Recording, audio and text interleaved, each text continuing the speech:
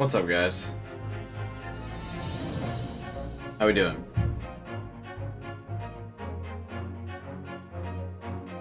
Is the game too loud, by the way?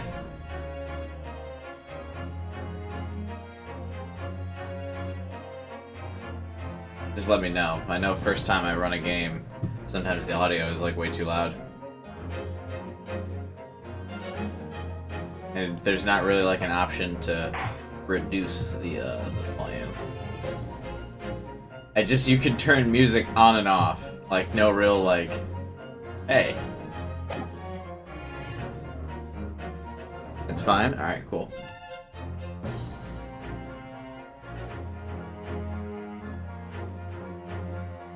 Give people a couple minutes here. A little late, I woke up super late.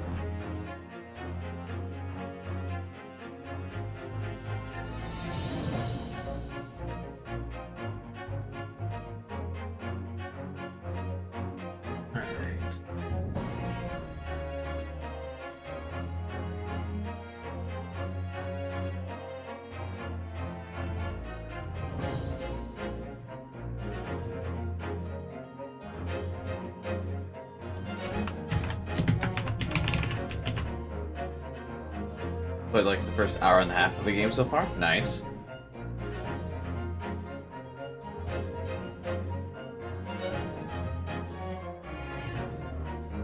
Right here in just a second, I'm gonna just post the link in the Discord that we're streaming now, and we'll be good to go.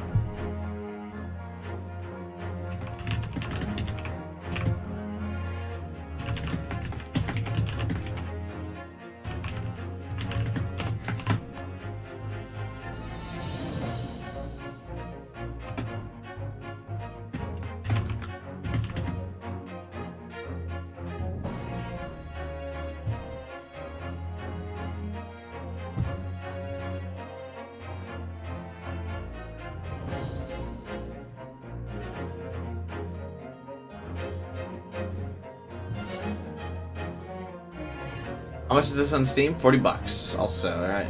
Hey, Guy, Andre, Neku Gamer, 12 Hours, Absane, Lancelot. What's up, guys? Now that I posted in the Discord, we can get going.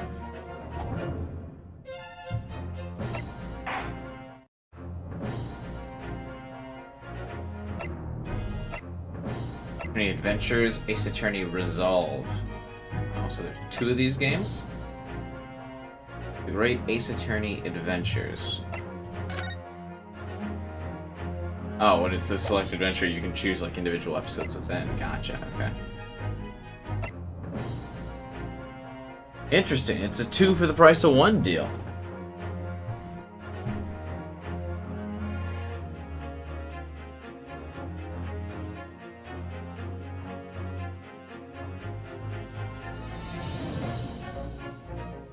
Oh, that's no spoiler, Andre. That the witnesses give up info? I don't think that's really a spoiler.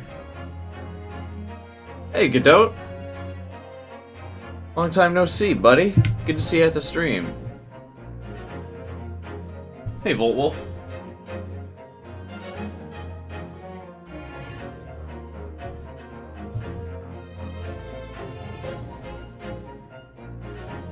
It's weird that they went with this one, I feel like, because it doesn't have Phoenix Wright, who's like the iconic character of the series. I'm surprised Capcom didn't do a trilogy game for 4 through 6, and then if that did well, released this. Unless this is just better.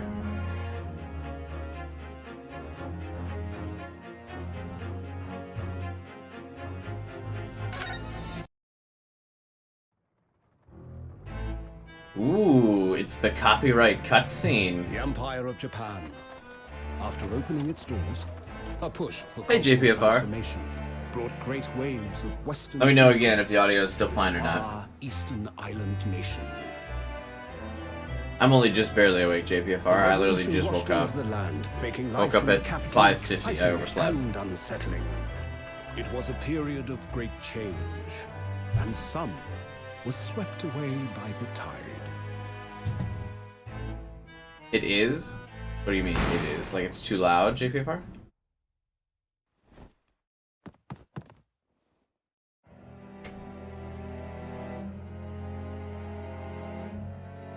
But for one man, Uh-oh, Phoenix Senior got himself into some trouble here. era was just the beginning of an extraordinary story. Nani?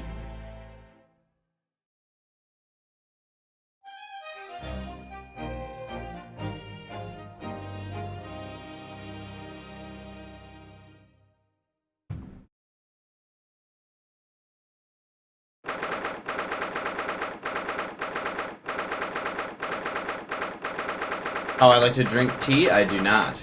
Sorry, Andre. More of a coffee person. Hey, God Hunter. I'm not, because I don't speak Japanese. I still can't believe it. Can't believe this is happening. How can it be that just beyond the little doors to this quiet chamber is the highest court in Japan, waiting to decide my fate?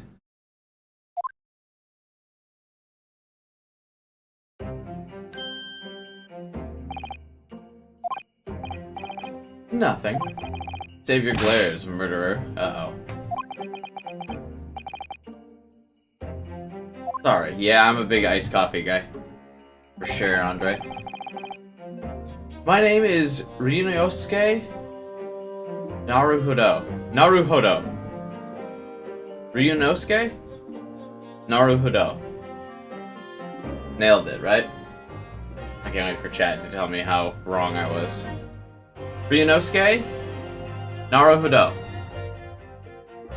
Yeah. I'm a second-year student at the Imperial Yumi University. 3 days ago, I somehow found myself in the middle of a horrifying incident. And now, here I am awaiting my trial. Enough. He's not obliged to listen to such abuse, officer. Just call him Ryu? There we go, abstain. Thank you. Exactly what I will do. Who are you? I'm this man's lawyer. I'll be defending him today. Lawyer? Yes. And until the judge has given his verdict on the case, no one has the right to treat him as a criminal. So you will hold your tongue. Actually, that's probably not true. I don't know if you had the innocent until proven guilty in early Japan. Technicalities, look at you. You haven't even graduated yet. But he's got his attorney badge. And yet, I still seem to know better than you how a court officer should behave. Got him! Right, Ryu? Of course, sorry. What are you apologizing to me for? I do like that these have 3D models instead of sprites, though. No, I suppose that wasn't my fault. But really, Hazuma! I never meant to drag you into this, sorry. There you go again, apologizing. Just like always. But I must say, you've been all over the newspapers these past few days. Yumi University professor murdered in cold blood by student. But obviously, you didn't actually do it, did you? Of course not. You have to believe me. I didn't do it. I just held the gun in my hand, and it fired by itself. I could never murder someone. And there's nothing to worry about. Straighten yourself up. Hold your head high. I believe you. I know you're innocent.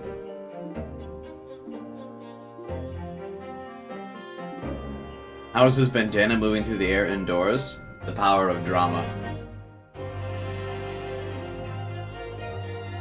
This Kazuma looks like he could be Edgeworth's ancestor? I don't think so.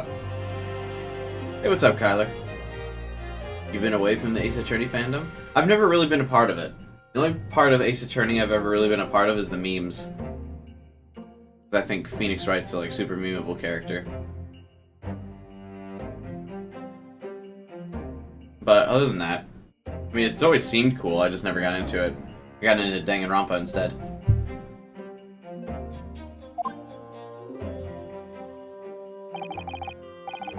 Kazuma, my best friend, also in his second year at Yumi University.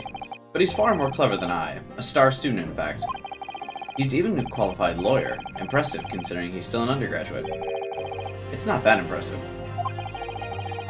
The very concept of lawyers is only a few years old. Here in Japan, anyway. My qualifications don't mean much. You said exactly the same thing 3 days ago. But I'm proud to have a friend like you, truly. 3 days ago. Yes, that's when all this started. This is your chance to get into it. Yeah, it feels like a good jumping in point for the series for me, because these are all, like, new characters that kind of stand outside of the rest of the series. Congratulations, Kazuma. Looks like you're going to get to study abroad at last. I know. I've been dreaming of this day.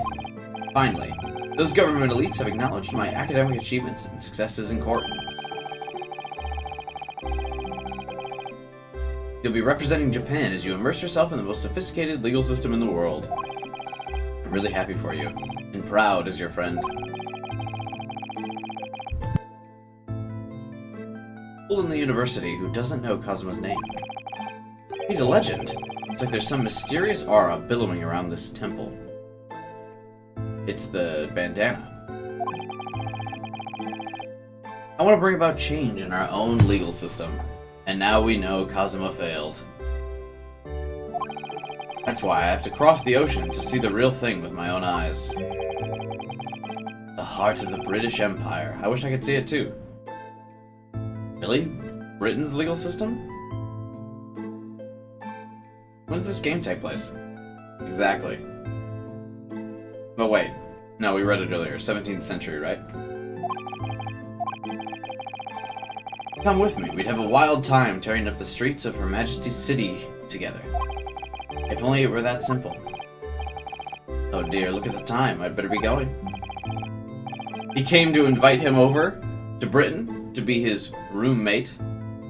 Ryu said, absolutely not, and so he immediately had to leave dinner. See you later. I'll stay and enjoy this place a while longer. Good idea. After all, it's not every day you get to visit a high-class Western restaurant like this. See you in English class tomorrow, then, partner. Oh, never mind. They are partners.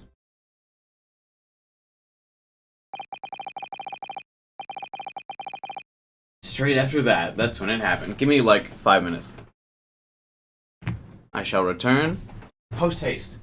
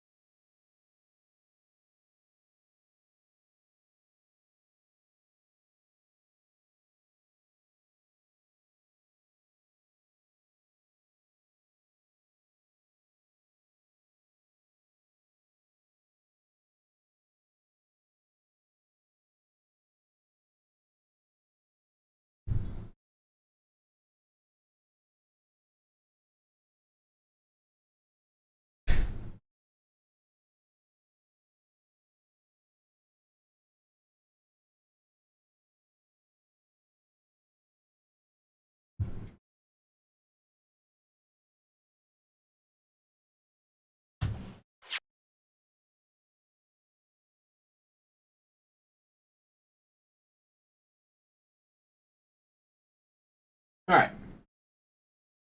We should be good now. Technical difficulties, gotta love it.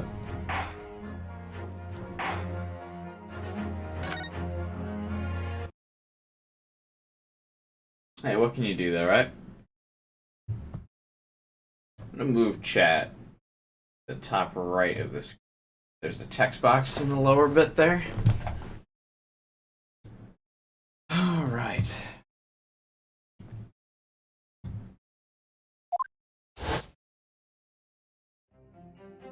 But yes, my night was going swimmingly until now, Andre. Thank you for asking.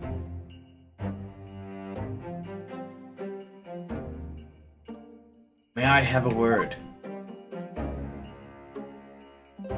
Oh, hi. Professor, I didn't know you were coming. Wait, why is the professor here? Didn't he get shot? Well, this case has personal significance to me, but never mind that for now. You should go immediately to the judge's chambers. To His Excellency's chambers? Why? He was looking for you. You advocating for the defense in this trial was a sudden decision. It seems there may be some confusion about procedures today as a result. Oh my god, they don't even know about having a defense lawyer? Who is this man? I feel as though I've seen him at university before. I see.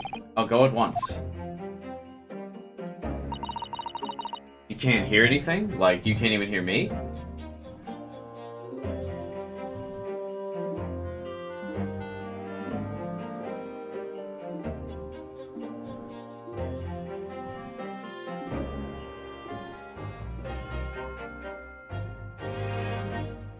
Oh, fix it. Okay, that was you, not me. Fine. Oh, okay. I was already ready to deep dive in my settings.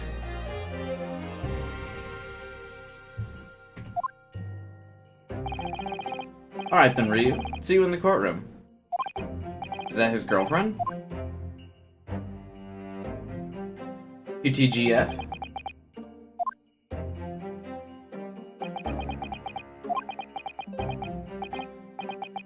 This is awkward. If I may. Yeah, sorry. You must be the defendant. Hey, TO9 Ninja. Yeah, I figured that technically that's Maya... Beta Maya, right?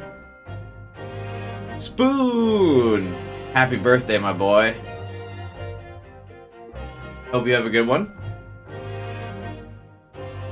Hope this stream starts or ends your birthday off right. Hey, Caliman. You haven't missed much, man. We just got started. You guys actually got here just in time after the technical difficulties, so... Nice. That's right. My name is Yujin Nikotoba. I'm the professor of forensics medicine at Yumi University. Yes, all of the forensic capabilities they had back in the 17th century. I've heard his name before.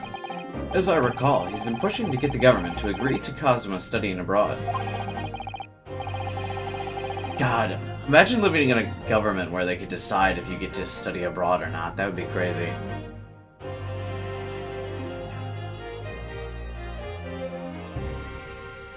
Asogi has told me about you. You and he are best friends, I understand. As such, I feel you should know. Know what? Well, as you've no doubt heard, he's been granted permission to go study in Great Britain. However, if he should fail to defend you in today's trial, you will not get to go. I'm afraid that permission will be revoked and never granted again. What?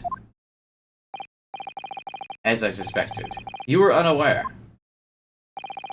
I had a feeling he may have chosen not to tell you. Oh, look, if he chose not to tell me, then he doesn't care about the risks. Because he's a good friend, Ryu. He's agreed to defend me, knowing that if he fails, his dreams will be shattered. I don't understand. Why would the government do such a thing? The administration is chosen from a large number of applicants for overseas. It's very difficult to persuade them to grant permission, even in the most favorable of circumstances. I don't believe it. I didn't do it, I swear. I'm not a murderer. I'm sure that's true. Nevertheless, I can assure you that proving your innocence will be no easy task. You see, there are certain peculiarities about today's trial. Uh-oh. Sorry. What do you mean? You'll soon understand once proceedings get underway. But, then what should I do? Well, naturally, I'm not going to suggest doing anything that could lead to a conviction. Right, so, as soon as the trial starts, the judge will pose a certain question to the defense. When that happens, you must answer before anyone else. You must say, I do. I do? Like a wedding? What will the question be? Surely not. Do you accept the accusations brought before you? Of course not. Defendant! Court is about to begin. Proceed to the courtroom at once. I like that the first case tends to just jump you straight to the trial, no investigation. Usually the trials have like a little bit of investigation beforehand. But I guess this is like the tutorial one, right?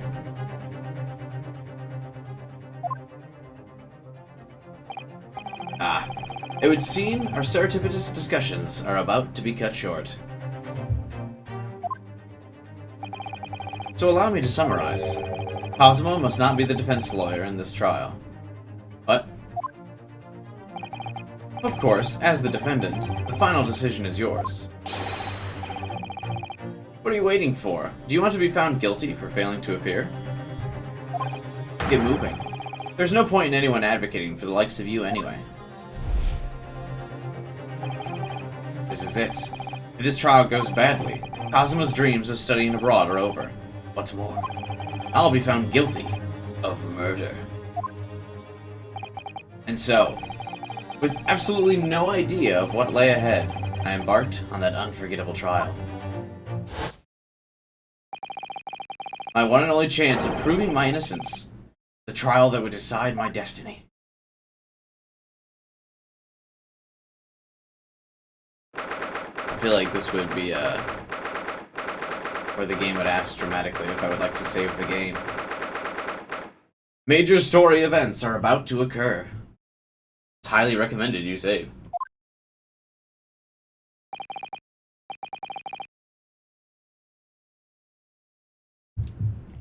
So this is a courtroom.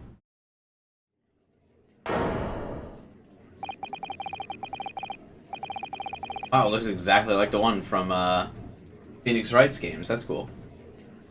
The Supreme Court. No court in the land has more power. I don't much like the look of those people sitting in the gallery. Lots of military and other uniforms in there. The powers that be have determined that this be a secret trial. A secret trial? A trial that's closed to ordinary members of the public. Only military and government officials may attend. Why? It'll become clear in time. Why is everyone being so vague? I don't understand.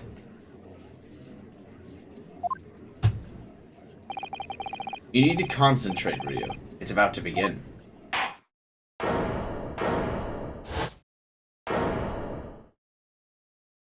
Hey, the judge actually looks cool in this game, rather than like a total loser.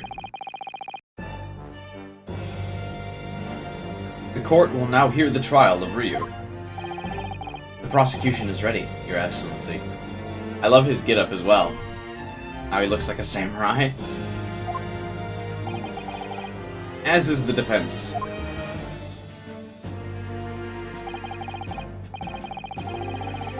Before we begin, there's one point of order I would like to confirm.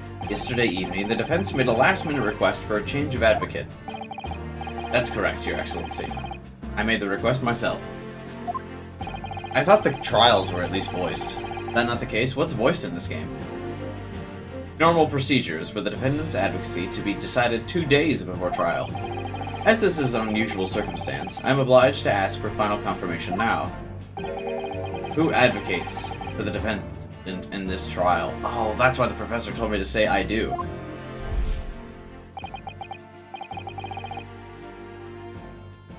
This is it. This must be the question. Who's going to defend me? That's the question the professor meant. But then, if I say I do... I need to answer quickly. What should I do?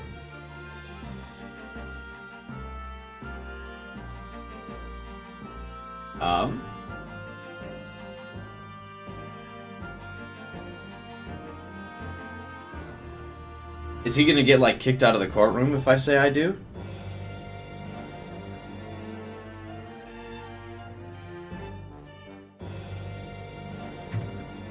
We can handle it.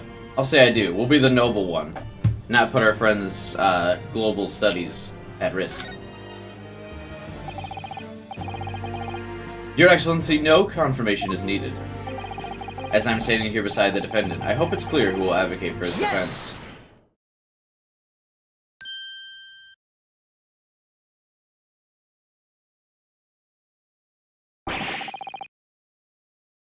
What's the meaning of this unruly outburst?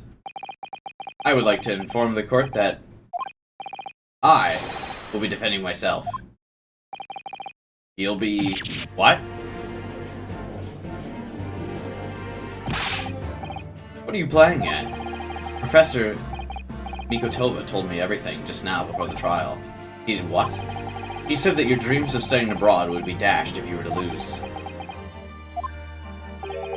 How sad. It means you don't have faith in me. You think I won't be able to get you off. It's not that, really.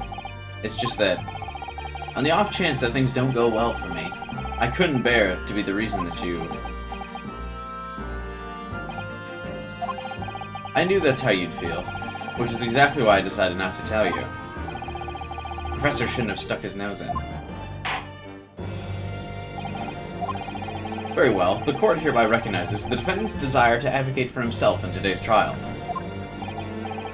Well, well. Does the accused admit defeat already, renouncing his counsel? Objection! Make no mistake, counsel. This merely shows that the defendant's innocence is so apparent he's confident he can speak for himself. Isn't that so? Bold. Huh? Oh, exactly. He's definitely Phoenix Wright's ancestor with how awkward he is, and he's constantly dashing his eyes around. Exactly what I wasn't thinking. I'm not confident at all.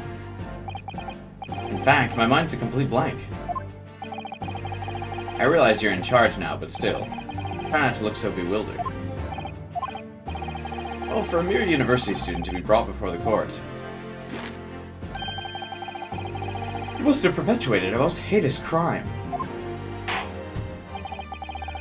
As you are no doubt aware, this is the Supreme Court of Japan.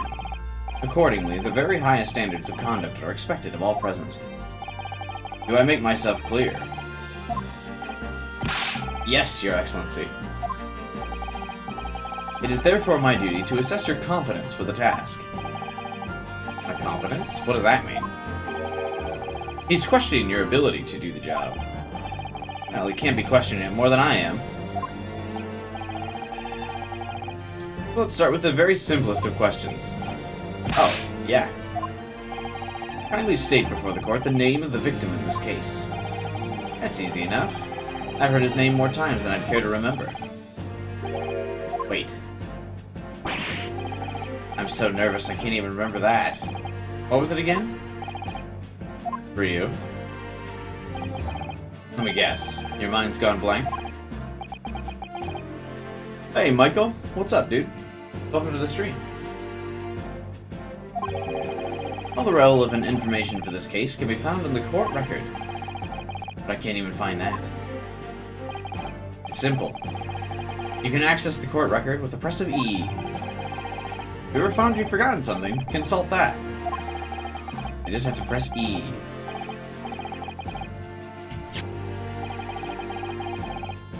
The list of evidence you've gathered. Try switching to people. You'll find details about the victim. When you're done, press Z to go back.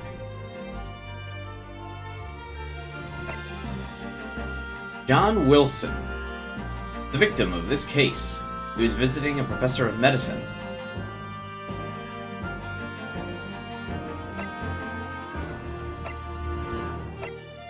I love games that blend the tutorial into the dialogue. Like this.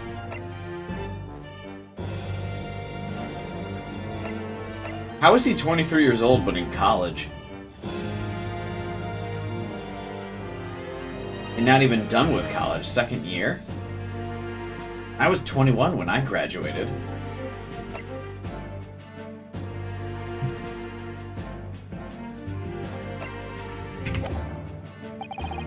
Remember, everything to do with the current case can be found in the court record. Now you'd better not keep His Excellency waiting any longer. Go. Find the victim in the people section of the court record. Then press R to present. Yes! The victim's name was Dr. John Wilson. Huh, well, at least you can remember the name of an esteemed member of your own university. Dr. Wilson was a visiting professor from England, invited to Yumi University 3 years ago. Indeed, which is the reason why this case has such profound implications. Ah, because he was a foreigner. The British Empire is at present our country's most valuable foreign ally. And as most of you will be aware, we have just signed a new treaty together after lengthy negotiations. There can't be anyone who hasn't heard of the Anglo-Japanese Treaty of Friendship and Navigation. Why does it not surprise me that Japan is part of a treaty that's called the Treaty of Friendship? Love it. Yet despite these delicate circumstances, the blood of an Englishman has been spilled. You two are both undergraduates at the Imperial Yumi University, are you not? Murdering a professor from the very institution that provides your education. Have you no honor? I didn't do it. The case is coming under great scrutiny from our allies on the other side of the world. How have they already heard of the murder? Has the pigeon made it yet? The court therefore wishes for a speedy resolution to this matter. In other words, our feeble government is scared of upsetting England's policymakers. And you're a convenient and expendable scapegoat to blame for this crime. That's why this trial has unusual peculiarities, is it? Exactly. Our government needs to convict someone as quickly as possible. All because the victim was an Englishman. To be fair though, isn't this from the time period where Britain was like so far ahead in the military? Where they just like absolutely had dominated like the entire world? This is like literally the time period where the sun never sets on the British Empire, right? Where they just kind of ran up to every single country and was like, yeah, you can either do what we say or die.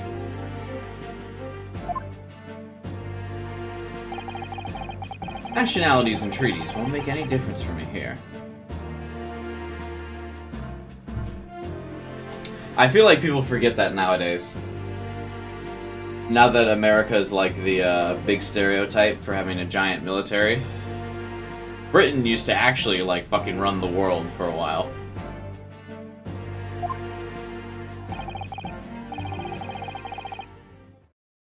The fact is, I was there at the scene of the crime. Oh dear, look at the time. I'd better be going. Alright, see ya. Oh, this is a flashback to a flashback.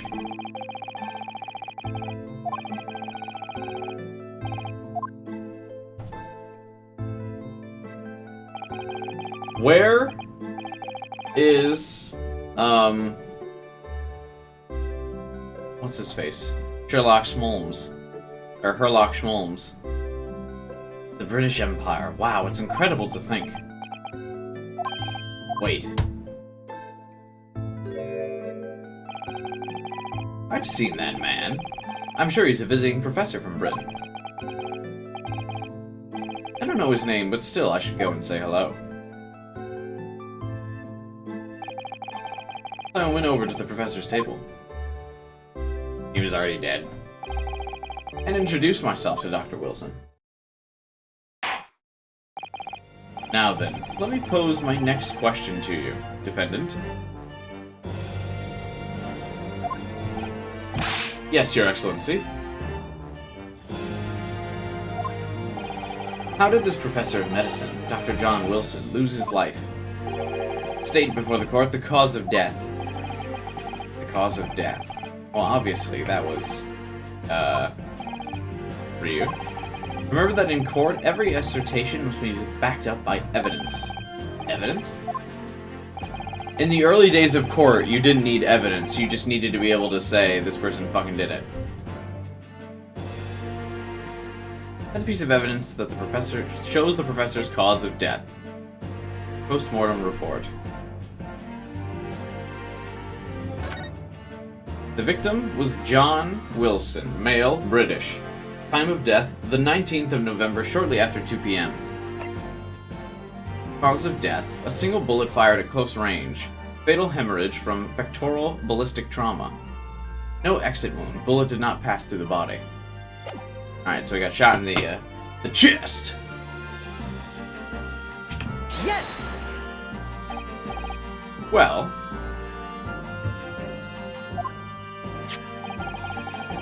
according to this document, the victim suffered hemorrhagic death due to gunshot trauma.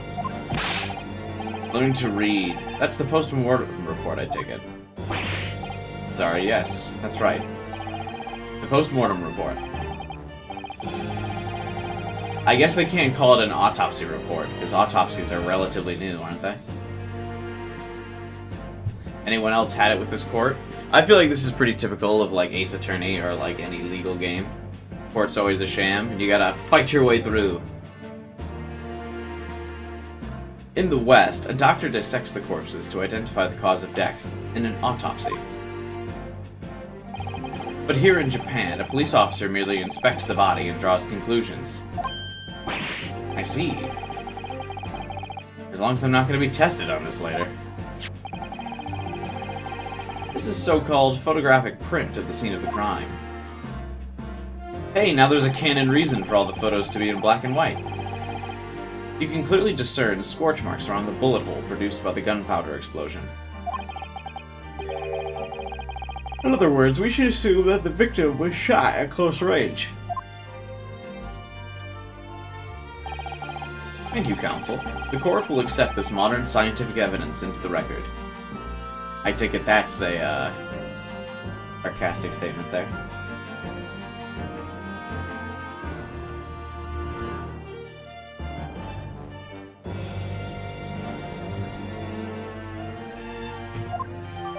The photographic print of the victim has been entered into the court record.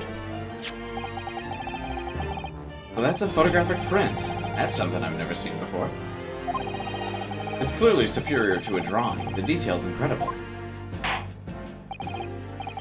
Very well. I'm satisfied with your answers. Let's start the trial. Certainly. Without further ado, in order to better appraise the court with the facts of the case, the prosecution hereby calls its first witness, who was there at the scene of the crime. This is it, then. I think it may have worked out what the professor had in mind. The professor? Clearly, you're the defense lawyer today, not me. But that doesn't mean... I can still act as your assistant. Of course. When he was speaking with me before, he simply said, Kazuma must not be the defense lawyer in this trial. He really has been sticking his oar in, hasn't he? Maybe, but any help you can give me would be greatly appreciated. Well, my first piece of advice is... rein in that crazy look of bewilderment and control the cold sweats. Only if you rein in that crazy headband and control the cold stare.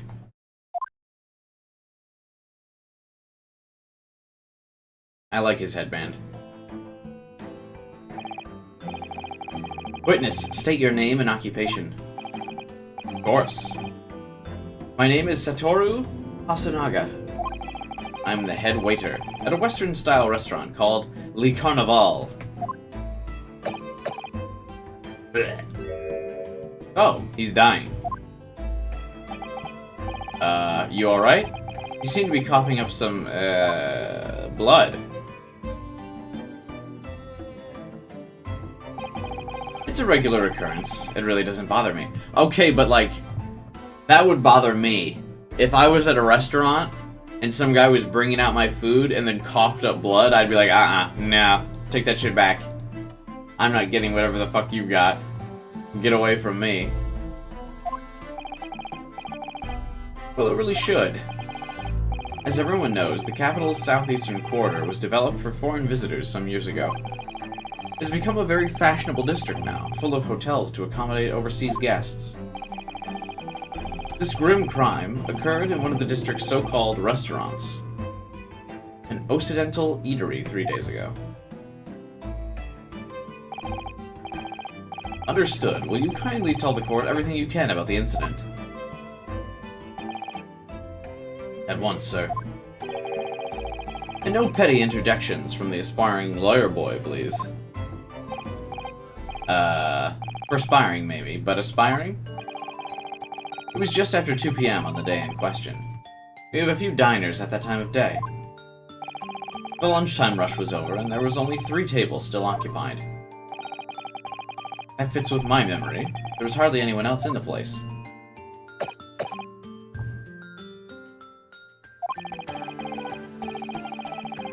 It was when I was in the kitchen, putting away crockery and cutlery. A gunshot rang out, so I hurried to the dining area to see what happened. I found the victim, an English gentleman, slumped in his chair, and standing immediately beside him, gun in hand, was the accused university student. Yes! Hold on. Let me clarify something here. I didn't do it.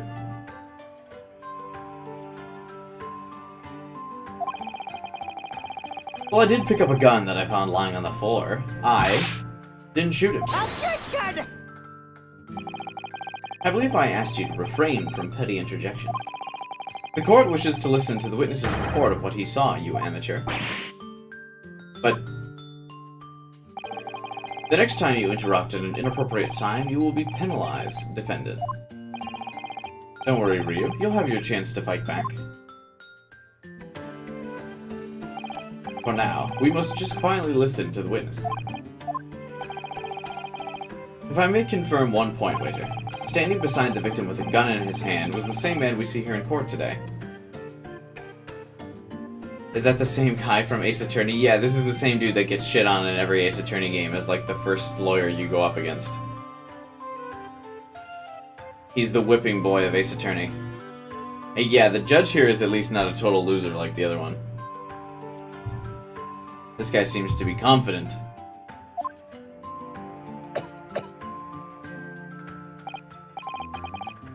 Yes, without question. God, I forget way back in the day, people just like to used to exist with illnesses. And lifespans were so short. Modern medicine's like really crazy when you think about it. And apart from the accused, was there anyone else standing beside the victim? No. There was no one else around the table but the deceased Englishman and the university student. Eh? Wait, what did he just say? There was no one else around that table? What's the matter? That's just not right. When I went over to Dr. Wilson to say hello, there was a woman sitting opposite of him. Really? And that's not something the waiter could have missed. I've been warned about interjecting, but still, what should I do? Objection! Yes! What? Yes? Just a moment, please. Dr. Wilson wasn't alone. I'm sure of it. There was a lady sitting with him at the same table. Dear me. What are we going to do with you? With your blatant disregard for court proceedings, I'm beginning to wonder if you're not a fraud. Could it be that the accused, this mere student, is not a real lawyer after all? But I'm sure of what I saw. Asanaga, is there any chance you're mistaken? Perhaps your memory of events is hazy? Due to your fucking illness? No. The deceased gentleman came to dine alone. I don't believe it. I actually have a rough plan at the restaurant, as it was that day. Please have a look if you'd like. A sketch of the establishment's layout, drawn by yourself, I presume? That's right, I'm afraid I used the back of my business card. It was a turbulent situation. However, as you can see, the gentleman in question was seated alone.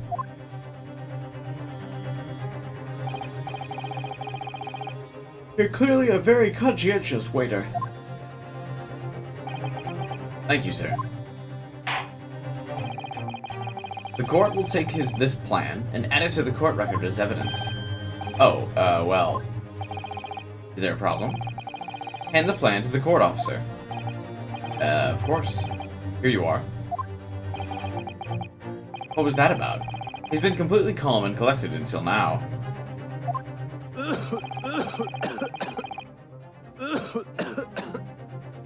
Why would he have a rough plan for this specific day? That's an excellent question. That seems very odd that someone gets murdered and your first thought is to, like, draw a layout of who's sitting where. Something certainly seems to have shaken him. The waiter's business card has been entered. This beautiful English dub. We get to listen to men talking, or coughing. So the court has now heard a précis of the case. At the moment the gunshot was heard in the restaurant, the only person in close proximity to the victim was the defendant on trial today. It would seem we are looking at a black and white case here. Defendant? Yes, Your Excellency. If you admit your guilt at this stage, the court's willing to look mercifully upon you. In other words, you may have some small reprieve in terms of your inevitable punishment. I called this waiter as an unsworn witness in order to explain the details of the case. Wait, why is he unsworn? Does that mean he can lie? What is that? But I must warn the defense, if you are determined to pursue matters further in the trial. The prosecution is decisive evidence from sworn witnesses who were present at the scene of the crime. Wait, but I thought you said no one else was there. What do you think I should do, Kazuma? Kazuma! What do you mean? Well, I'm going to be found guilty one way or another, it seems. Hey, Jeff, what's up, buddy? Would it be sensible to plead guilty at this stage and hope for a more lenient sentence? Everyone keeps telling me that this trial is unusual about these peculiarities. You've said it, Professor. The professor said it, and so is the judge and the prosecution. I'm scared of what lies ahead if I push this.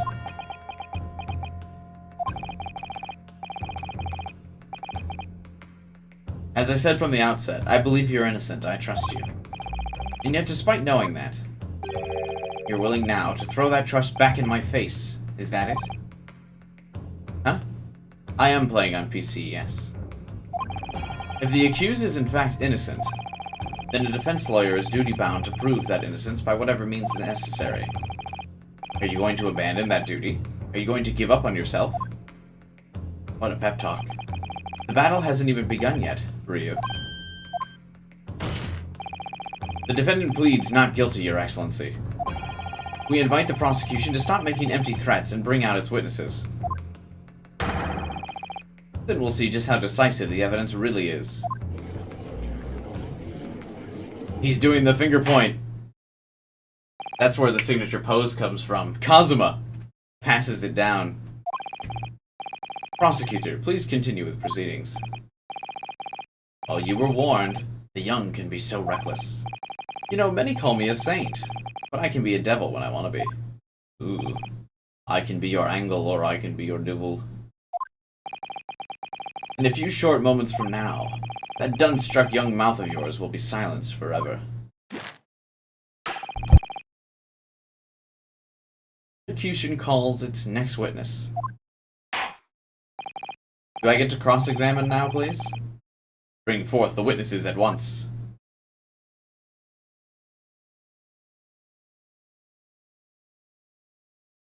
I thought no one else was in the restaurant. Kindly state your names and occupations for the court. I am Hitler Jr. I'm the Great Nippon Imperial Army Sergeant Ayesa Nosa, reporting for duty.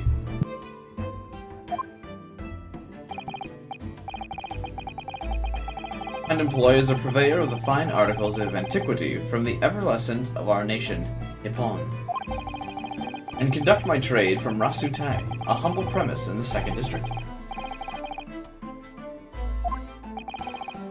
An antique dealer and a soldier, what an unusual pairing. Both of these gentlemen were present at the restaurant on the day in question. They must be the diners at the other table that the waiter mentioned. What year is this supposed to take place? I think the 17th century. I could be wrong. When does the Great Ace Attorney take place?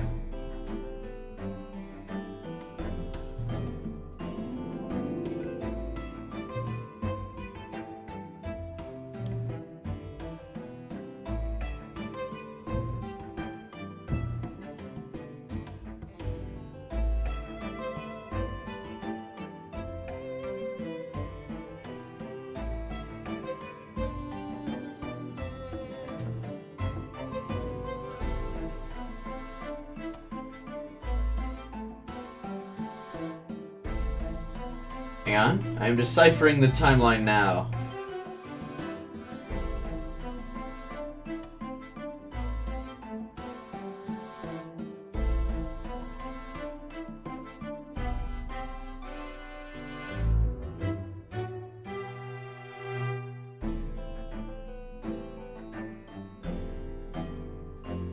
Yeah, it seems like the 17th century.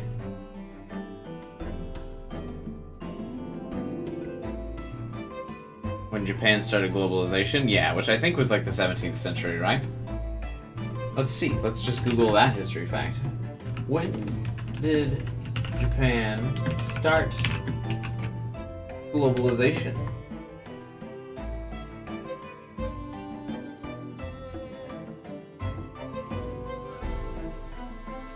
Google says the 16th century is when it started. Damn, I was close. But this is a little bit into globalization, so I'm going to say I was still right with the 17th century. I've been out of school for a couple years. My history is a little rusty, but not bad. Have a good night, JPFR. Hope you feel better, dude.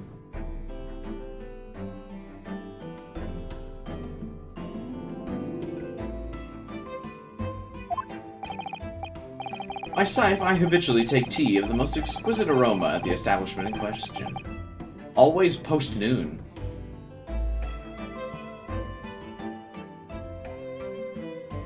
Does aroma really matter that much in tea? I know Andre was talking about tea earlier in the stream. I'm not a big tea drinker myself. Does the aroma matter? Is that part of the flavor of tea? And not infrequently converse with the interesting parties regarding the curiosos with which I make my business. I can't understand a word the old man is saying. He's an antique dealer, and it sounds like he's a regular at Le Carnaval. He seeks out potential customers who have an interest in antiques and tries to sell his wares to them. He obviously targets Le Carnaval because it's a high-class restaurant with rich clientele. Right. Although, to be honest, that sergeant looks more like he'd be a seller rather than a buyer. Now, you both witnessed the precise moment of this most atrocious incident. Is that correct? Affirmative. The enemy unit was seen attacking the foreigner in what can only be described as an act of war, sir. It was that black uniformed rogue infantryman over there who unloaded his firearm. Sir. This man's as impossible to understand as the other. But I'm almost sure I heard a strange noise during that last thing he said. So this is the decisive evidence the prosecution was threatening. The soldier is claiming that he actually saw the precise moment you shot the victim. Yeah. Well? Are you starting to feel uncomfortable? If I'm honest, I was feeling uncomfortable from the start. Now, the court will hear your formal testimony, please. You will state everything you saw, at the precise moment that the incident occurred. Sir, yes, sir. Standing by to report, sir. What is that weird mouth noise? Unsavory memories of a most acerbic afternoon. Shut the fuck up.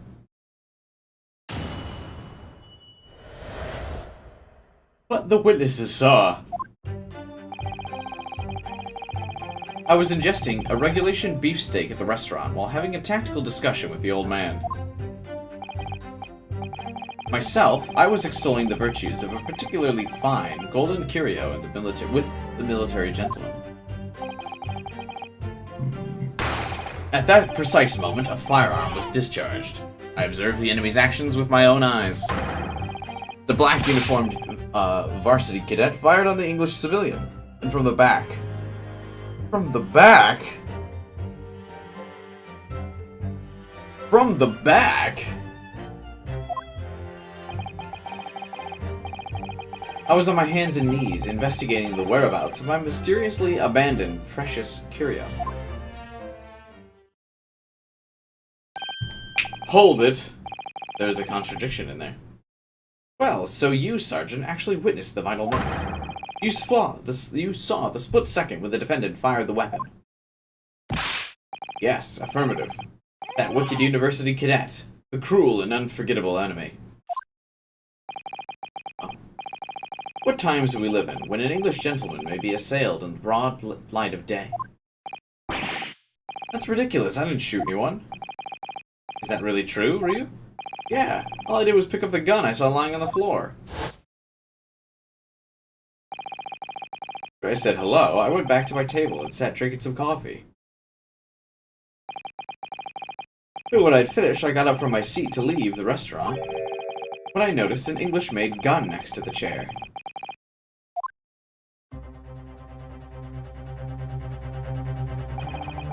I thought perhaps the professor had dropped it. So I bent down, and just as I was picking it up, it was a trap. Well, if that's the truth, there was obviously a criminal on the scene somewhere.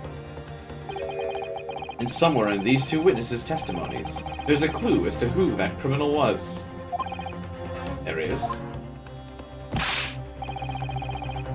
Wait, I just realized he has a sword. What? Ryu, you must exercise your right to cross-examine the witness.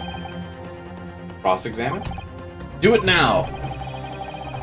As we've heard, Your Excellency, there is no room for doubt in the testimony of these witnesses. The defendant's clearly guilty.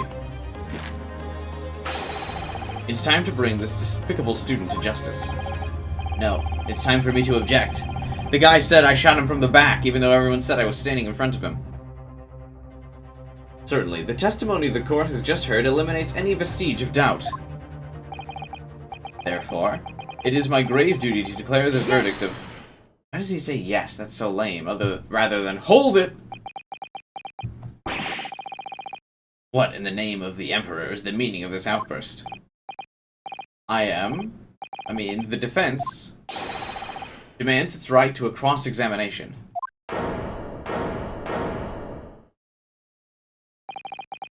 Dear me. Let me guess. The Hachimaki headband boy next door told me to do it. How pathetic. Huh? How do you know? The prosecution objects. This is a clear waste of time. The defendant obviously has no experience. How could he possibly carry out a cross-examination? Objection!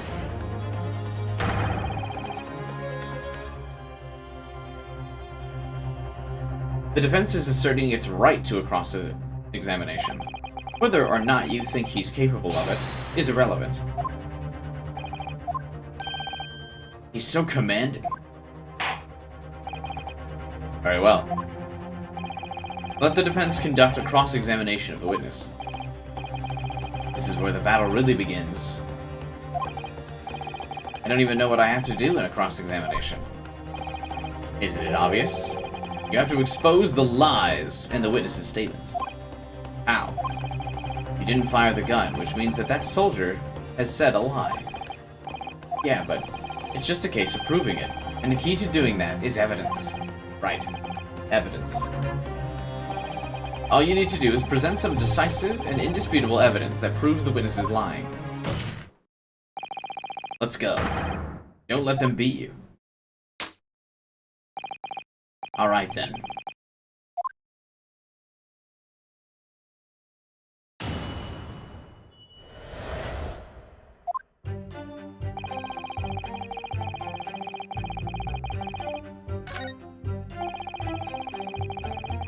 Ooh, I do like that you can at least see which quote you're on. Firearm was discharged. I observed the enemy's actions. The black uniformed cadet fired on the English civilian and from the back. Yes! Press. Hold it. Yeah, so this black uniform university cadet, you're saying that was me? I've just about had enough of your sauce, cadet. Who else do you see around here in a black uniform? Well, there's someone standing right next to me who fits the description. It was you, little weasel. You unloaded the firearm on that man. From behind his back. You call yourself a citizen of the great empire? You disgust me.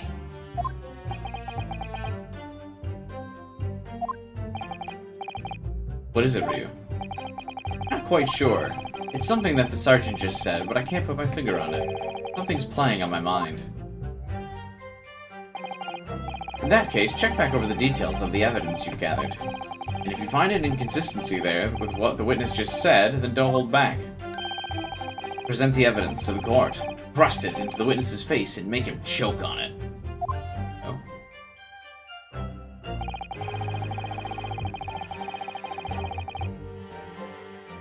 How do I go back? The previous statement. Oh, I can't. I have no idea what I'm supposed to do. No, I know. Listen, we know there was lies. Yeah.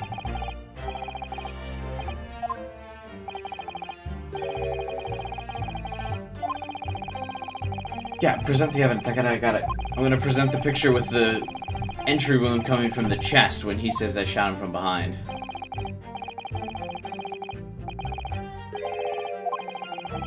Yes, it's an inconsistency. Skip.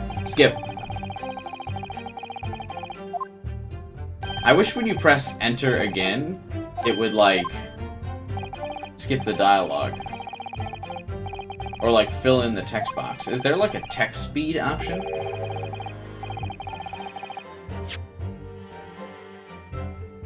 Audio, gameplay, subtitles. And just the length of time until the next line of dialogue is played. In autoplay, damn.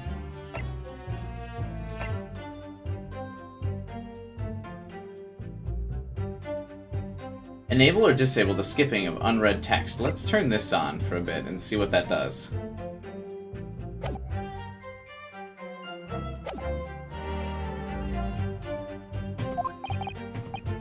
Oh, perfect. Now I can fill in the whole box, because I can read way faster than the text crawls.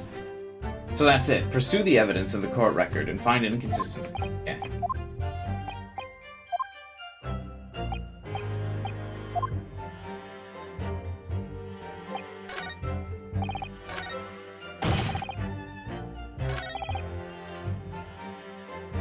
I need to present now.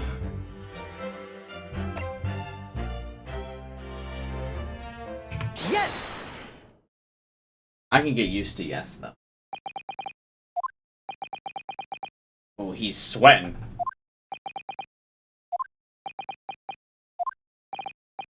What are you playing at? What's the meaning of this insubordination? Thrusting some photographic print in my mustache. Inconsistency, sir. I mean, yes. There's a clear inconsistency here. What nonsense. How can this possibly tell us that we don't already know? Yes! Well, obviously that. I know what I want to say, but the words won't come out. I think this proves beyond any doubt, Your Excellency. There is no place for an amateur student here in the courthouse. This is so frustrating. My boy, Kazuma! Oh, please. Surely this doesn't require an explanation. It couldn't be more plain. To spell it out would be an insult to the court. Kazuma, what? What are you talking about? It's apparent from a single glance at the photographic print presented by the defense that there's a clear discrepancy here with the sergeant's statement. Sergeant, no, sir. Yes, sir. What, sir? The statement you just made was this. The black uniformed varsity cadet fired on the English civilian and from the back, the cowardly little weasel. Affirmative, sir. Yes! But that can't be. And why not? Because... Take a close look at the print. The victim, Dr. Wilson, died from a bullet wound to the chest. Sergeant, according to your witness statement, the culprit shot the victim from behind. That's the obvious discrepancy here. How do you explain that? Oh.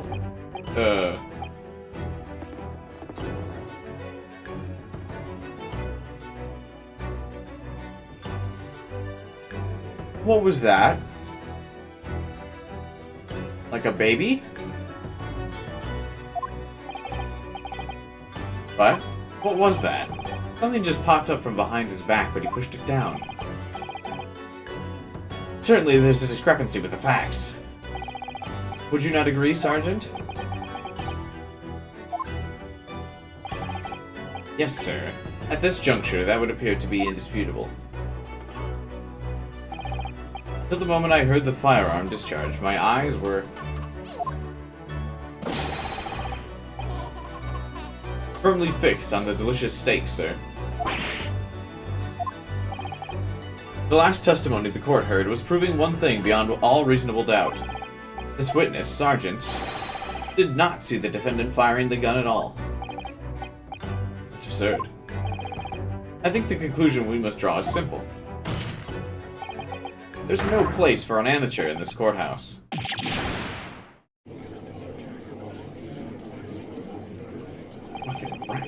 There's been a complete turnabout in the mood of this trial, just from one discrepancy. The babby.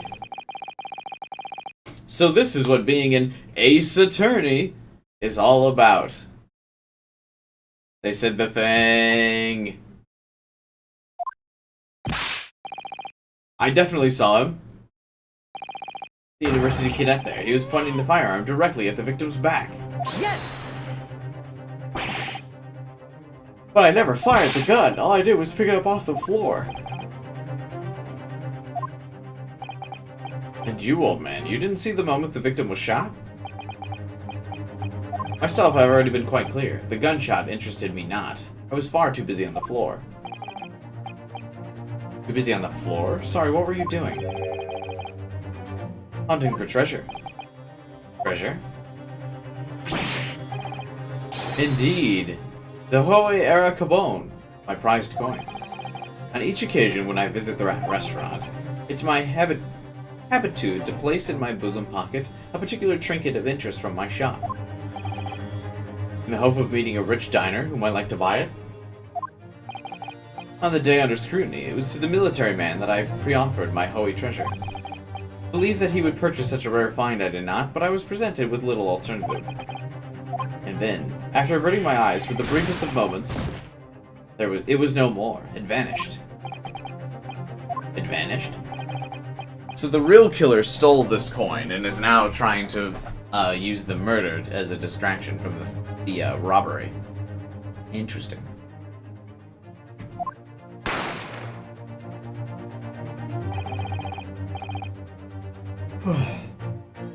You heard the gunshot, you mean? Indeed. But I heeded it not, for I was concerned only with finding my absconded treasure. Nothing could distract me. Out of interest, did you find the coin in the end? No. I see. That lamentable day, the coin was lost to me.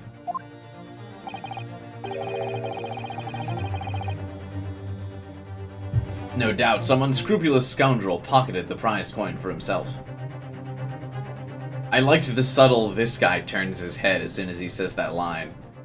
With the 3D models, you can get a bit more body language and a bit more story detail. With subtle things like that. I like that. Rather than just the sprites. As I'm sure everyone present is aware. And then sure, they had the text box of him going like dot dot dot after that, which makes it like obvious, but I like the subtle notions that you can see with like the body language and stuff when you use like full 3D models like that. It just looks a lot better. It feels better. It's more immersive in the story that he's like after they mention that. This case demands a swift and decisive resolution. Our government has promised to send a full report to Great Britain by telegraph this very afternoon. Nevertheless, the witness testimony the court has just heard was inconclusive, no matter how subservient our government feels it must be to the British. It would be unforgivable to deliver a verdict on this trial right now. What's your position, prosecutor? Worry not, Your Excellency. The defendant may have fled a tiger at the front gate, but he will find a wolf at the back. My witnesses have further testimony to make, but we just proved that you can't trust the sergeant. Why would the sergeant get to, like, be a witness again? Upon hearing their next statements, it will become clear that there's only one person who could have possibly committed the crime. The equally despicable defendant, Ryu. What? He really seems to have a despicable opinion of you, doesn't he? Very well. The court invites the witnesses to testify again. You will thoroughly explain the reasoning behind the prosecution's allegation. Is that clear? As clear as glass, Your Excellency. Yes, sir.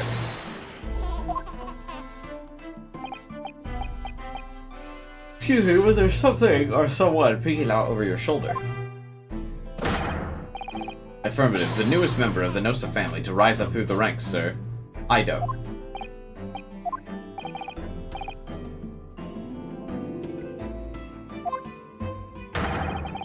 Your father is about to quell the enemy. Watch and learn, my boy. Okay. The true culprit. Even if what I saw wasn't the precise moment of the firearm discharged, it's almost the same thing. Pointing the gun at the foreign man he was, that young lad in black, that much I myself did see. Furthermore, a visual search of the premises at the time confirmed that we were the only personnel present. Indeed, alone he was, the Englishman, dining all by himself. Therefore, no one other than the black uniformed cadet could have dispatched the Englishman.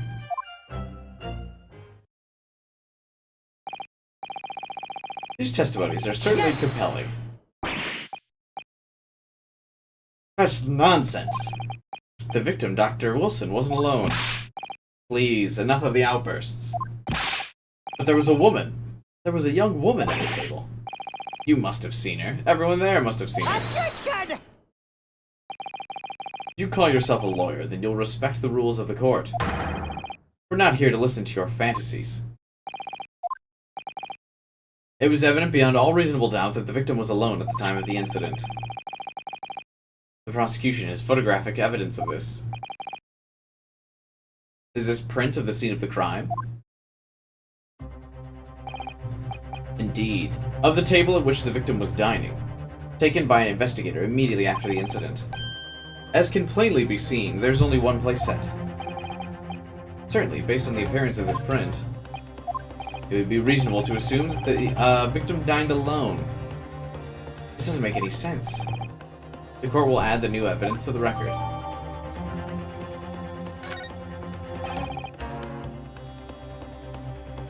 I don't understand. What's going on here? It's just not possible that nobody else saw that woman. The waiter before said the same thing. He maintained that Dr. Wilson came to the restaurant alone. But that's not true, I saw her. I swear that I saw a woman with him.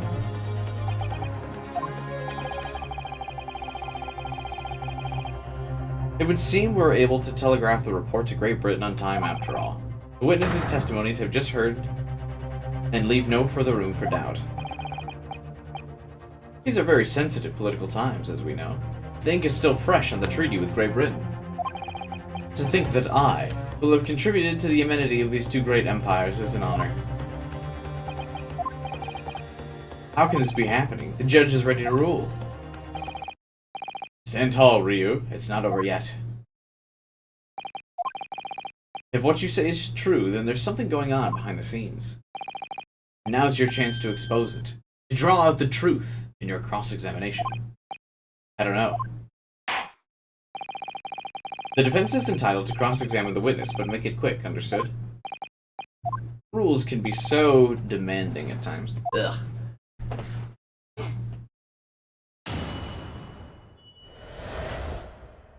The true culprit.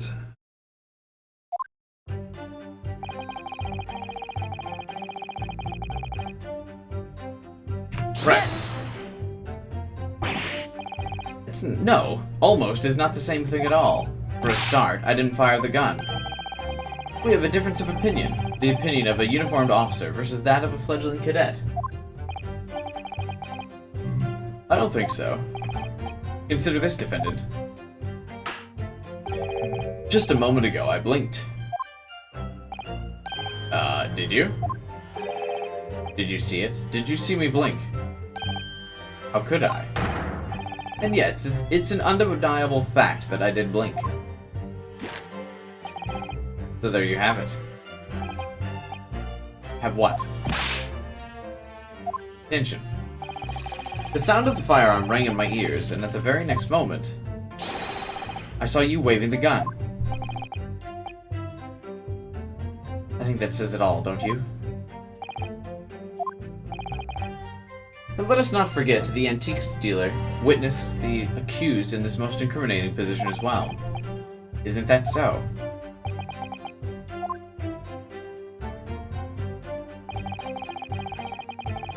Pointing the gun at the foreign man he was, that young man in black, that much I did see. He speaks in, like, poems or something. Alright, hang on one second. I shall be one moment.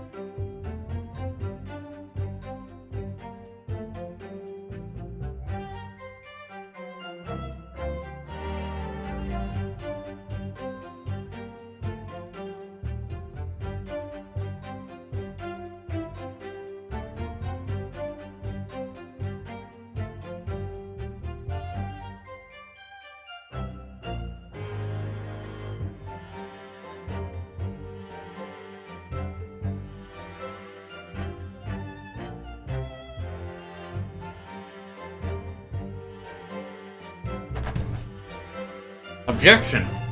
Yes!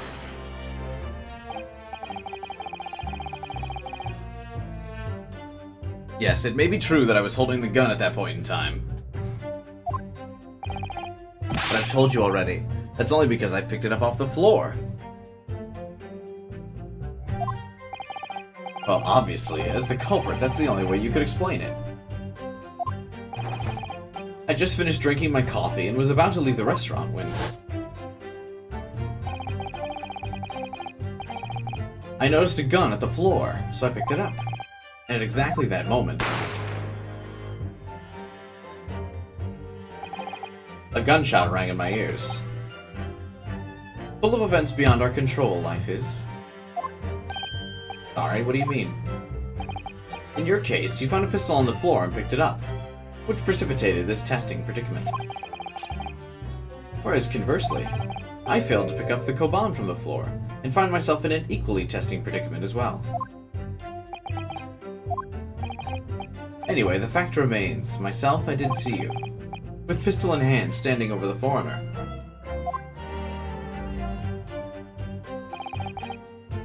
Furthermore, a visual search, press. Yes! You must have noticed something else on Dr. Wilson's table. There was a lady there. Objection! As you have been at pains to point out time and time again, I feel I'm growing a callus in my ear. Yet no one else appears to have caught even a glimpse of this woman. If only there had been more people dining there at the time, then someone else would have noticed her. Unfortunately, it was already past 2 p.m. when it happened. The quiet time between lunch and dinner in any restaurant. Of course, the place was almost empty. It's what you'd expect. Certainly, 2 p.m. is neither here nor there in terms of a time to eat.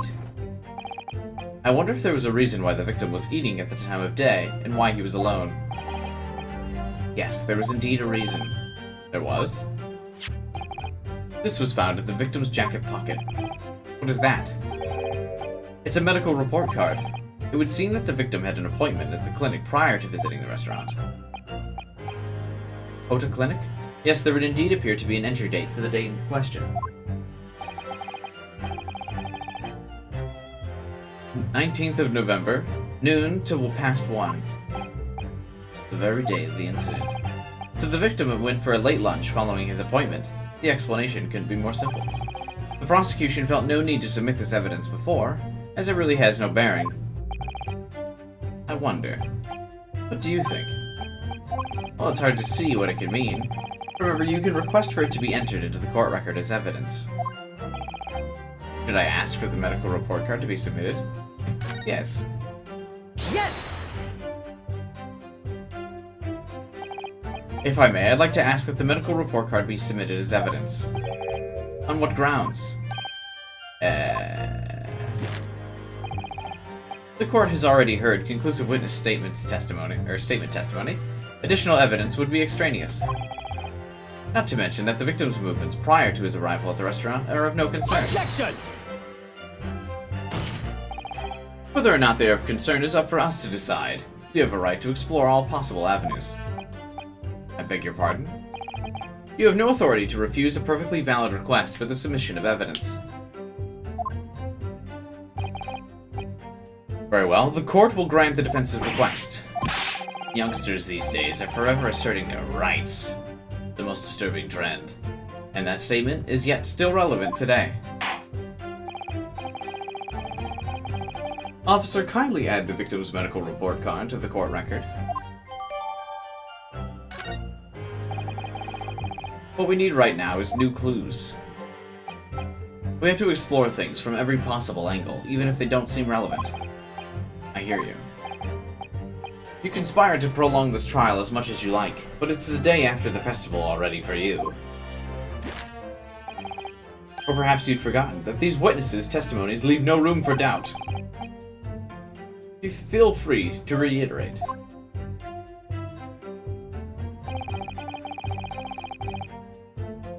Yes! We'll press this as well. Why is everyone so determined to say he was alone? So you actually saw that with your eyes, did you? The victim, Dr. Wilson, dining alone? That I did. Forgive me for the position I place you in. So the testimonies of the old man, the soldier, and the waiter all agree. Isn't that interesting? Let's not forget the incontestable evidence we have to support their statements as well. As can clearly be seen, there's only a single beefsteak on the victim's table, a meal for one. No. The antique dealer, the sergeant, and the waiter who testified before. It's not impossible that they're all lying. But if so, why? If I'm perfectly honest, I have no idea.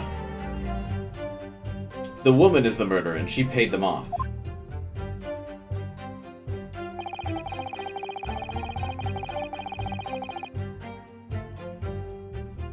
Let's look at the evidence again. Can I see that photo that's of the one,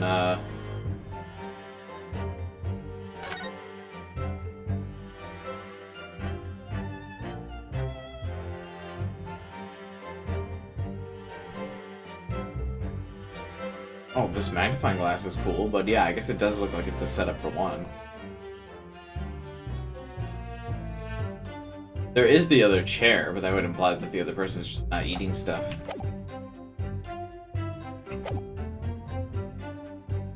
Yes! Why aren't you telling the truth? What? What'd you say? I remember. There was a woman sitting across. Perhaps one of you might not have noticed. But for both of you to have failed to see the professor's dining companion, not possible. Unfortunately for you, defendant, it's not just a case of these two witnesses alone. Sorry. The waiter whose testimony the court heard earlier stated the same thing. He also said the victim was alone. In other words, you are the sole proponent of this phantom lady. But if such a woman were indeed present at the scene, the prosecution demands proof. If no such proof exists, the prosecution demands that no further mention of this phantom woman be made. It's a blatant waste of time. Nothing I can say to that.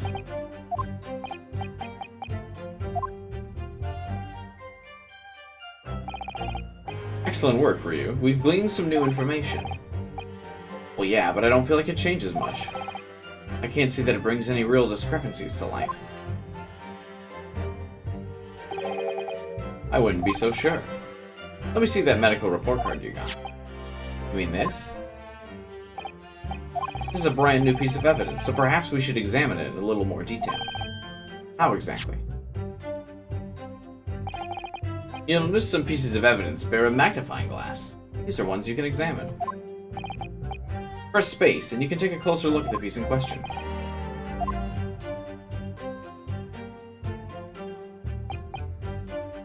Rotate the evidence in all directions and examine it from all angles.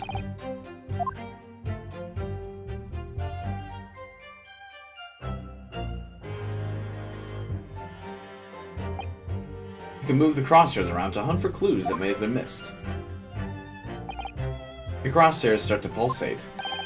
Press space to investigate. So, partner, I think you should take a closer look at the medical report card. See if there isn't something new to be learned by examining it in more detail.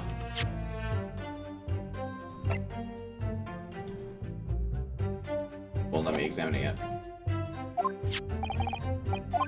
Alright, I'll see what I can do.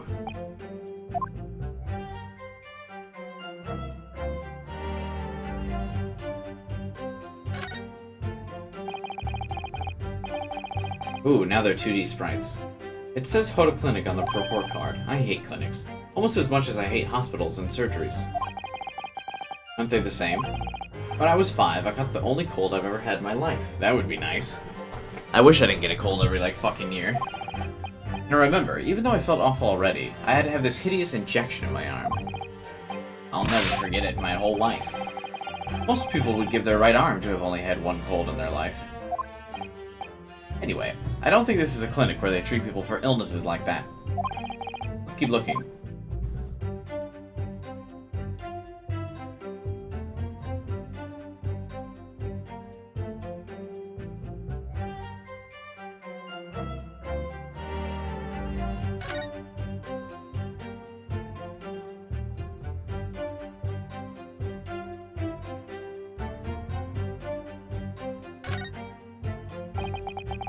Let's have a look. This is some kind of medical history. There's an entry for the day the professor was killed. Extraction of molar with topical anesthesia. Extraction of molar? You mean he had a tooth taken out? It would seem so. Just before the incident, he had a bad tooth removed. Perhaps they used laughing gas. That's the most modern practice in the West for pain relief. I've heard of this anesthesia, although it's hard to believe there's anything that can actually stop you feeling pain. There's a cautionary note from the medical practitioner. Strictly no food or drink besides water for 3 hours post-procedure, until anesthetic effects have been passed. Sounds like information worth bearing. Ah, that combined with the photograph means that the dining set for one, only the woman was eating.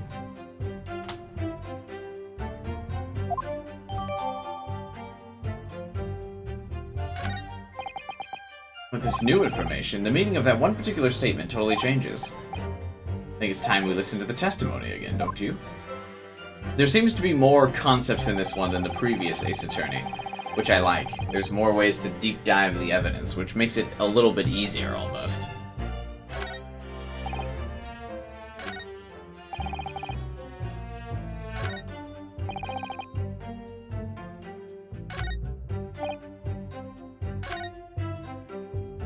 I'm having trouble. Which statement does it...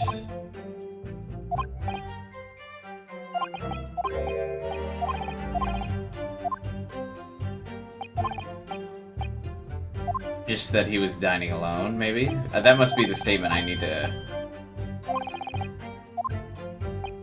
contradict. Actually a little bit hard to piece that one together. Yeah, even if he wasn't together...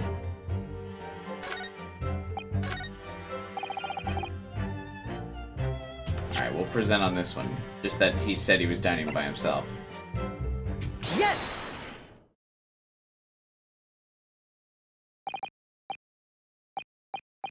I think... What are you wittering, lad? Call yourself a lawyer? Wish I could, but first and foremost here, I'm the accused. Ryu, everyone stumbles on their words occasionally. Under the circumstances, I wouldn't worry about it. Kazuma is an absolute fucking Chad. Let's go. Thanks, Kazuma. I could see it quite clearly in the cross-examination you just carried out. When you raised your hand straight up like that, so purposefully, you knew exactly what it was you wanted to say. Don't feel like you have to choose your words carefully. Just say what you're thinking. Alright. Thanks for the advice. He's not even a cute anime girl, and so far I like him a little bit better than Maya. This is a medical report card belonging to the victim. I see, and I don't see. What of it, boy? Comparing what is written on the report card with your witness statement. Something clearly doesn't add up. Objection! Dear me, have you forgotten my words so soon? What? You are not to interrupt court proceedings with your amateurish drivel. Does this Kazuma support gender equality? Based on the time period of when this game released, unlikely. Let's see if I can explain in words you might understand. It was after 2 p.m. in the afternoon when the victim was murdered. Whatever he may or may not have done before that is completely irrelevant. That's... Remember, Ryu, you don't have to think through your words, just make your point. I believe we're finished here. There's no need to prolong this trial. That's how you know they don't have a case, is because they keep trying to wrap the trial up. They know there's holes. The witnesses' testimonies the court has heard have been clear and concise. The medical report card has no bearing on the matter at all. There's no one else besides this pale-faced pupil who could have possibly perpetrated the crime. This medical report card has nothing to do with the case? Do you really believe that? That outburst half petrified me, boy. Of course I believe it. How could it possibly be relevant? Perhaps because Hoda Clinic, which issued the report card, is a dental clinic. Is that supposed to mean something? Perhaps if I told you that the victim had just had a tooth extracted? What's this now? And furthermore, if I told you that as a result the victim had been forbidden from eating? What are you trying to say?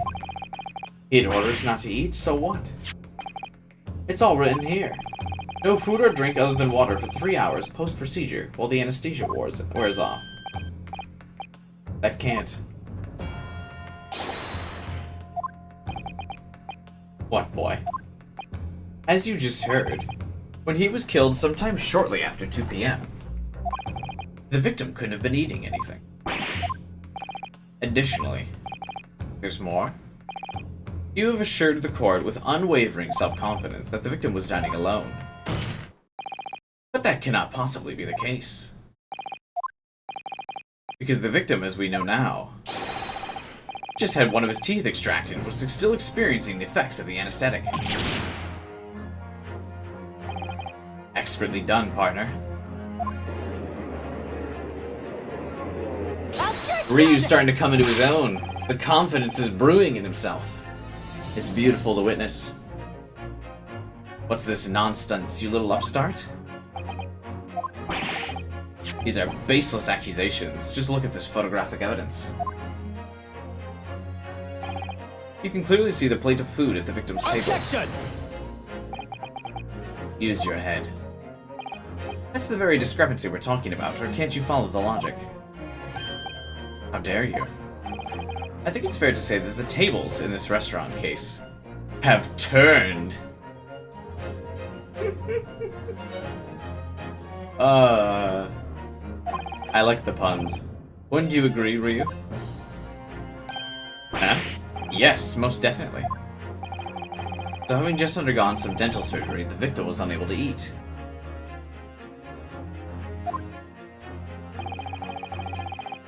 Which leaves one very crucial conundrum.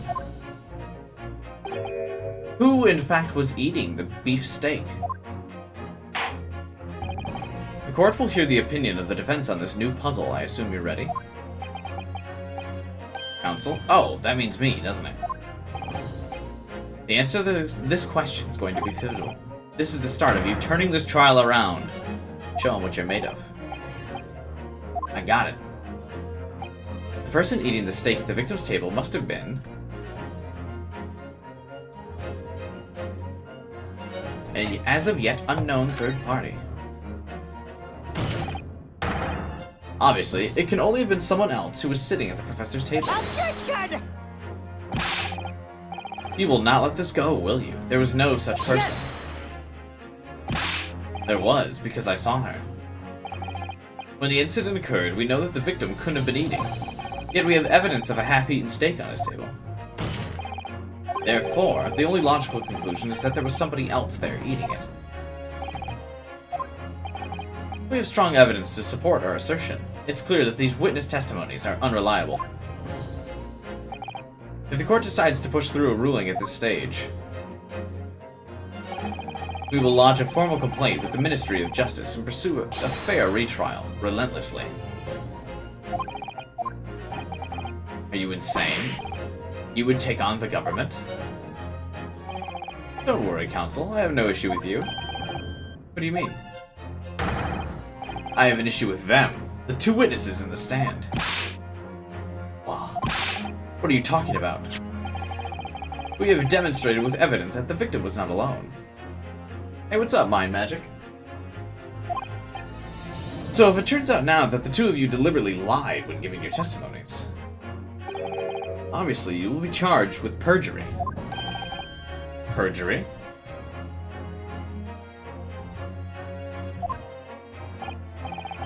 And since this is a murder trial, you will also be deemed complicit in the killing. Complicit? In murder? No!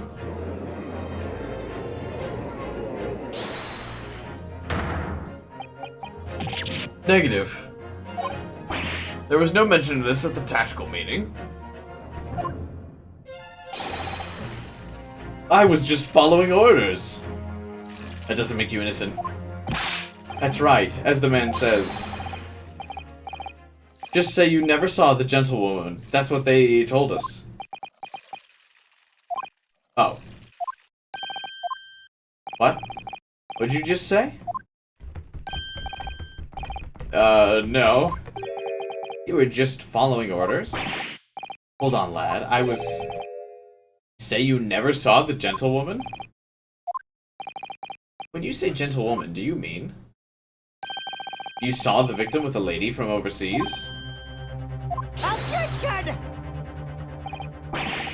What's the meaning of this? These witnesses gave false statements? Is this true, you pair? Realistically, wouldn't Ryu already be proven innocent now? Just one. Just one simple slip of the tongue.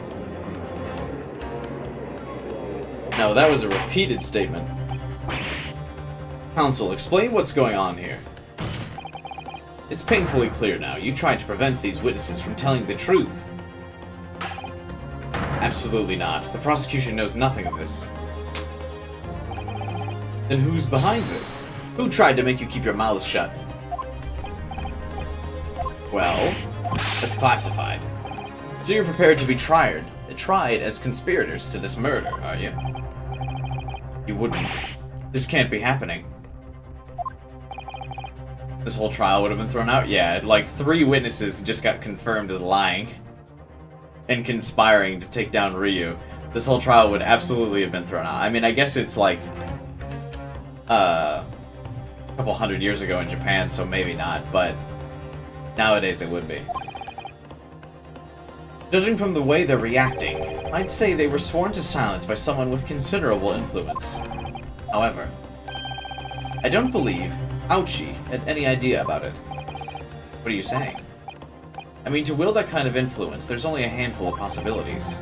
It could have been the government, the military, or the police, I suppose. Well, any ideas who might be behind this? If we can affirm who tried to silence the witnesses, we can continue our pursuit. So we need to name whoever it was that tried to make the witnesses keep their mouths shut. Of course, we'll need evidence. Evidence that proves whoever it really was did wield this power here. But how? How can we possibly do this? I remember how we made progress before. We examined this piece of evidence in more detail and found a new clue. That's right. Well, it's not the only piece of evidence we have. We need to re-examine everything and make sure there's nothing we've missed. There's no time to lose. I want answers. If it's proven that these witnesses have been manipulated, I assure you the penalty will be severe. Please wait. I had no idea of any of this. I swear to every Shinto god. I knew nothing. What does the defense have to say about all this? Well, Your Excellency, no time to think. I'm just going to close my eyes and shout the first name that comes to mind.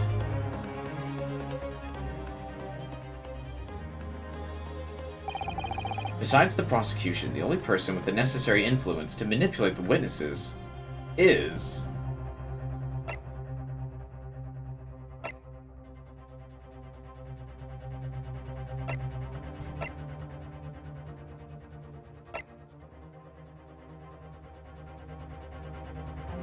It must be the professor, right? I mean, I can't imagine that the waiter has the influence to, like, swear these guys to silence. Yes! What do you make of that? I think, Counsel, that you may want to oh. Oops.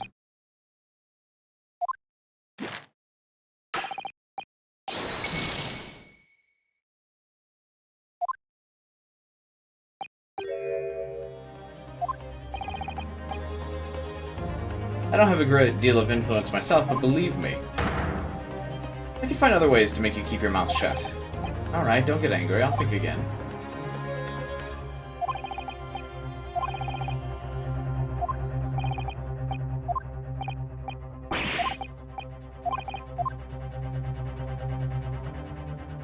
This is awkward.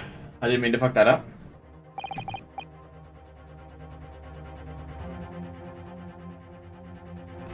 I guess the waiter?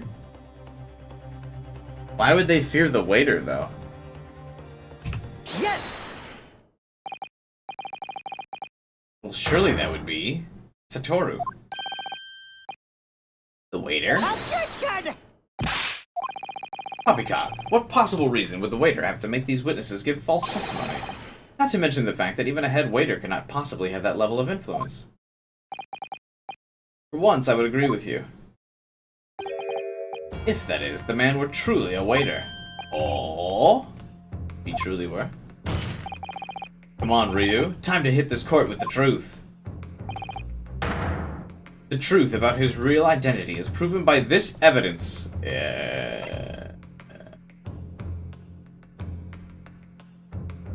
What?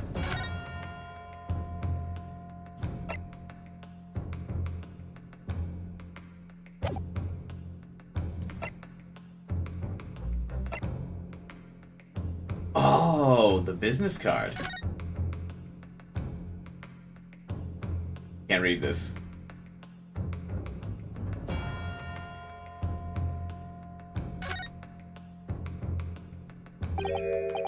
Well, that's unexpected. What is? Look, do you see the witness's name here? Satoru. Yeah, business cards do tend to show the person's name. It's not the name that's unexpected, but his job title.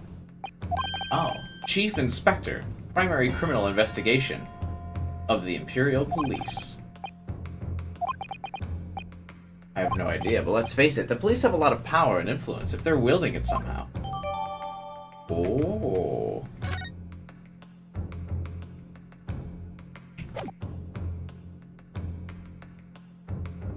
Yes! The plan of the restaurant sketched by the man in question? I agree, it shows a great attention to detail, but I'm not sure we can conclude any... Sorry, Your Excellency, that's the back of the card. It's the back of the card that's of interest. Beg your pardon? Perhaps I should have said the front? Yes. It's the front of the back of the card. That's where the telling detail is. Would somebody please explain what this overexcited student's trying to say? Asanaga sketched the plan of the restaurant on the reverse side of his business card. The front of the business card reveals the man in question's profession, his true profession. The waiter's profession? But that's surely... Good gracious. That's right, Your Excellency. The card reads Chief Inspector. The waiter is a police detective? I haven't heard any mention of this. Why haven't I heard any mention of this? The Imperial Police Bureau has immense power. Absolute power as far as regular civilians are concerned. So, witnesses there in the stand. Was it in fact the waiter who gave you your orders? Was it he who told you not to mention that you've seen the foreign gentlewoman? Well...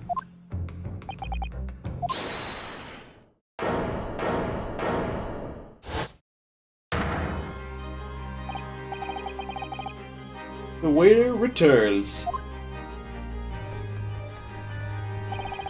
I was worried something like this may happen. The moment you asked me to submit my sketch as evidence, I realized it was a possibility. That I would be found as a liar!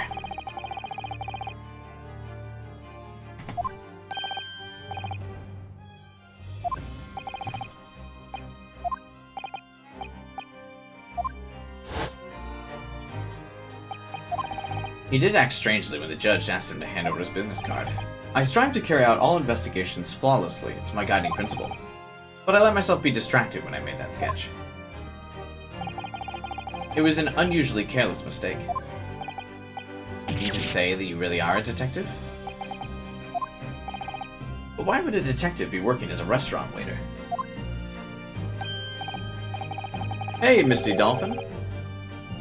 Yeah, I've been meaning to get into Ace Attorney as well, and I feel like this is a good game to start getting into the series. Because it's separate from all of the other games, so it's kind of like a one-shoot that can really allow you to dive in and not need to know all the backstory or the characters or anything, because you can just start from the beginning. Anyway, Mr. Detective here was working undercover. Undercover? There have been a series of incidents at restaurants recently. In order to investigate, I decided to get a job there as a waiter working undercover. Incidents at the restaurant? What kind? It would be classified police information, which I am not at liberty to divulge. However, I can state categorically that they're unrelated to the case of the homicide. But we've also been told something was unrelated before as well. Very well then, but you will elaborate on one point for the court. Of course, Your Excellency. We just heard new information from the two witnesses beside you. That at the time of the shooting, there was in fact another person present at the table. If that's true, clearly you would have been aware of this person's presence, having served at the table. However, your testimony did not allude to this other diner. Therefore, I am led to assume that in your professional capacity as a police officer, you required these witnesses to be in agreement. Would that be correct?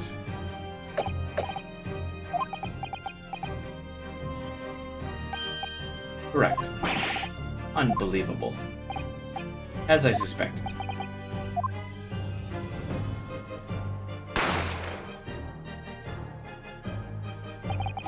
As soon as I heard the gunshot, I ran out of the kitchen to see what happened. The victim sat slumped in his chair beside him, gun in hand. Stood the accursed student. Sitting opposite the victim at the same table was a young lady, who I'm guessed to be the Englishwoman. But the truth comes out. I immediately sealed off the restaurant and reported the incident to the Bureau. It was then I received some special orders. Remove the Englishwoman from the scene. It was made clear that the Englishwoman's presence at the restaurant was to be concealed. Those were my orders. What if this Englishwoman was the killer?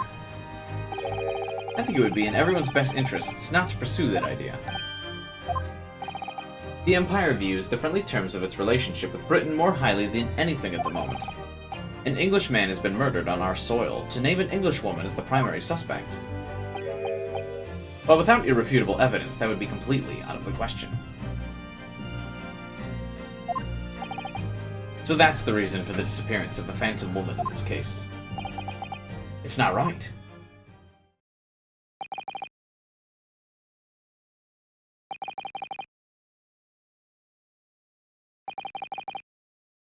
With my schedule, it'd be funny. Playing the Yakuza games right now. Those are definitely fun.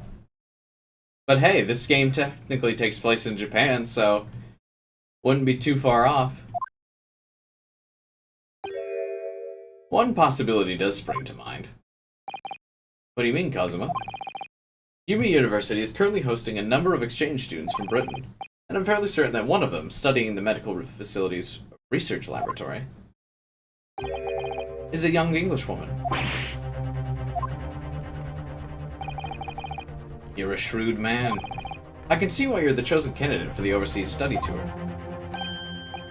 You mean, when I removed the woman from the scene of the crime, I thought it prudent to check her identity first.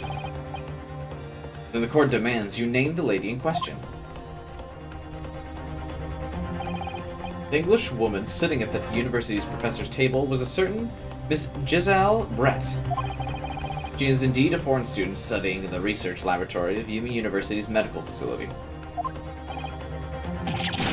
What's happening? There is a liar in the court. I admit that under orders from the police, I erased all evidence of this lady's presence at the scene, and ordered these witnesses to make no mention of her in their testimonies. It must now be up to your excellency to decide how to deal with the situation. Very well. My thoughts on the matter are as follows. Thus far, the case presented to the court has been underpinned by a particularly critical premise. Namely, that the victim was dining alone. However, as we have now discovered that this premise is false, it would be of a discretion of our justice system to ignore the truth and give a ruling at this point. Objection! But your excellency, that would mean missing the noon deadline of the ruling in order to send the telegraph report to Great Britain. Our own government will surely be very displeased by such action. Calm yourself. I will not allow the government of our country or any other to influence the proceedings of my courtroom. Inspector. Yes, sir. You will locate this Giselle and escort her to the courtroom with utmost urgency. At once. I like that, this judge, he is a Chad, unlike the other one. He doesn't give a fuck what the government says. The truth must come out. Any big brain predictions? I don't know if it's big brain, but it's the woman that did it. That's why everyone's been, like, kind of ignoring her existence.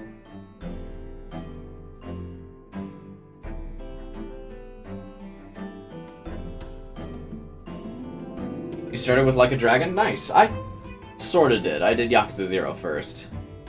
But then I did Like a Dragon.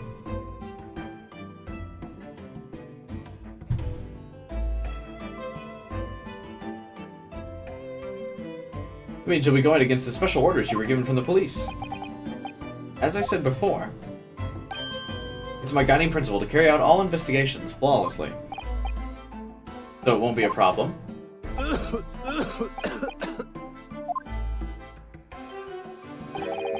Nothing will get in my way. How many cases are in this game? I'm not sure. You're only 3 hours in for... In a Yakuza game, 3 hours is like maybe 1% of the game. Court will adjourn briefly. The prosecution must call the English student, Brett, to the stand. Do I make myself clear? Yes, Your Excellency. Good. Then we will have a 30-minute recess before reconvening.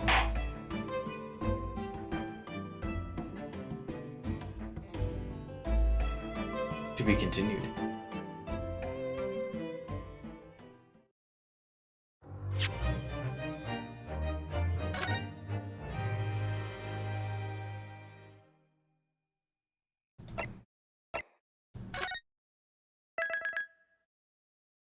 Ooh, this game has an autosave feature. That's nice.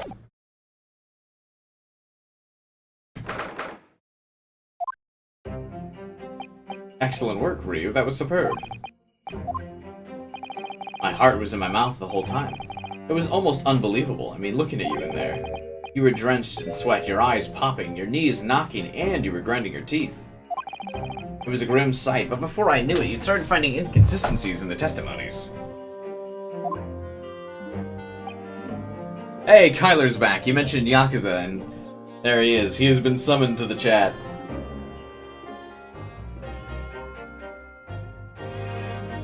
I think you might have a natural talent for being a lawyer.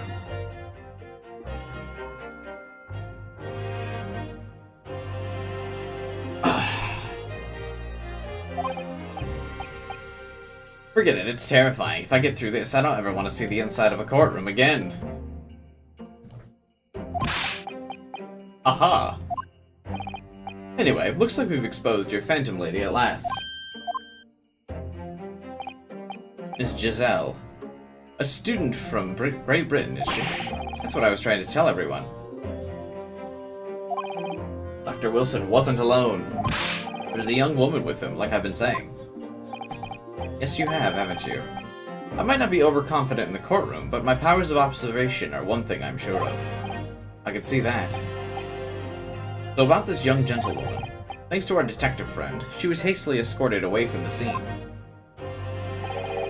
Did you see what happened? No, I didn't. I was just on my way out of the restaurant myself. Then on the floor next to Dr. Wilson's table, I noticed a gun lying on the floor. We keep repeating this statement. After I bent down to pick it up, bang, yeah. I didn't have time to think about where the sound of the gun had come from. The waiter ran over to me looking white as a sheet, and he bundled me in some sort of small pantry next to the kitchen. Fast thinking by the detective, he apprehended his suspect without a moment's delay. Yes, and because I was shut in the pantry, I have no idea what happened outside in the dining area. There you are. Well done, both of you. Professor. Seems I was right. The pair of you make an outstanding team. You've exceeded my expectations. It seems you planned this from the start. You arranged things so I wouldn't be able to act as a lawyer. Our modern country is still in its infancy. Our justice system, even more so. Which is why I firmly believe we need to send our brightest young stars overseas to learn all they can. I wanted to avoid a situation that may have resulted in your study tour to Great Britain being cancelled. It makes no difference, lawyer or otherwise, if I'm the kind of man who can't help his best friend avert the worst crisis of his life. I shouldn't waste everyone's time by going to study overseas anyway. What are you going to say? What are you trying to say? Well, that's your stance. I was afraid you'd feel that way. Kazuma, well then. Looks like it all comes down to you, young man. Me? You need to prove your innocence and uncover what really took place. I must say, I very much want to know the truth. After all, I have a personal investment in the case. If you don't mind me asking, Professor, did you know the victim? I did. As you're probably aware, Dr. John Wilson was a visiting professor, and it was I who invited him. I see. I didn't know. Anyway, you're about to go to battle. The victim was a university professor from Great Britain, and a well-known one at that. Naturally, our government is looking to identify and punish the culprit as quickly as possible. We're like recapping. Let's not forget who we're up against. The gentlewoman whose involvement our police bureau went to extraordinary lengths to hide. I'm sure the prosecution will blah blah blah blah, but I have no doubt you'll put up a good fight. Thanks.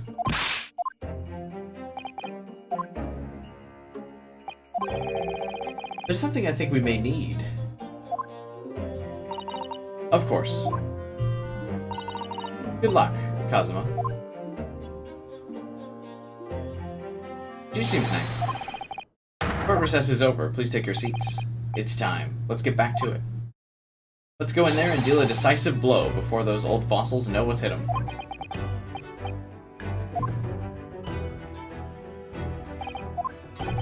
Thank you, really. What for? Well, if you haven't said you believed in me, then I'm fairly sure I'd already have been found guilty by now. I have faith in you. As a lawyer, as a friend. Coming from you, that means a lot. If I'm found guilty in this trial, he's really going to give up on his dream of studying abroad. That's the kind of friend he is. So this isn't just my battle anymore. Whoever we're up against, we absolutely cannot afford to lose. Aw. The power of friendship comes again. Alright then. I'll save the thank yous for after the trial. You can treat me to one of those Yukiyaki meals I like from Yumi Cafeteria. With an extra large portion, of course.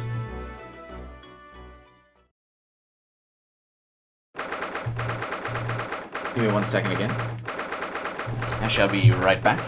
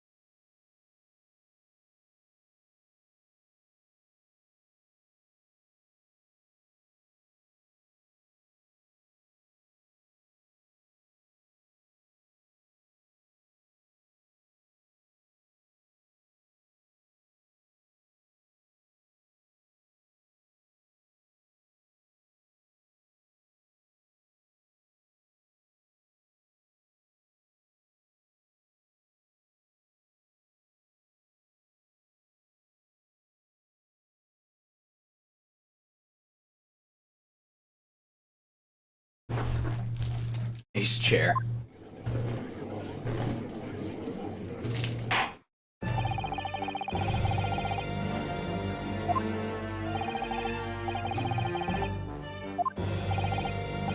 We managed to subpoena the witness.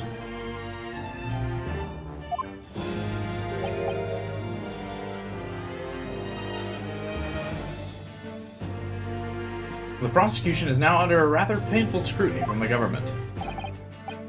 Sorry. Let the government scrutinize, that's their job, it's nothing to worry about. It's highly unlikely that the good relations we've forged with Great Britain will emerge from this trial unscathed. But you still think it's nothing to worry about when the new treaty breaks down and our nation founders? Again, terribly sorry. If the friendship between our nations is really so fragile, then the treaty isn't worth the paper it's written on. You really have nothing to worry about, Ryu. What do you mean? A secret trial, anxiety over some foreign government's opinions, a bungled investigation, missing witnesses. Is this what our nation's justice system is? Is this Supreme Court of Japan or of England? Shut up, you jumped-up rookie boy. You and your friend know nothing of the situation our nation finds itself in. By aligning ourselves with the great world power, we'll become strong. Diplomacy has never been more critical. Steady political maneuvering is what will secure our futures.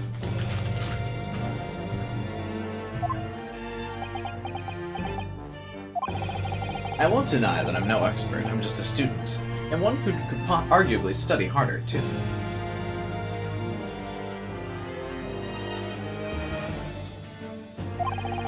But standing here now in our Supreme Court, there's one thing that I feel very strongly.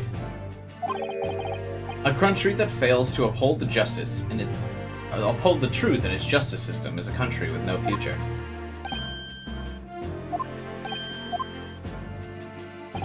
Well said. You little brats. Thank you, Council. This court is the pinnacle of our nation's justice system, and exists solely for the pursuance of the truth.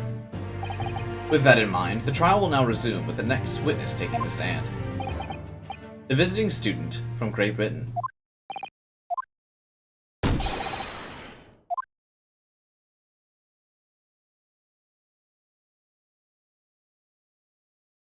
Ooh, ain't she fancy? You don't even get to see her face. And is that a swan on her hat? What a delight it is to welcome such a fine gentlewoman to Japan, and from such a distant land.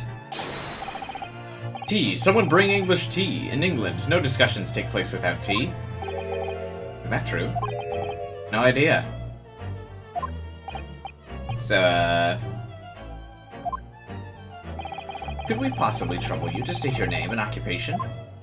Of course. My name is Satoru. No one asked you. I've been working undercover. No, yeah, we know about you. Where are your manners? In England, it's always ladies first. Is that true? No idea. More importantly, a little earlier today, you said something to me. You said your powers of observations are the one thing you're sure of. Yes. Yet your description for this amazing sight was simply a woman. Sorry, Ryu, but powers of observation aside, your powers of description are lacking. Guilty. So, dear lady. Once again, if we may trouble you for your name and occupation, please.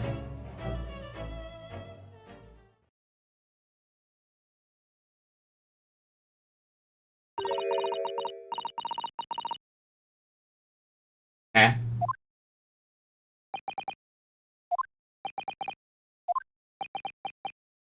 Oh, she must be trying to speak English to everyone here who probably speaks Japanese. I'm terribly sorry, dear lady, but... What?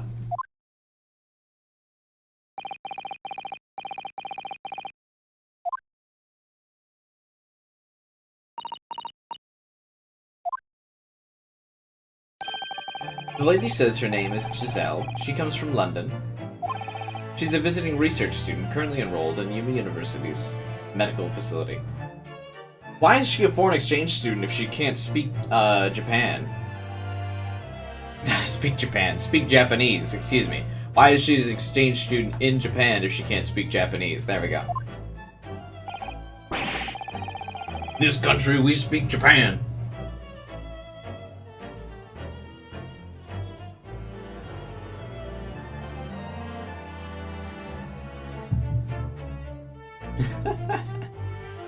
Oh my. What a rare treat to hear the dulcet tones of the delightful language of the British people. My man Ouchie only listens to dubbed anime. My man, a man of culture. I'm afraid I don't understand a word you said, but it was as beautiful as a hummingbird's song. As far as I can tell. The detective is translating her words faithfully enough. I agree. You'll obviously do fine in English, Cosima. Her English doesn't rattle you at all, does it? Nor you. You've clearly been paying attention in your English classes. The court thanks the beautiful lady for taking the stand. Now, if we may trouble you... 3 days ago at a restaurant called Le Carnaval, a grim murder took place. The court has been led to believe that you were dining there with the victim. Is that correct?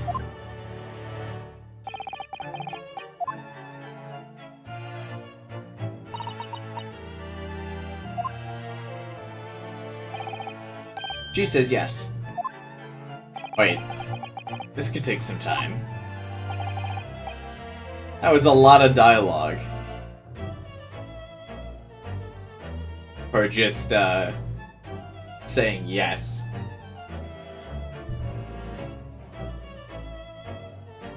Yeah, I have a lot of viewers, too, that are, English is their second language. Sometimes it's even hard to tell that English is their second language. Though I think English is a bit easier to learn than Japanese, so... Also, Google Translate probably works better translating into English rather than into foreign languages.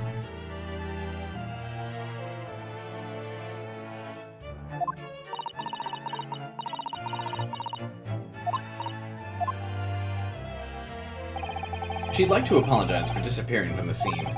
She says that she was due to make a presentation at the university, so she had to leave. Interesting, when you're the one who engineered her escape. I was just following orders.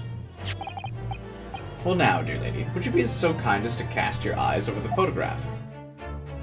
This man is a simp! Seeing as you were so unfortunately present at the scene of the crime, could it be that your pleasant eyes caught sight of the wicked perpetrator?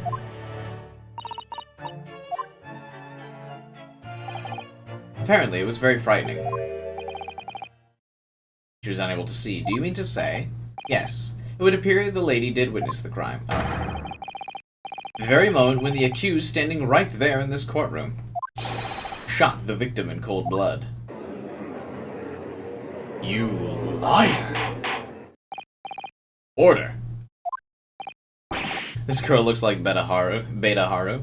It looks like Haru's persona. Did you hear that, Your Excellency? Here we have an absolutely conclusive witness statement. Well, it looks like it's clear now. Clear who our real enemy is. Unfortunately, I will have to ask you to formally testify, if you please. She's gonna be all beep-boop-bop, no.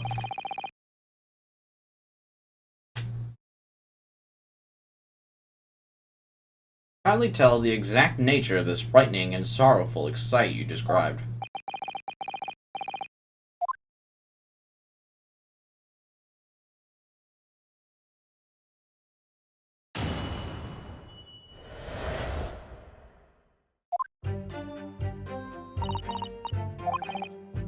I had arranged to meet for a slightly late luncheon with Dr. Wilson.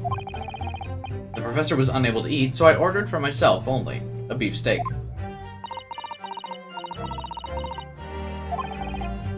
After a while, the accused came over to greet the professor, and they got into a fierce argument. Then, not long afterwards, the accused took the professor's gun and shot him right before my eyes.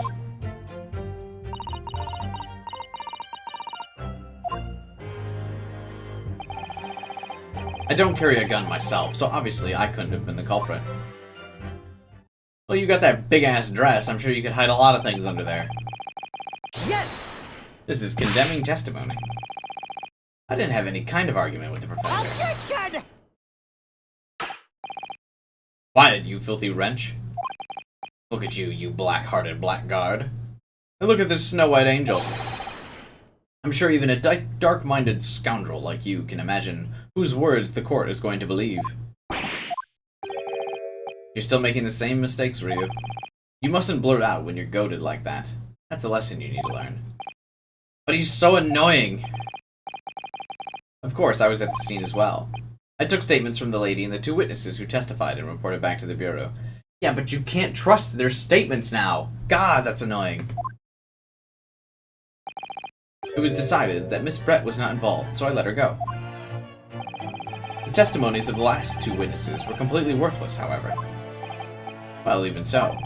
On the day in question, the lady was wearing the same outfit as she was today. As you can see, there is nowhere about her person where she could conceal a firearm. There we go, Ryu, speaking my mind. I would think she could hide a gun almost anywhere in that outfit if she wanted to. Unless and until the precise location where the witness is to have hidden a weapon can be shown, this is moot. There are no pockets in my outfit. I have nowhere to hide a gun. Yeah. Those are the witness's own words. That's ridiculous. Don't think about doing anything rash, Ryu. But I didn't fire the gun. There must have been another gun. You're right about that, which means the lady was hiding a gun somewhere. That's what we have to prove. And to do so, we'll need to pull her testimony apart.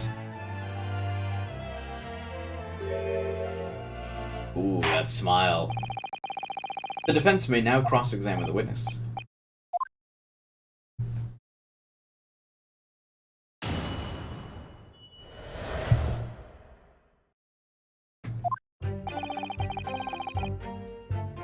Why did you arrange for this luncheon? After 2 p.m.? That's really quite a late lunch, isn't it? Objection! You don't keep up with the latest fashions from Britain, do you? Late luncheons are in vogue, isn't that right? No. A decisive English no has quite a sting to it. It's true. There is nothing that, like, rejects harder than, like, you explain something to someone and all they do is go, no.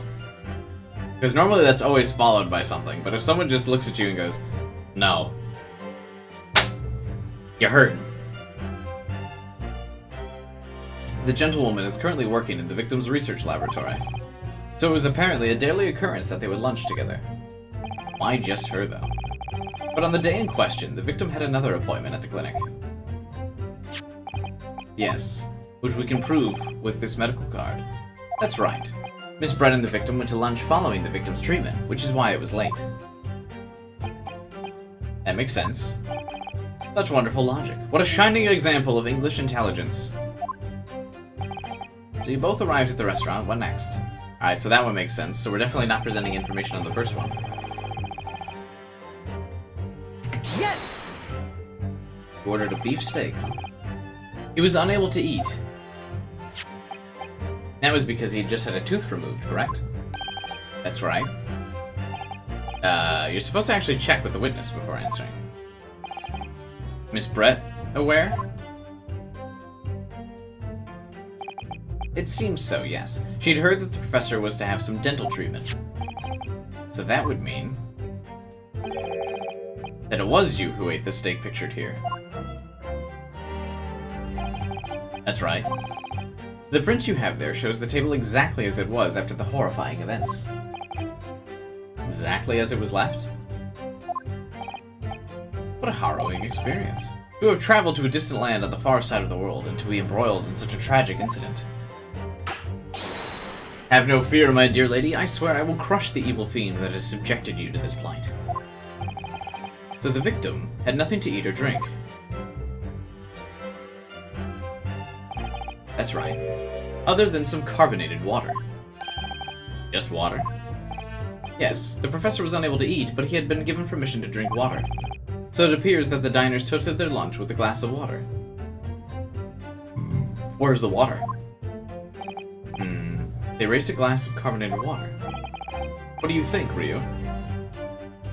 It's very meaningful.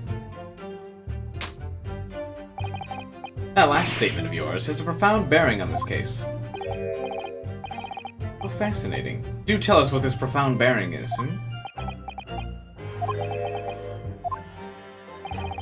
The significance of the statement will become apparent when the time is right. The defense calls for the witness's last statement to be formally added to the testimony. Well sidestepped, counsel. Very well. Kindly repeat what you just said to be added to your official testimony. Gladly.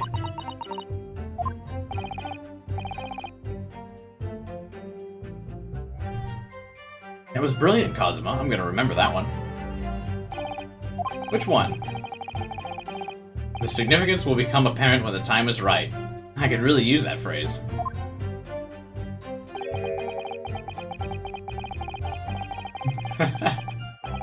I'd hope there are some more useful tips you're picking up from this experience than that. It was a good line, though.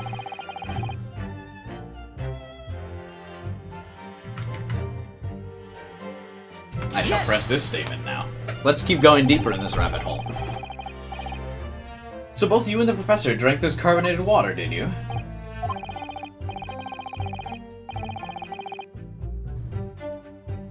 Oh, Jesus, Astros. Well, at least you're in the clear. There's a little bit of solace in that.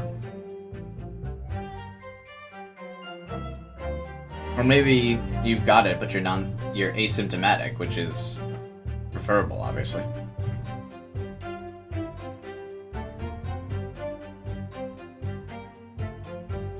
We'll enjoy 2 weeks of isolation. Fear not, I will be streaming this game during those 2 weeks, so you'll have something to do. Being the waiter, I poured the 2 glasses of water myself. I clearly remember doing so. Except you're actually a detective. And the beefsteak, that was for you, Miss Brett? The lady says that she'd heard it was not customary to eat beef here until Japan opened its doors to the world. That's true. What a frightful place, is the lady's opinion. Touché, how you could not eat beef anywhere. Tragic. I have heard it's not customary to eat sashimi in Great Britain. Now that's frightful. Every country has its own cuisine. As long as people have food to eat, what does it matter what it is? That is a truly profound statement, Kazuma. Indeed true. What an absolute fucking Chad Kazuma is. I like this guy a lot. They say you're non-reactive.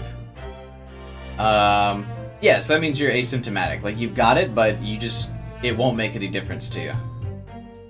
So it's like, what's a good way to describe it? You're a passive carrier. You know how there are recessive and dominant genes and traits? Non-reactive would basically mean, like, for you, the disease is, or the virus is recessive. Like, you've got it, but it's not gonna do anything, right?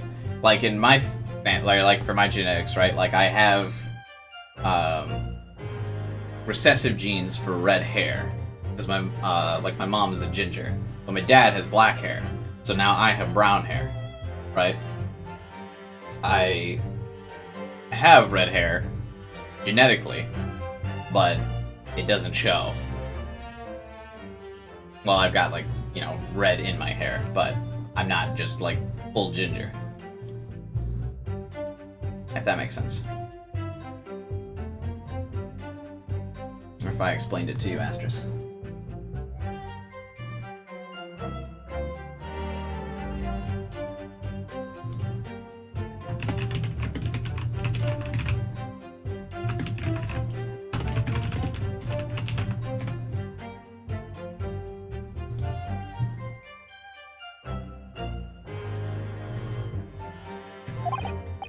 Come to think of it, the first time I tried carbonated water, it was much more of a shock than the first time I tried beef.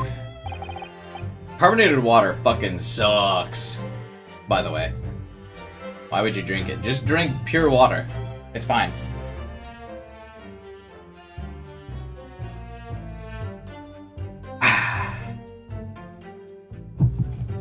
But anyway, back to the witness's statement. Ooh, I like that thinking face. Somehow, I feel like there's something out of place in what she's saying. We need to pounce on even the slightest thing now. Because you never know what might lead us to our goal. Our goal of turning this trial around.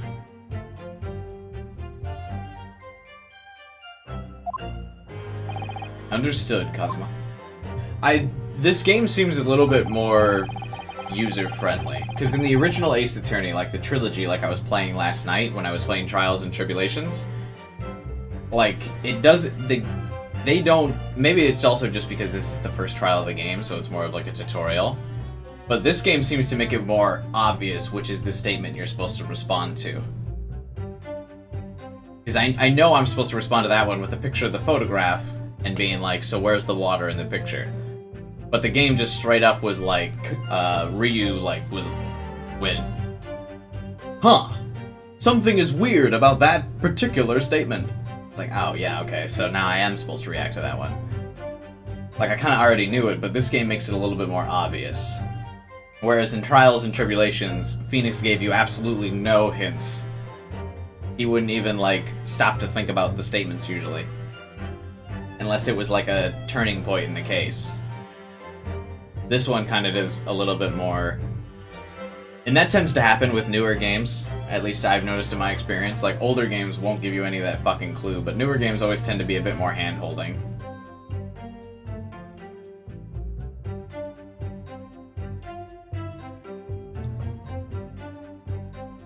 Which is fine by me. I mean, I'm not super into this game for the puzzle. I kind of want the story and the dialogue and all that kind of stuff. I do want a little bit of thinking, so hopefully it doesn't do that for every single one, but... The change to 3D models are great. I agree. I like 3D models way more than sprites. I remember when we did Zero Escape on the channel, everyone was like, ugh! Like when we went from 999 to the next game. I forget what it's called. But everyone freaked out how 999 has sprites and the next game has 3D models. I always prefer the 3D models. I think that's way better. You could just be more expressive with them. But if you're only having cough and a runny nose, I mean, you're definitely lucked out. Not bad. VLR, yeah, there we go. Thank you, Neku. Yes! Anyway. I never got into an argument with the professor. All I did when I noticed him was go over to say hello. Please, don't get angry with me. No. I wasn't directing that retort at you. It was meant for the lady next to you. But anyway, as I said, I did not argue with the professor. I'm afraid your words are in vain. Sorry. Miss Brett does not appear to speak Japanese. Of course not. Japanese is such a cumbersome language anyway. Indeed, real Chads listen to the dub. English is the future. We must all supiku Ingirishu.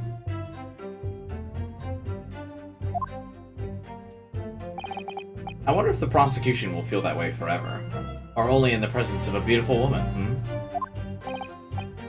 Well, that beautiful woman is telling blatant lies with a completely straight face.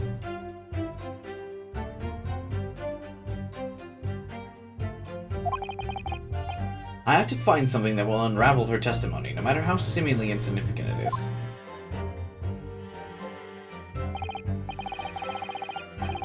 You can't smell a thing some time ago and you're having fevers? Well, I'm glad you're feeling better, dude. One thing I always thought of, which would be I would have preferred, like if I got the virus and I lost my sense of taste. I think like if I was to give up a sense, I would absolutely want to give up taste. Then maybe it wouldn't work out like this, but I figure like if you lose your sense of taste, you can eat nothing but healthy food all the time. Because you don't taste anything anyway, so you just eat all the like healthy food that doesn't taste that great, but who cares, you can't taste anymore. Because the big benefit to junk food and things that are bad for you is that they tend to taste a lot better. Like that's what the trap I usually fall into. It's because I just want like fried food and all this stuff that tastes good, but like if it doesn't matter anymore, then I could actually successfully make the transition to just having a healthy diet. Granted, I do enjoy tasting good food, but like, I'd probably live a lot longer if I actually ate healthy. Okay. Anyway, it seems that after the argument, the accused briefly returned to his own seat. That part ties in with what you said, doesn't it? Yes. I still had some coffee to drink. Then the next time you got up after that was when I finished my coffee and stood up to leave.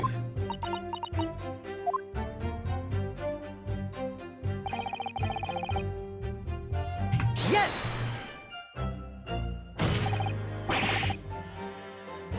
Like I said, I didn't shoot the gun.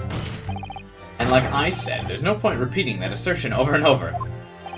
Well, I wasn't expecting to be attacked by my side. Nevertheless, you can't deny that when the shot rang out in the restaurant, you had a gun in your hand. Well, yeah, that's true, but... all I did was pick up the gun I saw on the floor next to the professor as I was leaving the restaurant. In fact, there was something much closer, or the shot was much closer to the lady. That will do, you dirty, rotten scoundrel. Dirty? Your baseless accusations could very well cause an international incident, boy. It seems to me that your accusation is just as baseless. What nonsense. The lady is merely stating what she saw. That is already an international incident as far as I'm concerned. I don't carry a gun. Yes! It's all very well saying that, but can you prove it?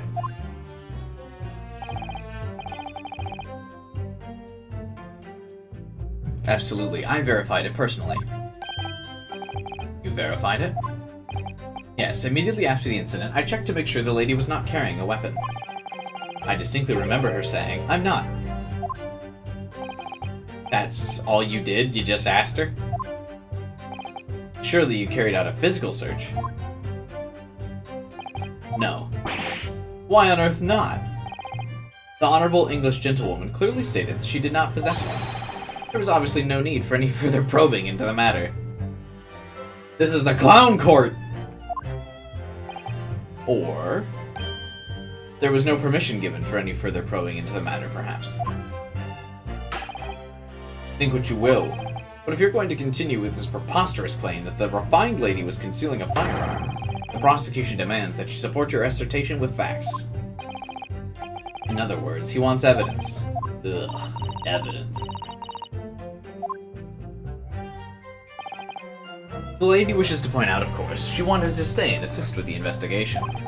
But she was in a hurry to give a presentation at the university, so she was compelled to leave. Not to mention the fact that your office had told you to get the woman out of there. Not get her out of there, I just urged her to leave. The lady would like to point out that she in no way meant to run away from the scene of the crime. Which is why she's only too happy to cooperate and testify here in court today, of course. Unlike a certain student who refuses to admit when the game is up. You could at least have the courtesy to pay attention when I'm goading you. Ooh. Ryu is a fast study. He's learned not to stop taking the bait. She's maintaining that you got into an argument with the professor at the end of which you shot him, which is out and out, total unfounded lie. Still, her statement's very compelling. After all, she's elegant, refined, young, and beautiful. In stark contrast to you, dressed from head to toe in a dull black school uniform. I'm dressed exactly the same way as you are, except for the flapping red ribbons. Well, anyway, this is our only chance to expose her testimony as fiction. If we can't do that, the trial's over. Even you, with your thick skin, must be able to feel the murderous looks you're getting from around the room. Only too well, I feel half dead already. And the fact that I can't see a single inconsistency in her testimony isn't making me feel better. The first thing to do is press her on any of her statements that seem even slightly off. I already did that. I got it. Do that, and an opening will present itself.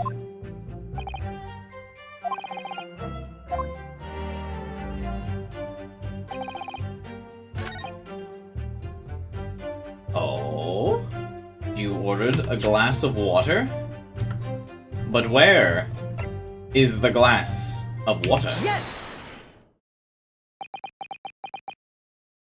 They're absolutely conspiring with each other. Hey Raido, what's up, buddy?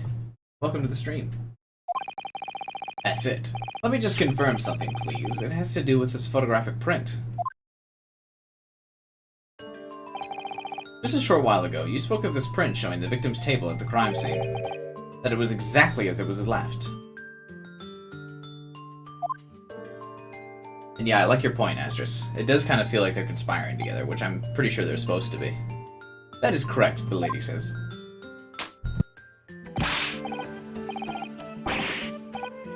This is odd. Very odd. Dear me, what's odd is the defense's inability to express itself. Ryu, what's the point of the print that looks odd to you? Well, obviously, it's the cheers. Cheers? Miss Brett just told us that she and the professor said cheers over a glass of water. But if that's true, there should be 2 glasses on the table, not 1. You're quite right, Counsel. There's only 1 glass. Objection! Are we supposed to be impressed by this nitpicking? What possible difference does the presence or absence of a glass make? Objection! Minutia, you say? Could it be that the detective here removed a glass from the table to conceal the lady's presence? Of course not. I would never do something so reckless. For there should have been 2 glasses. Or are you going to try and tell me you can clink with only 1? I certainly took 2 glasses to the table.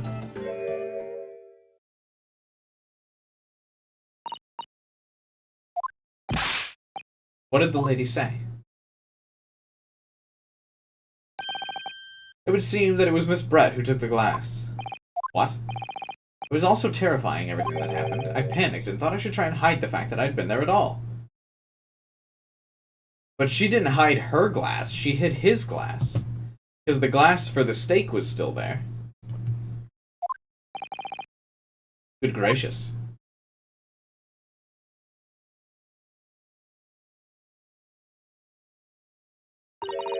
Sorry.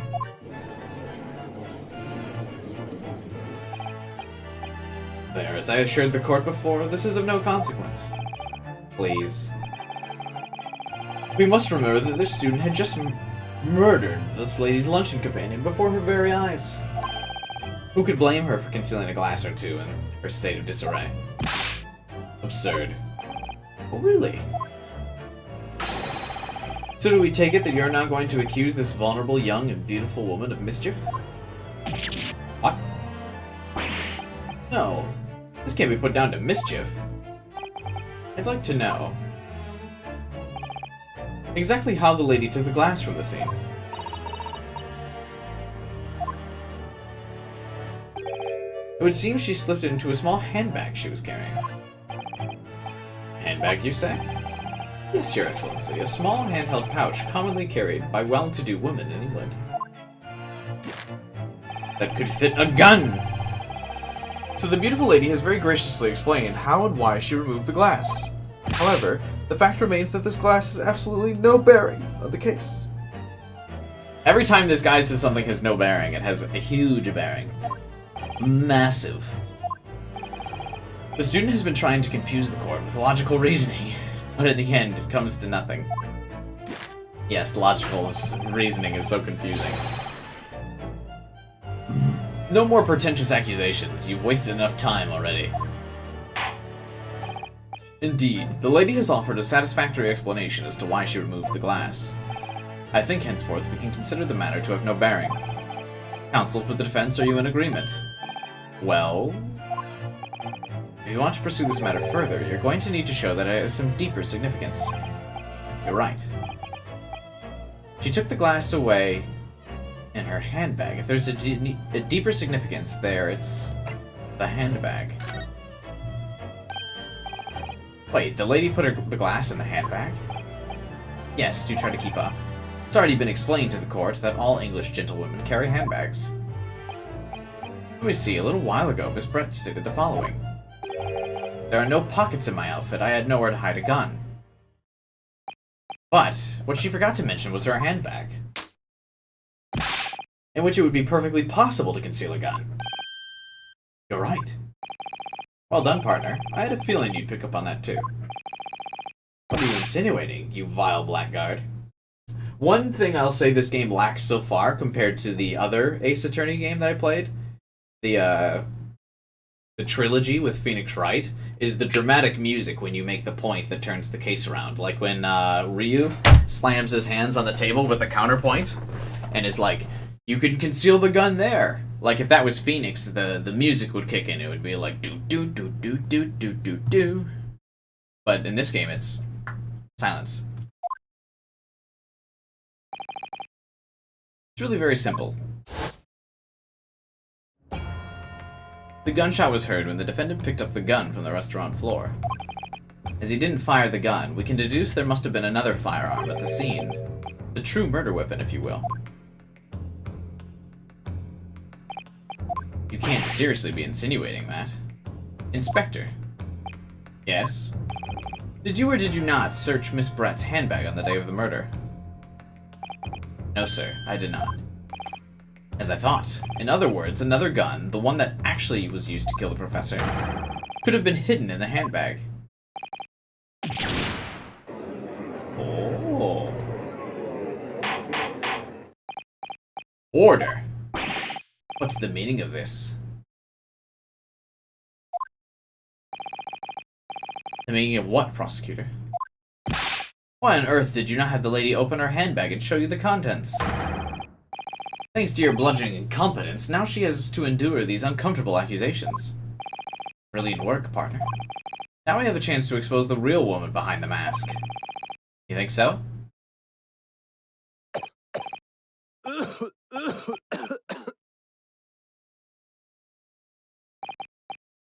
What a sorry situation.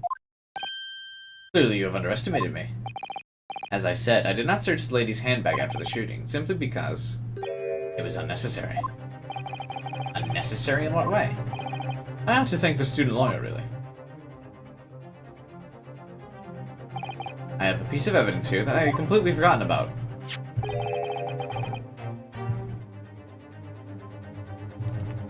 This photographic print.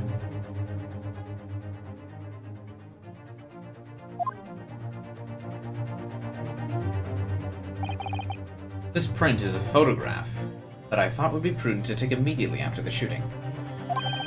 As you can see, it clearly shows the handbag. You can see right through to what's inside. That's right.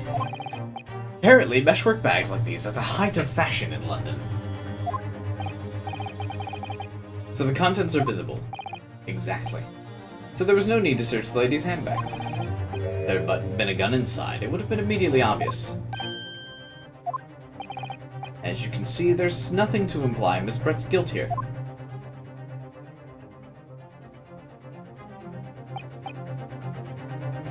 Thank you for helping to prove that.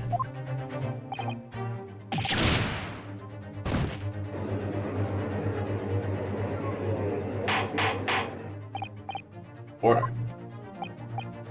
Inspector, you will submit that print as evidence. Certainly. I think you've had long enough to cross-examine the witness. The court has now been shown considerable evidence. As the print just submitted into the court record appears to have no further significance, I am satisfied that there is no longer any room for doubt in this matter. I must make my ruling. Indeed, there is only one logical conclusion. That the pathetic rookie slumped over the bench before us is the only possible perpetrator of the crime. Just when I thought I was beginning to turn things around, I'm in a worse situation than I was at the start. Kazuma? I'm sorry, Ryu. Now that the cross-examination of the witness is over, there's no way to force the trial to continue. What? You mean this is it? I must say, you put up quite a fight for a rookie. But the weak are meat while the strong eat. We're wasting your time. There's no way to defeat true justice. In fact, you can chew on to your heart's content from the inside of your cell. This can't be happening. Am I really going to be found guilty of a crime I didn't commit? And Kazuma. His dream of going to study in Great Britain will slip through his fingers. Kazuma, is there really no chance of now turning this trial around? You heard the judge. There's nothing about that last photograph the detective produced we can contest. Which means there's no basis to continue the trial. I will now proceed immediately to the ruling. It seems we'll be able to report to the British government on time after all. That smug little. Yes!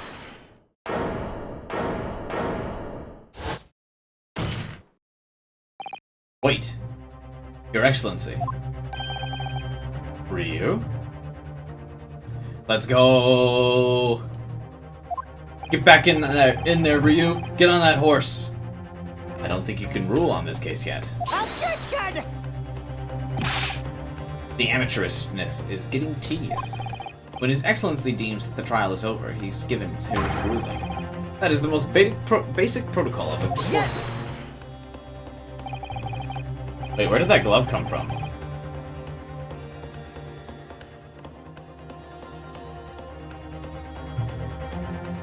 What is this? Oh, shit. Your Excellency, just a moment ago you said this. As the photographic print just submitted appears to have no further significance. There's no longer room for doubt in this matter, and I must make my ruling.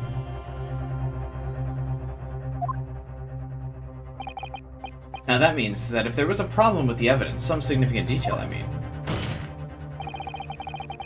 the ruling on the case at this time would be out of the question. Objection!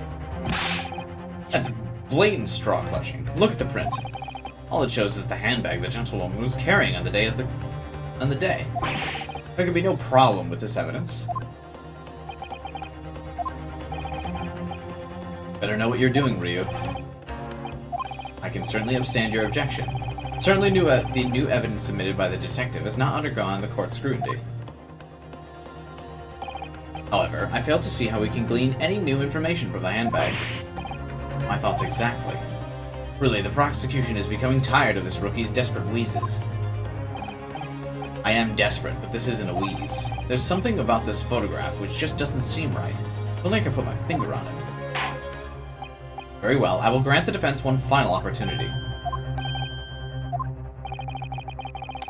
But be warned that if I am unsatisfied by your response here, the trial will be over with immediate effect. This is a good time to save.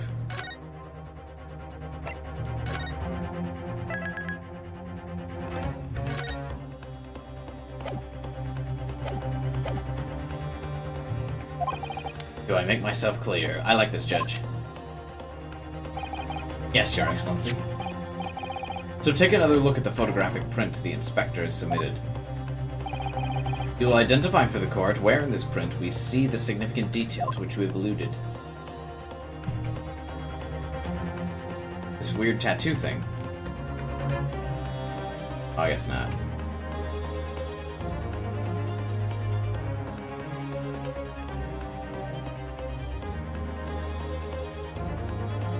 Hey, Kaliman, welcome back. I'm gonna say this thing. Yes! Look at this here. There's a very unusual mark on the victim's wrist.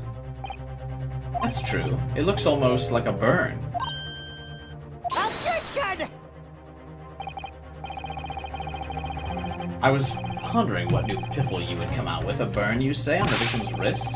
Certainly that has nothing to do with the lady's handbag. It is a burn mark, you're right. Go on. The police coroner also noticed it when he was performing the post-mortem examination. It was deemed unrelated to the cause of death, so he didn't note it. What did I tell you? In any case, we have no idea when the victim suffered this burn, do we? And no possible way of knowing, either.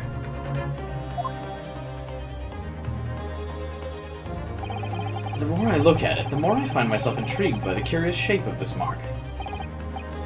However, as prosecutor points out, unless a firm connection to the case can be shown, I cannot allow any further time to be spent on the precise details of the burn.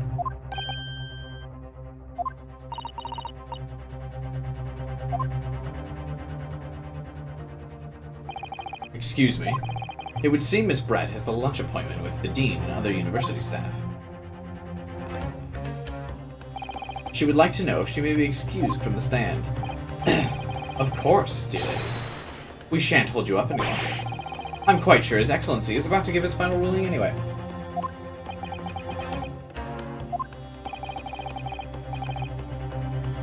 What's your thinking on this, Ryu? She's trying to run! Do you believe this burn has something to do with the case? To be honest, I'm not really sure. But if I don't keep pushing, it's all over. I was thinking we should keep digging, in the hope that I might uncover something useful. You're right. I am. If we can just link the burn to the case, if we can do that, we might be able to prise this shutting door back open again.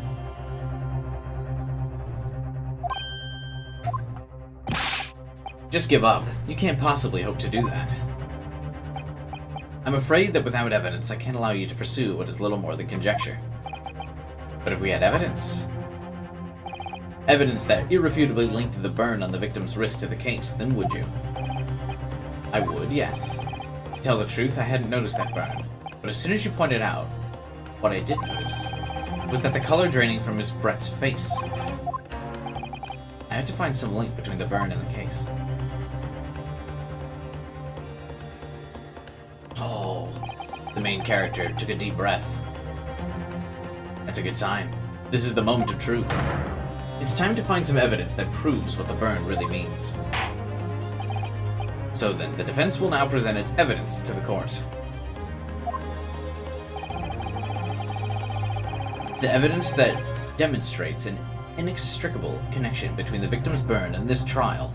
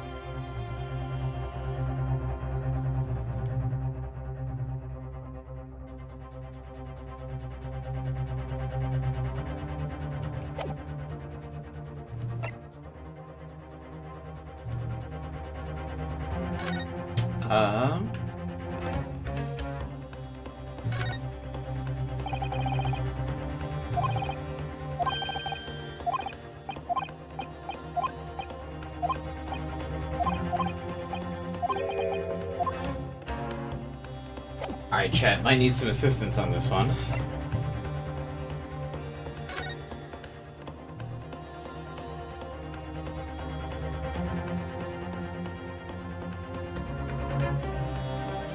Oh.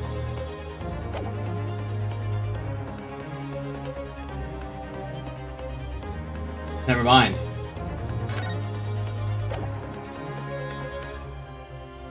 Yes! What's this? Get another print? I believe photographic prints are an amazing invention. When we humans look at a scene, we miss things. But in a photograph, things we may have overlooked at the time are recorded forevermore. Do hurry up, rookie. What are you trying to say? To inconvenience this poor lady any further would really be quite inexcusable. Well, she's about to be inconvenienced with a life sentence, baby! Actually, we may need you to stay with us a little longer if you don't mind, Miss Brett. You see, it's very clearly visible in this photograph. How did the victim come to have that unusually shaped burn? The reason is recorded here. What? How? Objection! You can't fool me with your little bluffs, boy. If that's your game, then let's see how it plays out. Show the court exactly what you mean.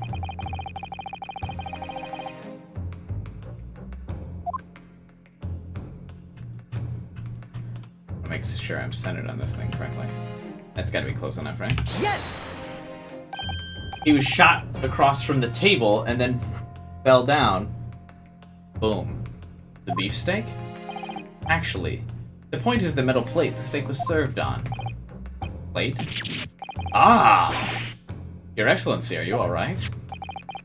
As you can see, there's an emblem on the plate. I would guess it's a sort of trademark of Le Carnival.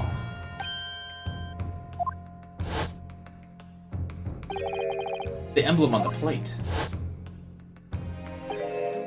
And the victim's burn are exactly the same. At least there was music this time. Ryu, you a genius! You're spot on.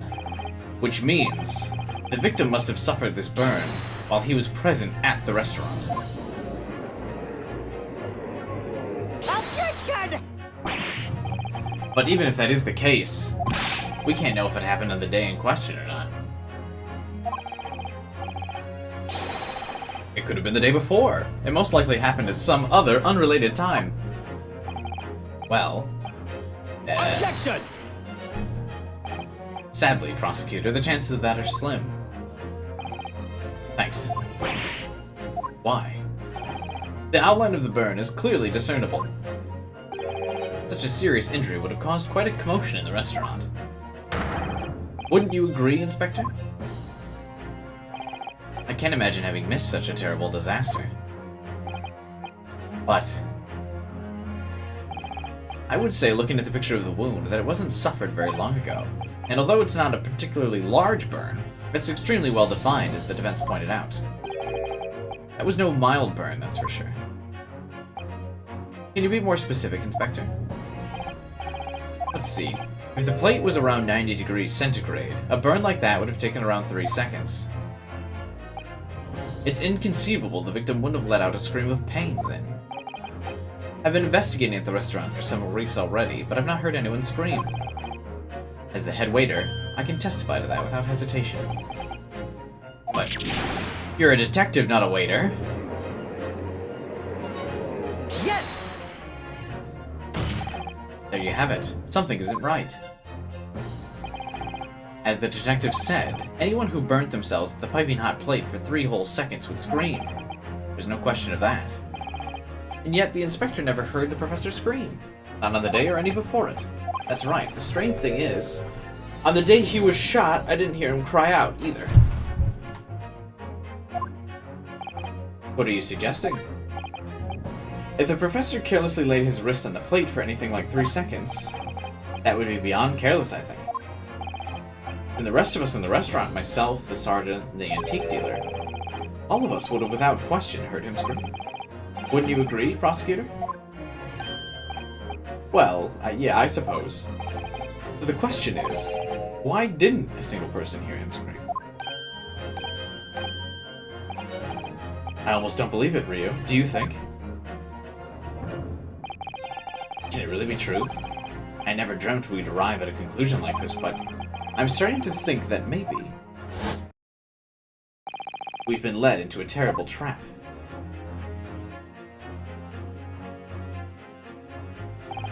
There's only one explanation I can think to make sense of this apparent impossibility. On the day in question, when he suffered the burn to his wrist, he was already deceased.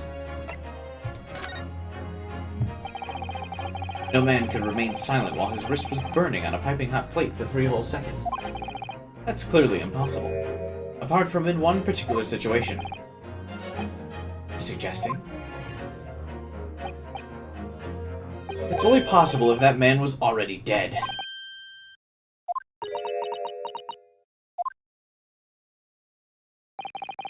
Knowing what we know, it's the only possible explanation. When the beefsteak was brought to Dr. Wilson's table that day, the professor was already dead.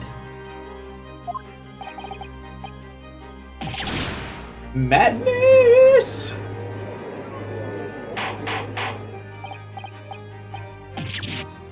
Order, please. Counsel, explain this absurd notion at once.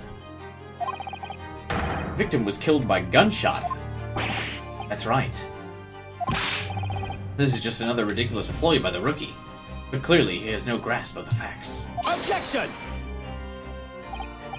No, Prosecutor, it's you who has no grasp of the facts. I beg your pardon? As soon as it became apparent that the victim had suffered that burn while at the restaurant, this whole case was turned upside down, or have you not grasped that yet?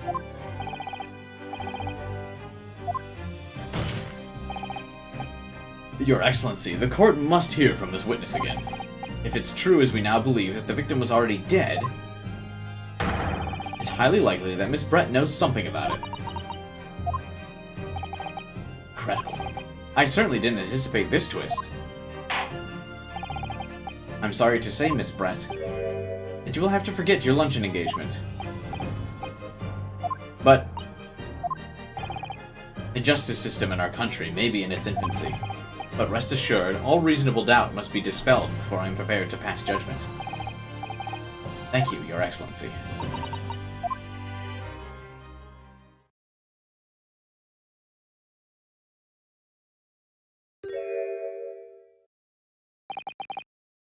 What was that smile? Yes, of course.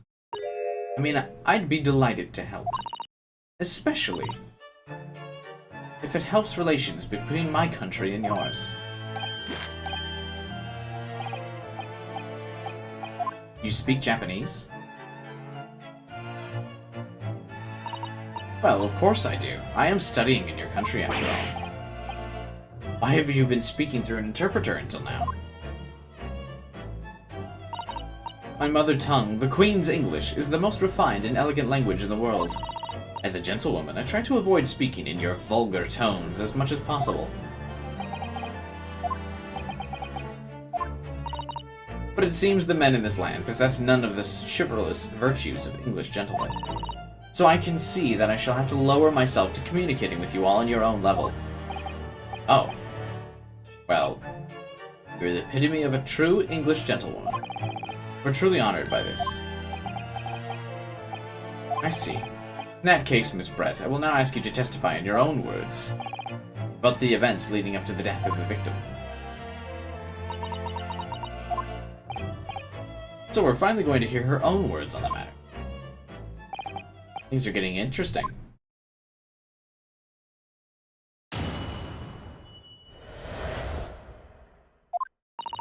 Unfortunately, I have no idea what happened.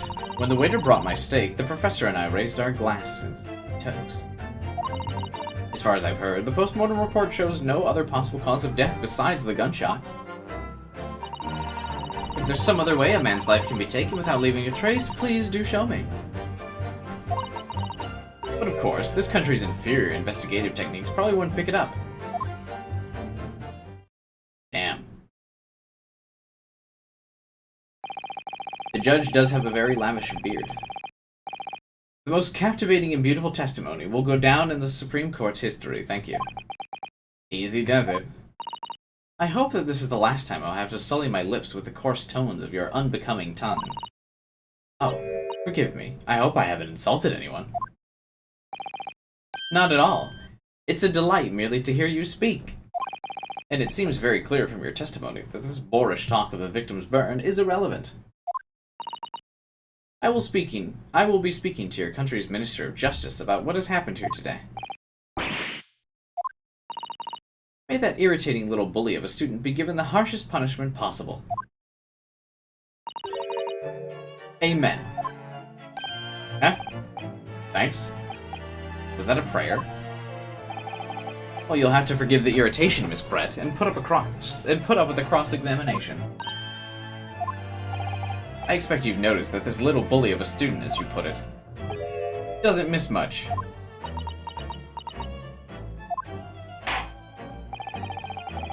I'm sure I don't need to remind you, counsel, that this will be your final cross-examination. If you fail to demonstrate any problems with the testimony, I will be ruling on the case immediately.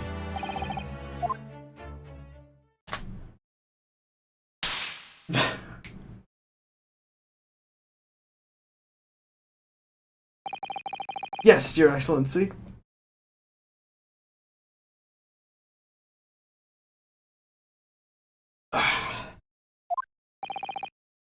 Then you may proceed with the cross-examination.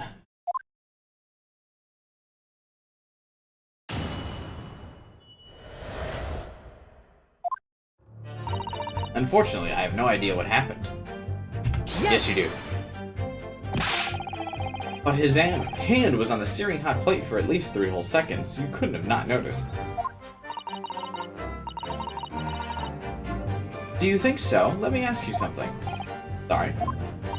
Ever since I arrived at this courtroom, and even still now, the fly on those unsightly black trousers of yours has been wide open.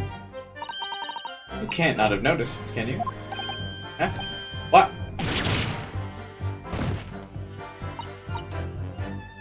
Ah, what fun. You hadn't realized. The dear lady is right. As your friend, you've embarrassed me as well as yourself. Why didn't you tell me?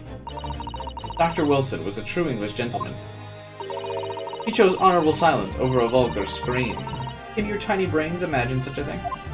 I think my tiny brain can. Yes! I can't. Anyway.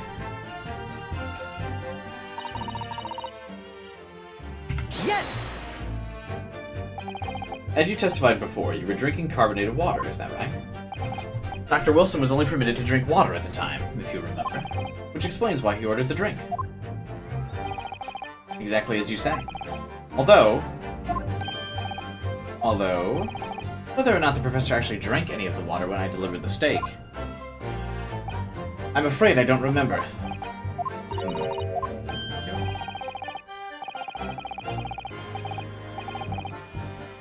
I have enough English to understand that, at least. For the benefits of others in the court, it means bless you.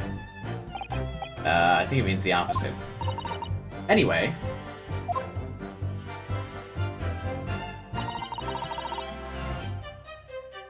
Yes! It's written here in the paperwork. Fatal hemorrhage from ballistic trauma. Yes. Luckily for all of us, a little burn on the wrist isn't going to kill us. And as there are no other signs of trauma on the victim's body to indicate some other cause of death, it can only have been the bullet from your gun that put an end to this innocent man's life. But it doesn't make sense. The burn must have happened straight away, and the plate was first brought to the table. That's true. If it had been cooled even slightly, it wouldn't have been able to make a burn like that. And if the victim burned his wrist on the plate as soon as it was brought up from the kitchen, then he must have already been dead. Objection! And yet, the fact that the victim was killed by a gunshot to the chest, until you're able to show the court evidence to disprove that, this is a waste of time. I concur, the prosecutor is right.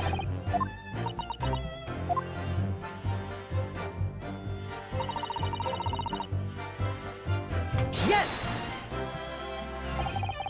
Without leaving a trace.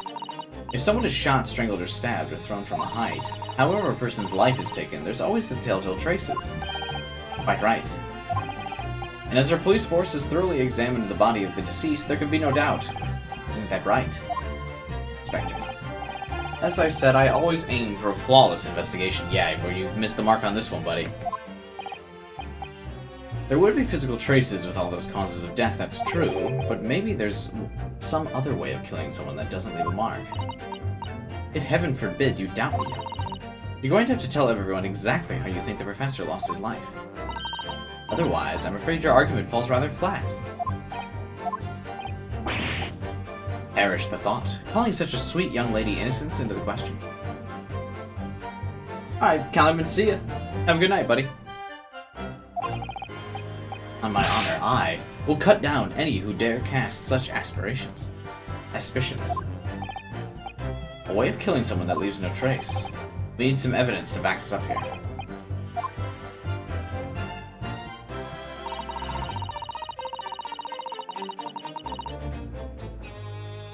Yes! Superior? What do you mean by that? In the lands of the Great British Empire, the police store everything found at a crime scene for later examination. But in this country, you investigate once and that's the end of it. Isn't that so? Quite right. The Carnival is open for business as usual today, just days after the incident. Exactly. Wait. What is this? Which means that even if the investigation takes a different direction, vital evidence will be lost. It doesn't even occur to your naive detectives to try and preserve the crime scene. I'm trying to be as tactful about this as I can, you understand. A killer blow. The lady is as formidable as she is beautiful.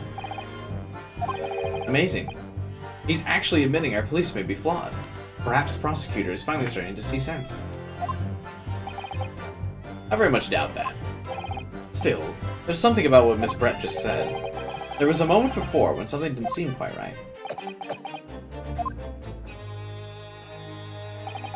What do you think, Ryu? I think it's going terribly. No matter how I press her, I'm not turning up any new information. As I suspected, she's a tough witness. We need to find a way to break her testimony, or the cross-examination will be over. But that would mean there must be some clue to help us find a chink in her armor. There is one thing I noticed, something that's been bothering me. You mean about Miss Brett? Actually, no.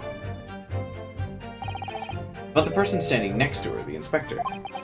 The detective?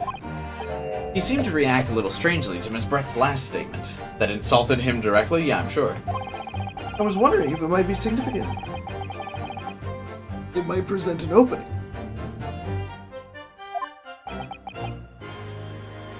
Alright, I have an idea. Try pressing her on that last statement one more time. This time, instead of targeting the woman, let's see what we can get out of the detective.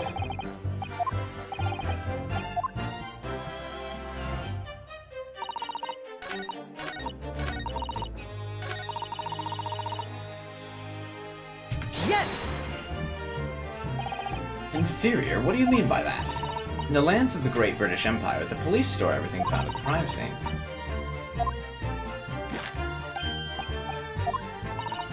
Wait.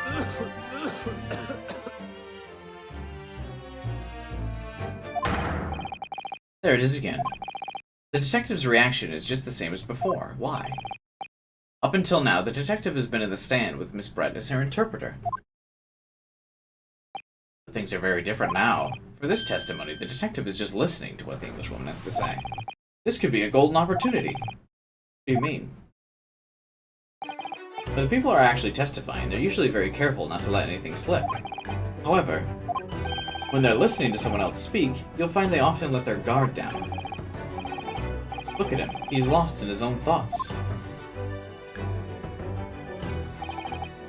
It's time to pursue the man and his train of thought. Alright, pursue. I'll explain how to do it. It has to do with the witness marker. At the moment, we're focused on Miss Brett, who's the person actually making the current statement. By moving the marker left and right, you can turn your attention to other people on the stand. While you're looking at the other witnesses, you'll be able to pursue them with space. If you can catch the person at the right time, you might uncover new information. If you notice a strange atmosphere amongst the people on the stand, take a good look around. Easy. Wait.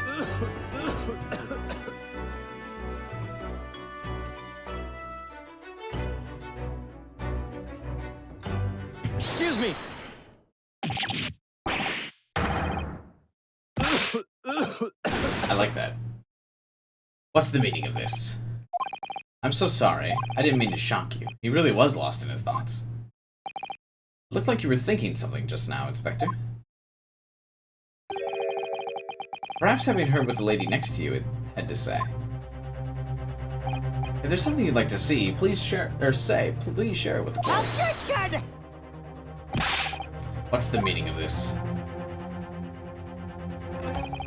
It's the delightful Englishwoman who's testifying. If you can't find fault with her testimony, then the cross-examination should be over. Is that how it works? Absolutely not. Huh? The detective is in the stand, which makes him a valid witness. Yes, not to mention the fact that he's been suspicious the whole time. Inspector. Yes? Do you have something to add in relation to the statement just made? I mean, the dude's dying. Just confess she's a bitch.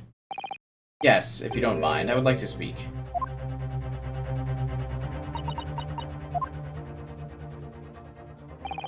The lady is right. Our country's police practices are not as modern as those used in Great Britain. Which is why I always strive to make every investigation I'm involved in flawless. What do you mean by that?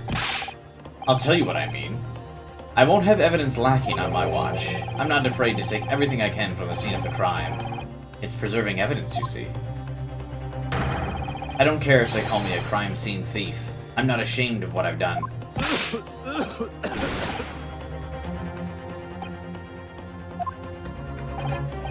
Looks like the lady's remarks touched a nerve. Take this, for example. Is that... This is the bottle of carbonated water that I took from the victim's table on the day in question. And yes, it's lost all of its fizz, having been opened 3 days ago. But it was carbonated, I don't care what anyone says. There's something left in the bottle, I can see it. One day our police force will be among the best in the world. The time is coming, I guarantee it.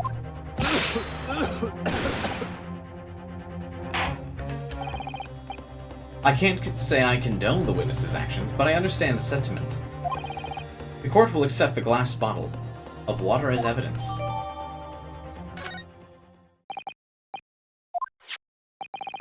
Miss Brett, could you confirm this is indeed the bottle from which you drank? Yes, it was that bottle. What was that about? She seemed to avert her eyes when she answered the judge's question. Very well. You may resume. And the inspector will kindly control his fervor.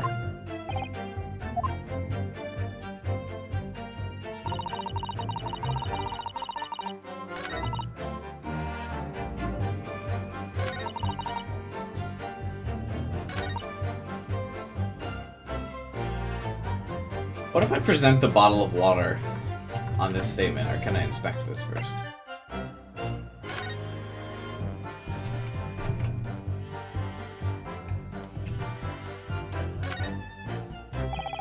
The label is written in a language I don't recognize. Do you know what it says? I think it's French. Must be expensive water. What does it say? Then go to France and ask. You can just say you don't know.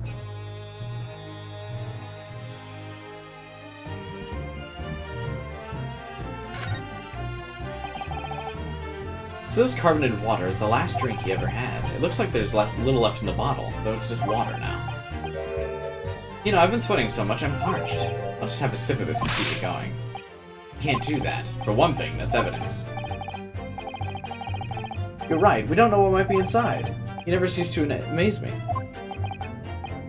I wonder, could there be anything in this water? What's the matter? I think I might just have worked something out.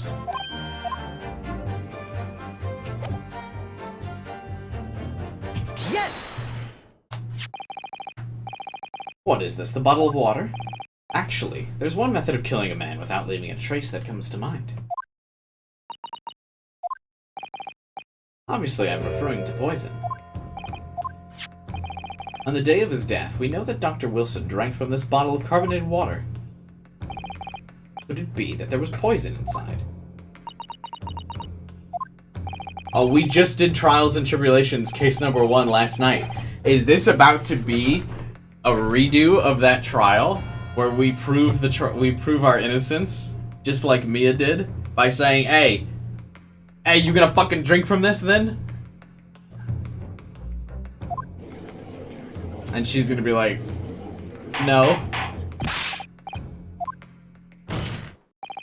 And on that day, who was sitting at the same table as the professor and able to slip the poison into his drink? The only person who could possibly have done it is Giselle Brett. It was you! Objection! This is outrageous, to suggest such a thing without a scrap of evidence. You little rookie imbecile, have you considered the delicate situation our country finds itself in now? Have you forgotten that we have only just signed an accord of friendship with the British Empire? Have you even the vaguest inkling into your rash accusations and how they could jeopardize the entire treaty? Objection! This is not a political arena. This is a trial to determine one's individual guilt with respect to one crime. The fact that this woman is British makes no difference. We're here to determine the truth.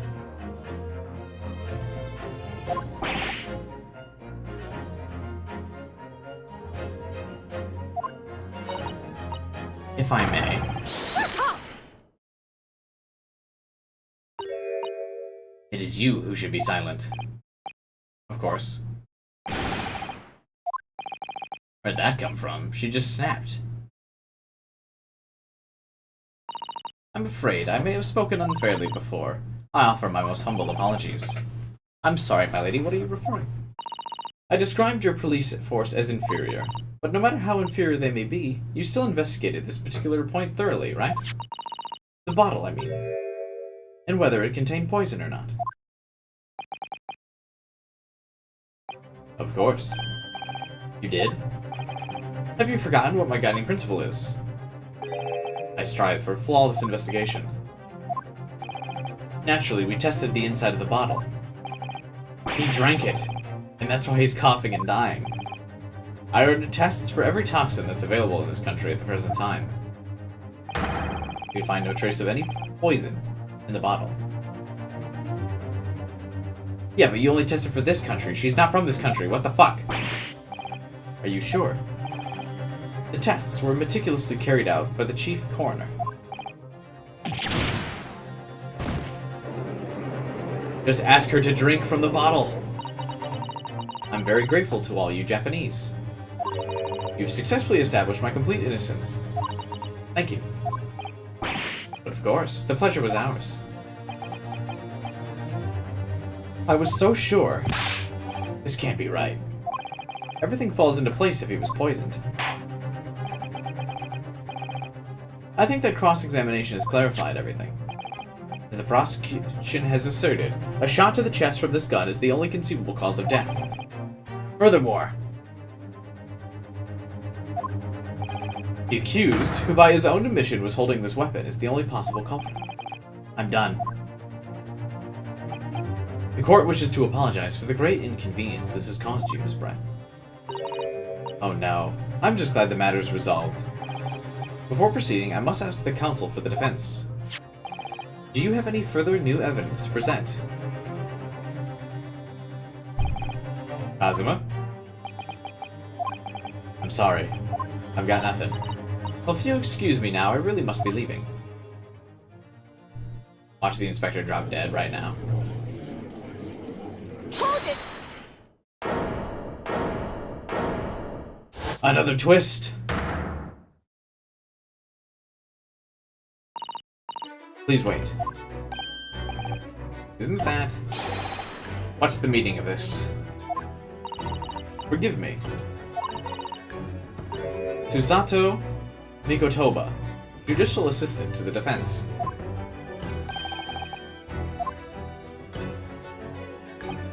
My darkest hour, with nowhere left to go, she appeared like a bolt of lightning.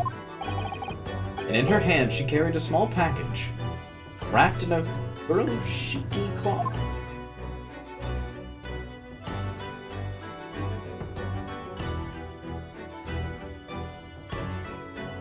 To be continued. Are we not almost done?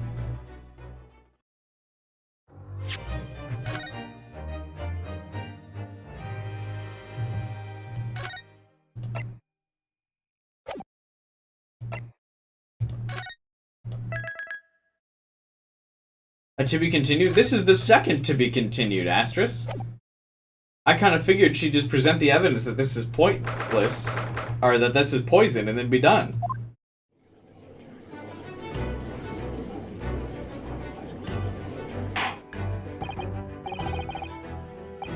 I understand you are the judicial assistant to the defense, but why the sudden ingress into my courtroom?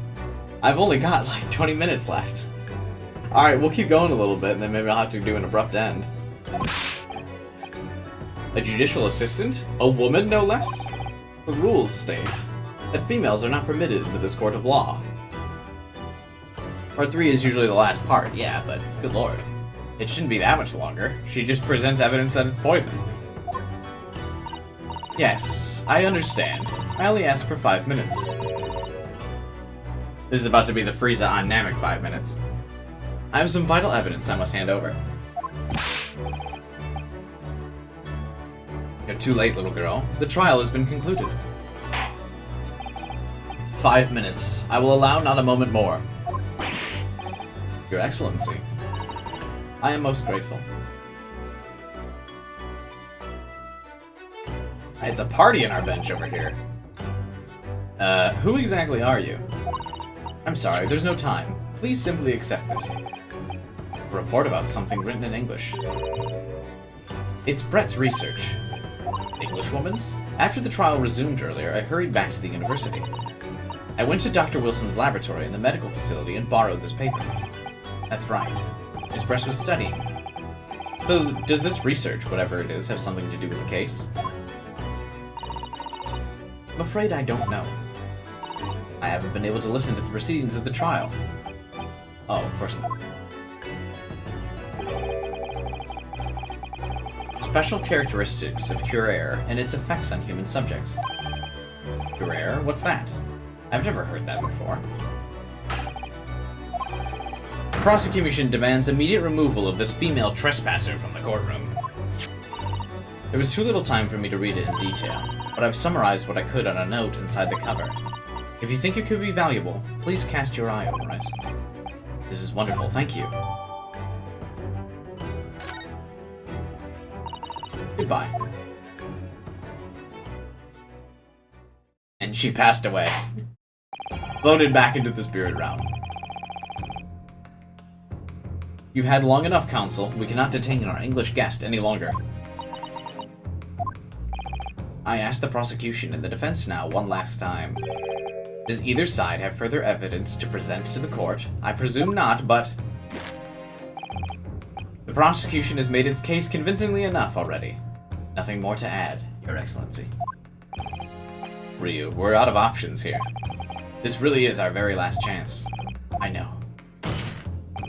Your Excellency, the defense does have new evidence. That look. The unyielding stare of a true Japanese warrior. Well, Miss Brett? Yes? If you wouldn't mind, perhaps you could grace us with your presence. It's a delightful invitation, but I'm afraid... It's not very long until tea time, so I must... Forgive me, Miss Brett. It seems I wasn't clear. I realized it was phrased as a question, however... I must ask you to treat this as an order. I've said it many times before, but the Japanese language makes no sense. My apologies, dear lady. So, Counsel, what is this new evidence that demands the court's attention?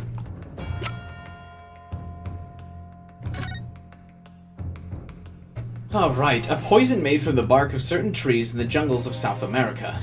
The hunters of the region have used it since ancient times to incapacitate their prey. Special characteristics. Instant paralysis of the entire body and subsequent death, even in minute doses. Route of entry. The above-mentioned effect occurs when the poison enters the body through a wound, such as that inflicted by a blowpipe dart. Due to its ability to render the human body paralytic, it's believed that the toxin could have applications as an anesthetic. However, a solution for the respiratory arrest caused as a result of full body paralysis must be found first, or patients would die of suffocation. Jesus. I'm having trouble reading because I'm so fucking tired. I keep stuttering over shit all stream. Like I said, I woke up 3 minutes before the stream started. No, I slept like an hour. Yes! Miss Giselle, we understand you were studying under Dr. Wilson, doing research. Research by sheer coincidence, perhaps, into a deadly poison. What? Poison?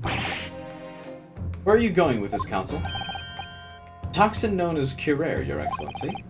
Even the slightest amount of this deadly poison entering the body leads to instant death. Objection! What complete and utter nonsense.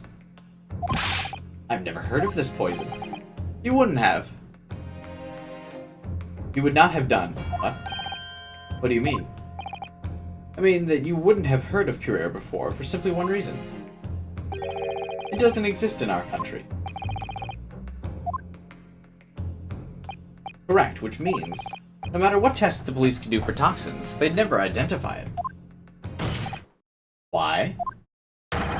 Because there is no test available here that can identify the presence of this highly deadly poison. What? The drama. Order. Counsel, does this deadly poison truly exist? According to the report authored by the visiting research student from England, Curare has long been used by the tribespeople of South America as a poison to lace arrows. It seems that it's reasonably well known among European doctors and scientists.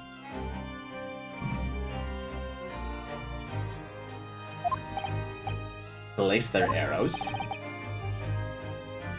The report states that it's produced from the extract of a tree that grows deep in the Amazonian jungle, and it was first brought back to Europe at the turn of the century by explorers. It claims that animals shot by arrows laced with Curare suffer instant death. Doesn't that about sum it up, Miss Brett? Objection! Trumpery! These aspirations. are utter trumpery. To start with, if the victim had been administered some of this so-called deadly poison, he would have been squirming and writhing in pain, and other diners would have surely noticed. That's true. What do you say to that? Obviously, I would have noticed a disturbance like that, but we know it causes paralysis. I don't remember anything like that either. I didn't notice the professor being in any kind of pain. According to this, however, it's the other way around.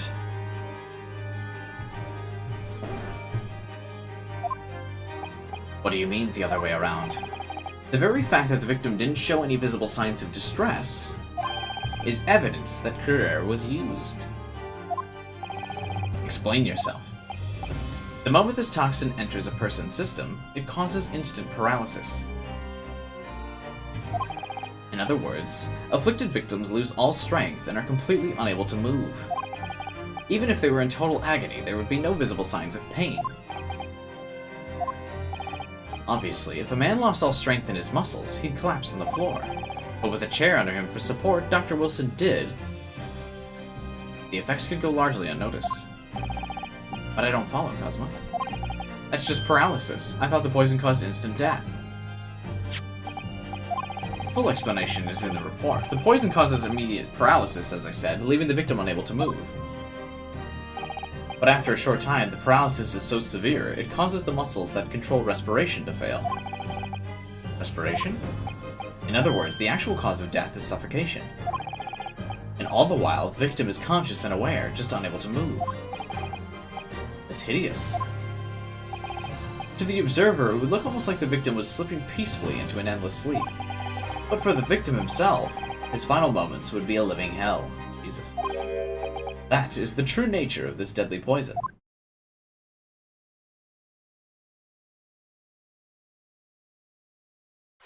But why did she poison the guy? Did we ever cover this? Are you suggesting that this bottle actually contains this terrifying poison? Objection! This is all very convenient, isn't it? A hitherto unknown poison for which there is no means of testing? What a happy tale for the defense. If I may, all these facts, you think you're so clever? Oh. It is you who must be taught. Of course.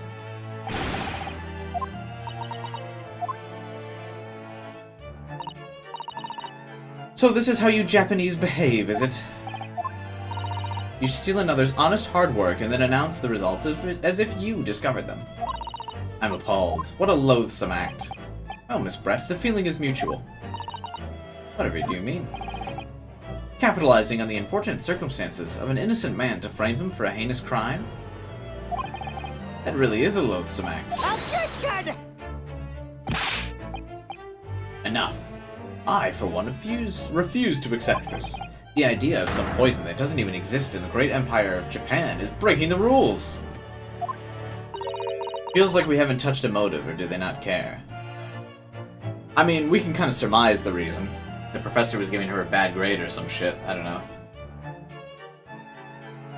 That's about our best guess. What's so funny? Oh, excuse me, Your Excellency. Yes? May I borrow that bottle? Well, I don't see why not. Uh-oh. Is she gonna go ahead and drink it? Uh-oh.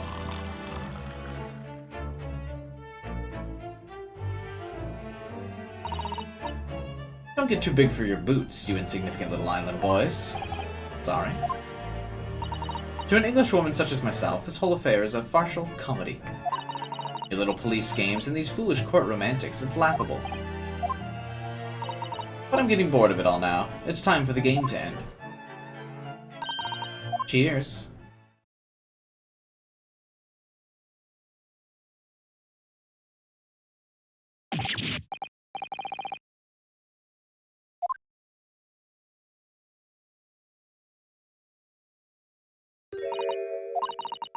No sparkle left at all. How appropriate for this shabby affair.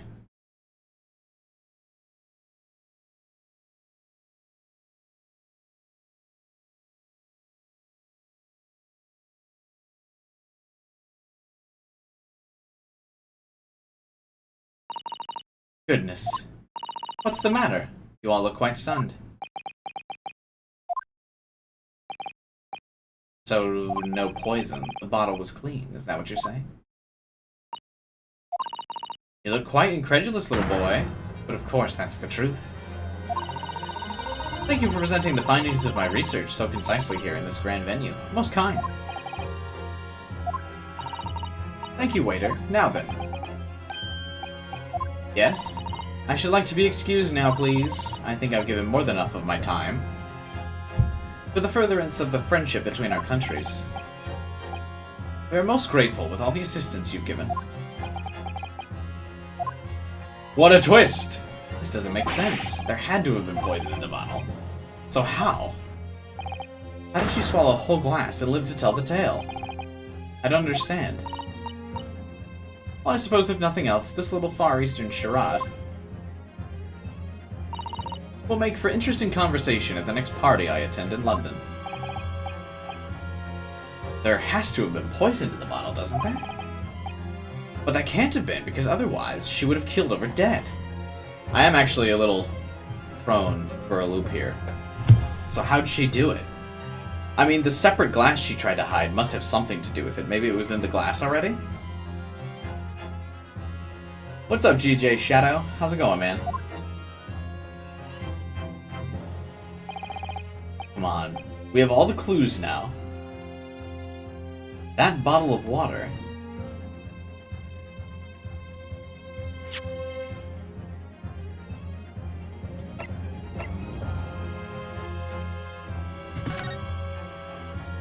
This must have had the poison.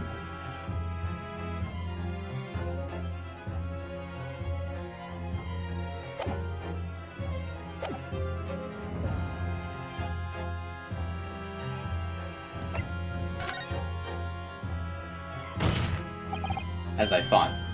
There is no poison in the bottle. What? Why? Isn't it obvious? If there was poison in there, she'd be dead. Sometimes your unadulterated naivety really astounds me. But sometimes it's in need of a good staining, until it's as dark as your uniform in the ways of the world. Oh, is that what this color is supposed to represent? Ooh. That was a guileless ending to a promising line of inquiry.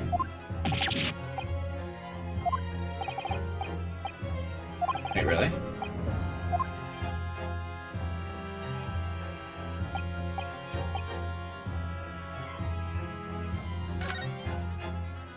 How does it have poison in it, then?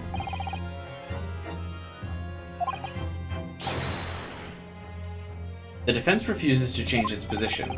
You're serious? Objection! Yeah, wait, what? Are you blind? There's no possible way that bottle could contain poison. I mean, we just saw Miss Brett drinking the water from it? That's right. Which rather complicates your argument. And I believe that complication can be explained.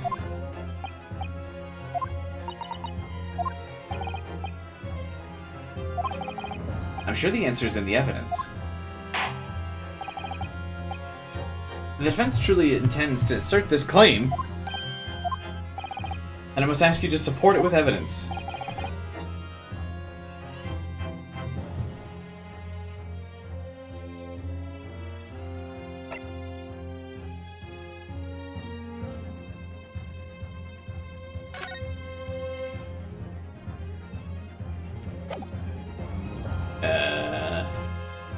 Yes! The extra glass, right?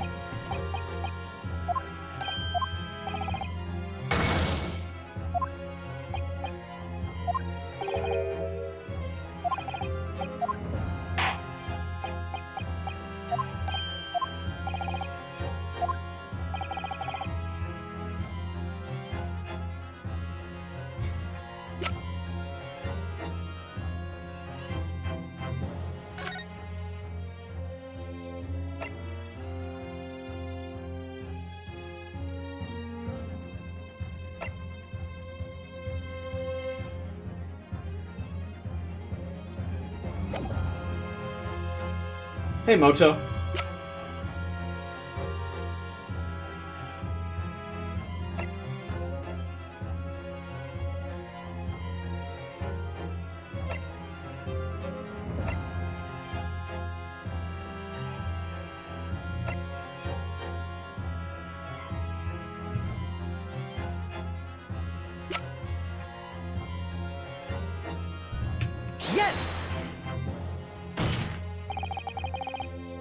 to the riddle is right here in Miss Brett's own report. Attention! That's not an explanation. No. After all,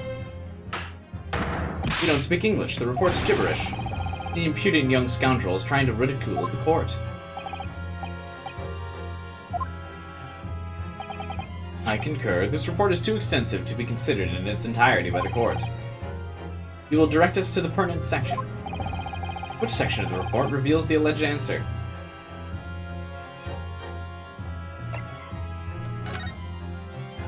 Practical applications.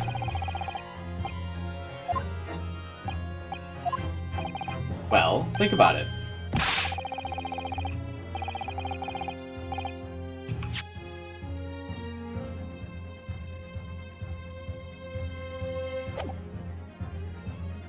Attention!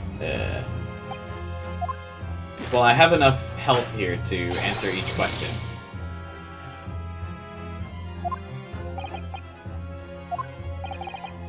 Ryu. What? Read properly.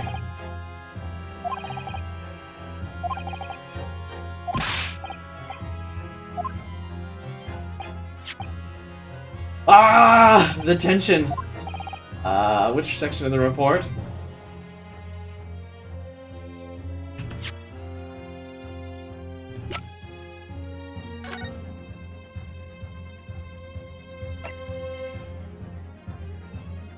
The above-mentioned effects occur when the poison enters the body through a wound.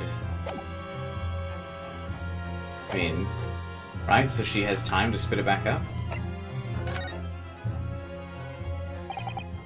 We've been hearing a lot about the poison. And it's left me curious. Oh. It sounds as though the indigenous hunters have been using the poison for years to lace the heads of the arrows they shoot at whatever prey they're hunting. So we've been led to believe, yes. And the point of hunting is to catch prey to eat.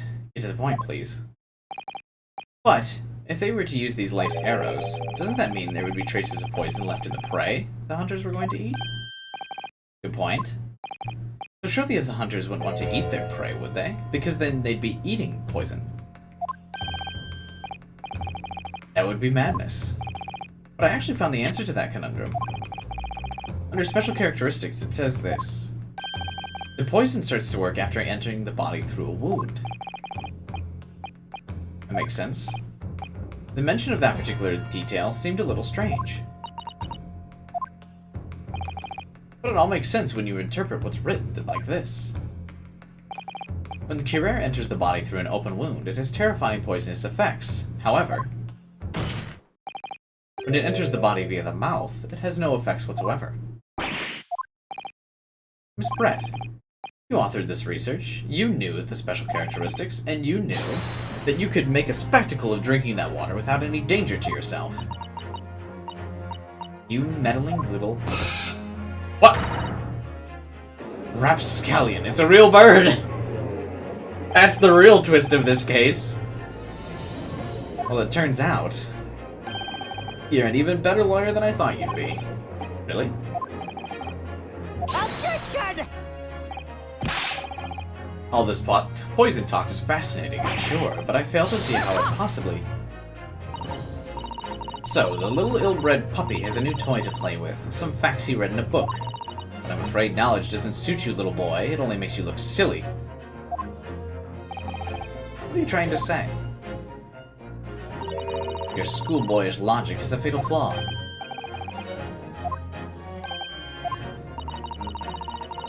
As even your brain has managed to deduce, Cuirass is safe to ingest. It seems likely that its effects are neutralized by the acidic nature of the gastrus suscus. Oh, yes, well, of course. Gastric suckers? What are they? So this lethal poison is completely harmless when drunk. Professor wouldn't have died when he swallowed it, would he? Ah. That's right. The burn! It was put in through the bird. Ah! There's so many twists! That's basic science. Science that even a schoolboy should be able to understand, no?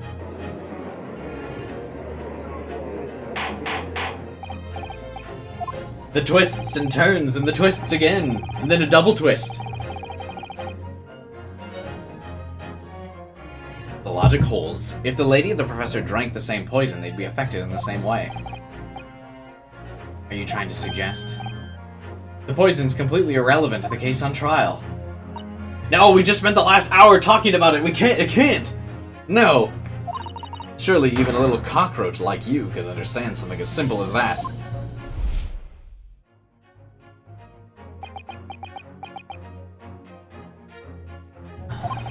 What is this welling up inside me?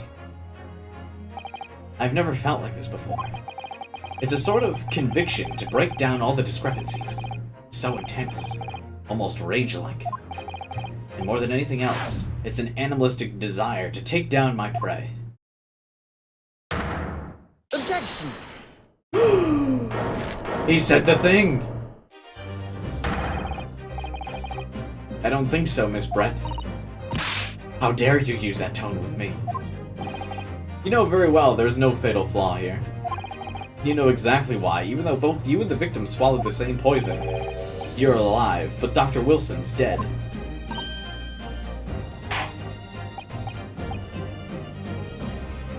I'm sure I don't need to remind you. You must provide compelling evidence.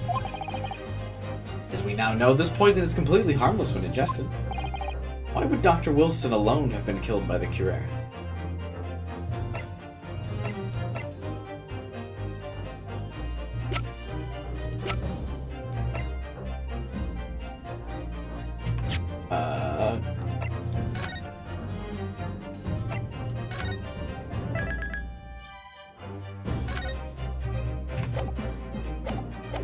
I'm gonna say the burn, right? Take that! Oh, he's got it now.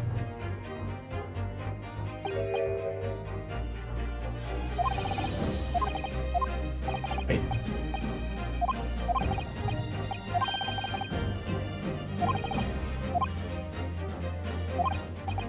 Oh! The tooth.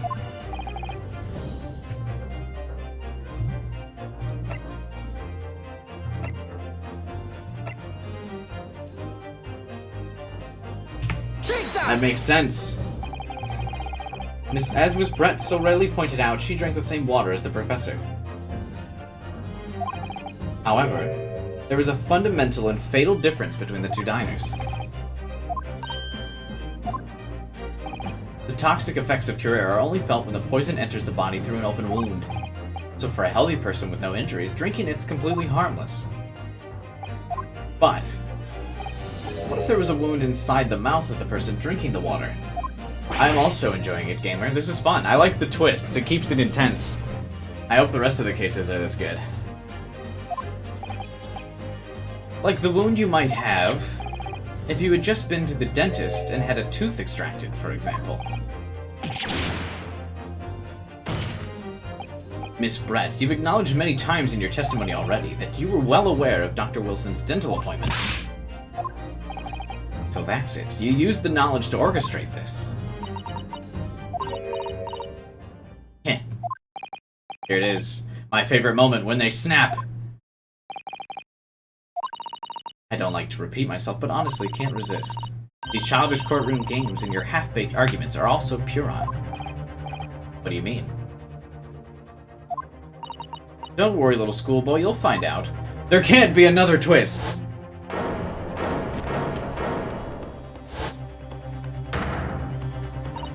You see, when you leave vital evidence lying around, you never know what might happen to it. I mean, if I could just slip...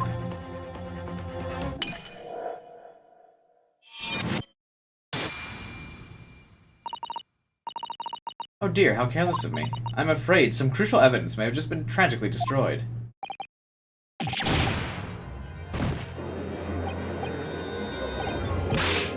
just smashed the bottle, and in the court. What a blunder. You're wasting your time. This delightful carpet under my feet here was a gift from the Empire. I assure you it will soak up the water. You have neither the technology nor the presence of mind to recover it. Yeah, that would still make you guilty, but of a different crime. You won't get away with this.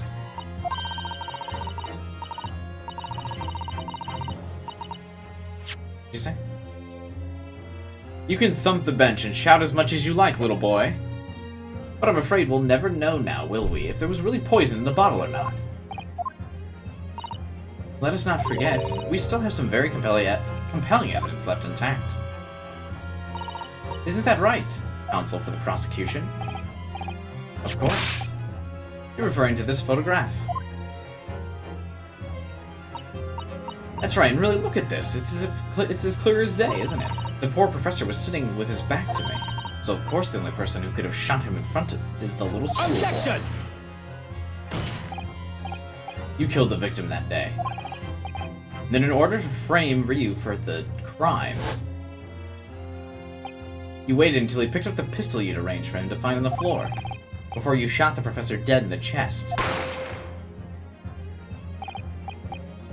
Then, in the confusion that followed, all you had to do was turn the dead professor and his chair around. You see, you had every opportunity to commit the crime. A hidden gun, you say, and I shot the professor's dead body, did I? Well, I'm sorry, but you don't have a shred of evidence. And as you have nothing to support your wild claims, the prosecution's stance remains unchanged. The victim was killed by a gunshot to the chest. Delivered in cold blood by the accused. Oh my god, the twists! They don't stop coming! We're back to the beginning of the trial! A full circle! This is unbelievable. How can this be happening? We had her. Is she now really going to get away with it? The way she destroyed the evidence was obscene. Ryu, yes?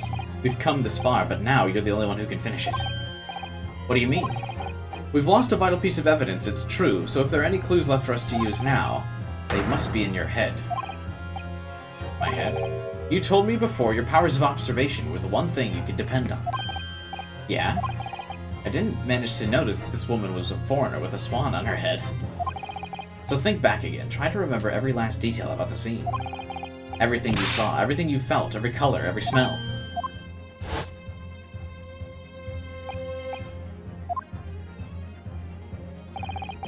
Every color.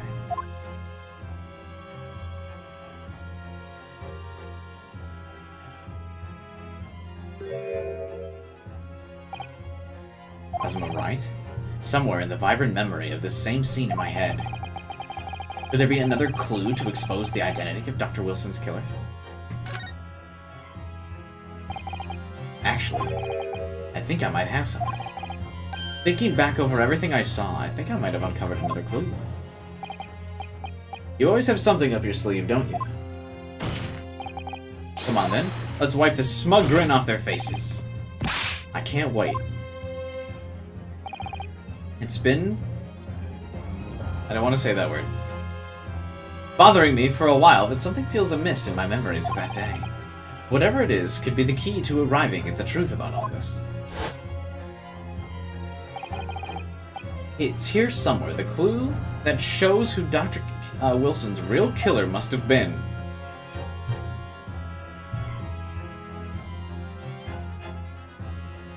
Take that! Inspector, answer me this. Yes? What is it? He's still miles away, probably thinking about how that bottle was smashed. No, I can't be cancelled. I didn't say it, I skipped over it.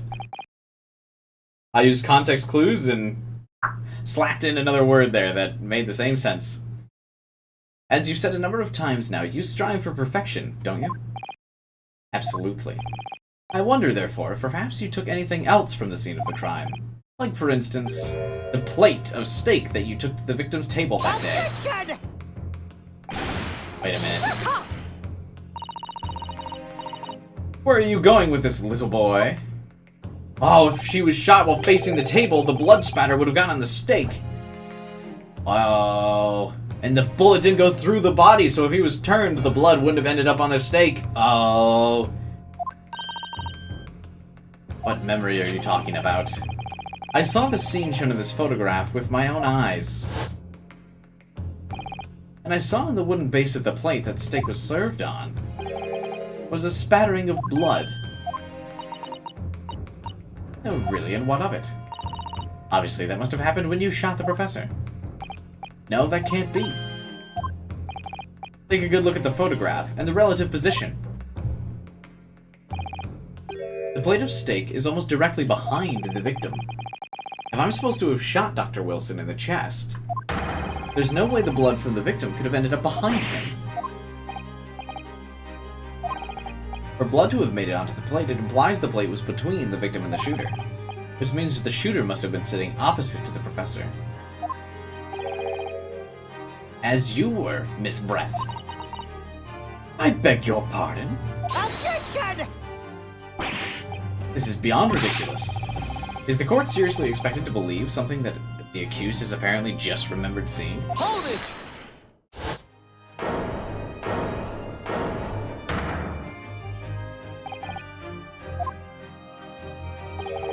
This could be the moment that my entire career in the police force has been leading to. Inspector? I took the plate, in the interests of preserving evidence from the scene of the crime. I took it, meat and all, and I don't care if they call me a crime scene thief. You did what? I took the steak that you had been eating, Miss Brett. I took the steak that the sergeant had been eating. And I did it all in the name of justice. He's come around and redeemed himself!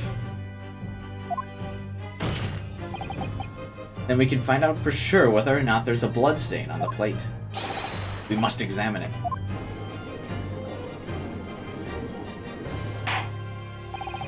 Inspector, the court wishes to examine the plate from the victim's table immediately. Thank you, Inspector. Very cool. Hey, August. If Gumshoe was good.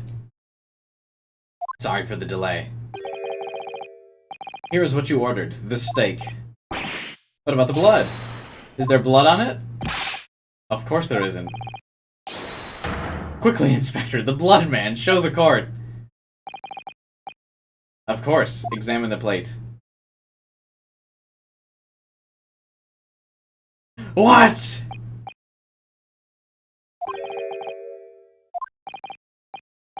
That's not... What?! I know I saw it, I'm sure of it. There was blood on the side.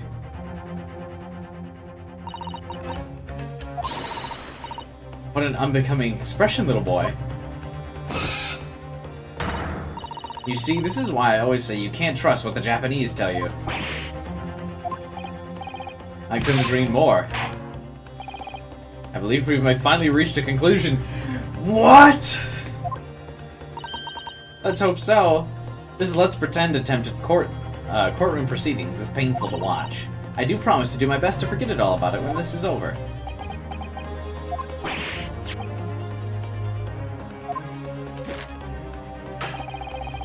If the sorry-looking accused wishes to examine it again, be my guest.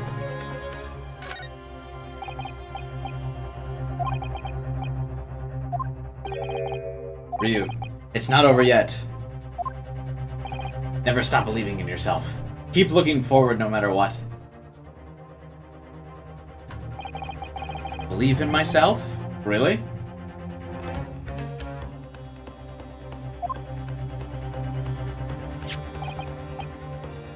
Maybe I should at least examine the evidence. I presume any further examination of the evidence in this trial will be unnecessary? You assume wrong!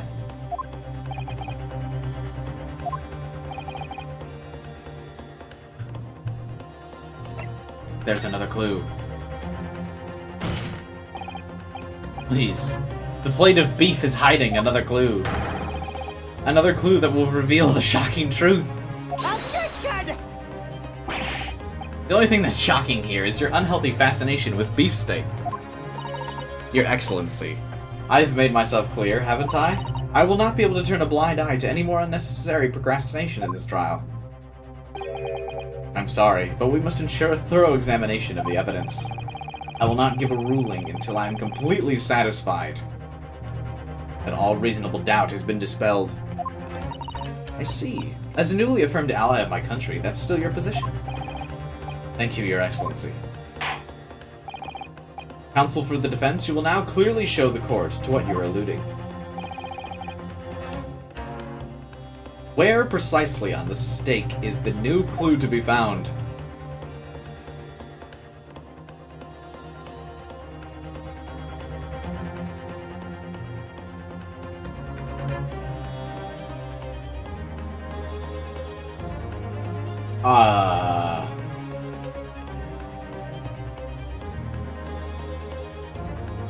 Under the plate.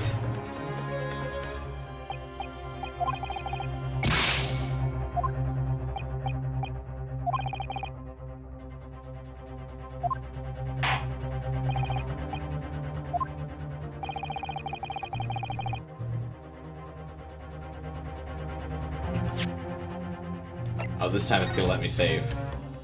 Good. It didn't let me save last time, I could only present.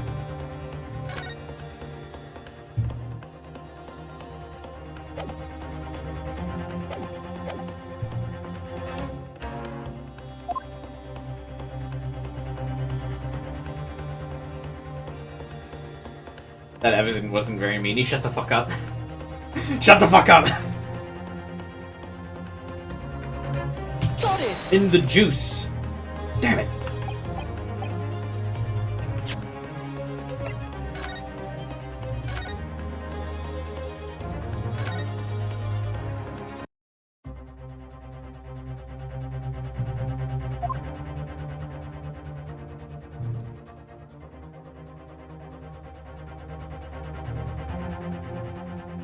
On the bottom of the plate?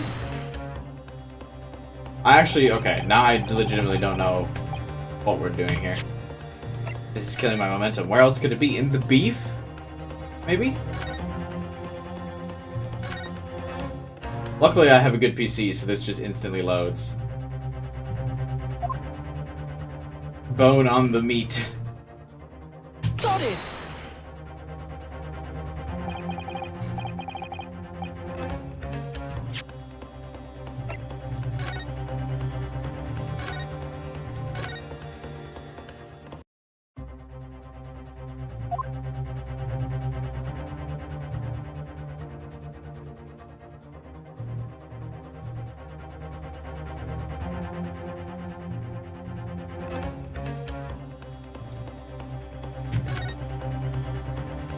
Oh, I can lift it up. It wasn't showing the space. What is this? I think it's a Koban coin. I don't mean what is it, I mean what's it doing there? Wait, did you say it was the coin? Apart from the meat juices, it looks to be in good condition. I've heard of pearls before swine, but I've never heard of bull loin and bull... I don't think you ever will again. This is extraordinary, though. That means that isn't her plate!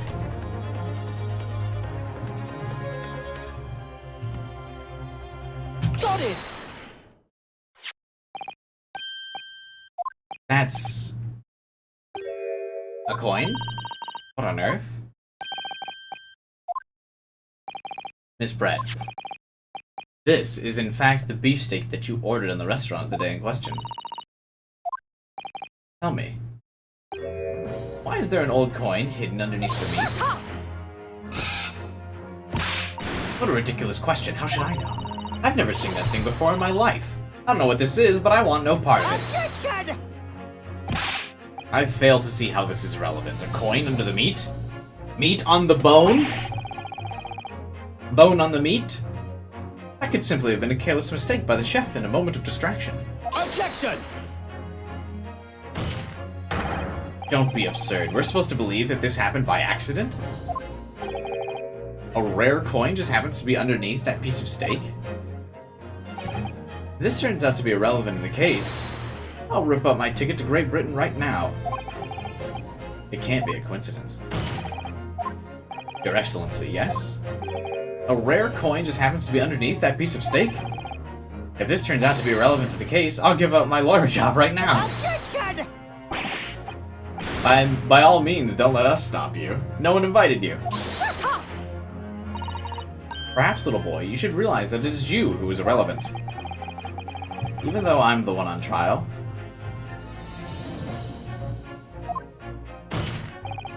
The point is, it's essential that we ask the owner of this coin if he can explain what's going on under the stake. Oh my god! There's only one person who can answer this. The owner of the coin. Take that! Ah! It won't stop! It's the antique dealer. As in Mr. Cucumber something? Honestly, these ridiculous Japanese names are quite unfathomable. The old man who testified earlier alongside the military sergeant? Yes. I remember him saying that he was up to something with his coin when it happened, at exactly the moment the gun was fired.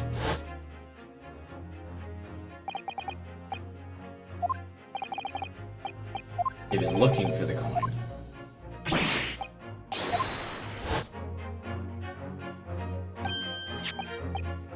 So this coin, do you mean to tell me? Objection! No, please. Why would Korekudo-san's coin be sandwiched beneath the victim's beefsteak in its plate? Makes no sense. Yes!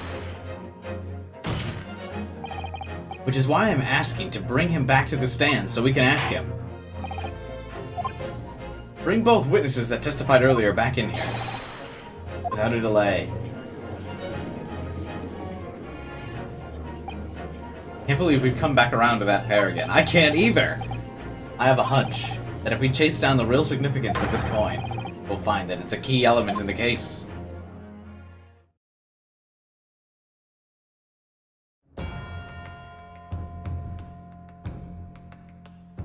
What's the sergeant have to do with anything? It's all a conspiracy! Why have I been called again? Why have you been called again?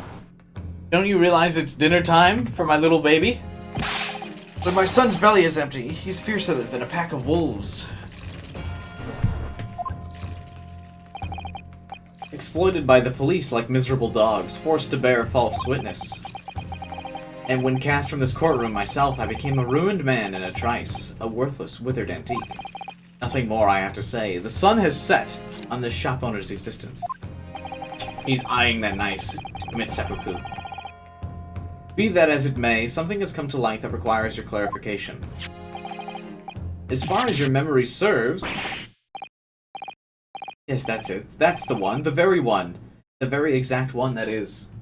The resplendent, splendiferous treasure that my rusty bones managed to misplace that faithful day. I thought. Young man, enlighten this decrepit old fool. Put me out of my misery. Where was my treasure? Where was it dropped? Oh, I'm not sure if it was dropped anywhere. We found the coin sandwiched between a beefsteak and its plate, soaking in the seasoned meat's juices. Sandwiched? Soaking? Serious? Clearly, it couldn't have fallen there by accident, which means somebody must have hidden it there. Somebody concealed my treasure? Who would do such a thing?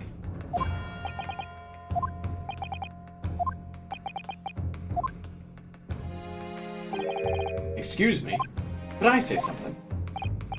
Yes, of course. And he's gonna tell me another fucking twist. Don't you do it. Proceed. I mentioned this earlier in the trial, but I was working undercover in the restaurant in order to investigate another case. That's right. The Carnival is a high-class Western restaurant. It attracts wealthy diners, including many foreigners. Recently, there has been a run of similarly executed thefts targeting the restaurant's rich clientele. A number of such incidents have been reported to the police. Wicked crimes indeed. We wanted to nip the case in the bud quickly, especially with so many foreigners being affected. Uh-oh. So that's why you were sent in undercover.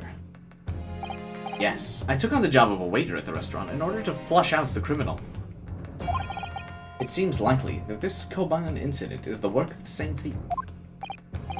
So unbeknownst to us, there was a master thief at work in the restaurant on a regular basis. The place was already the scene of a crime. I don't know about the master thief part, but the identity of the person who stole and hid the Koban is all too clear. I think the court would like to hear the defense's view. Tell us, who is the scoundrel?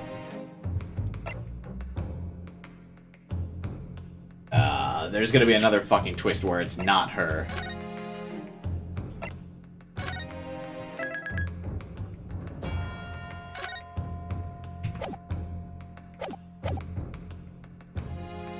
Take that!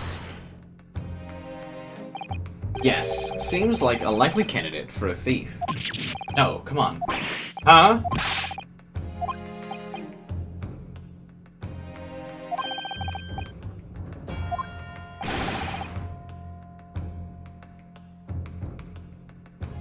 Oh my god, is the professor? Hang on, wait.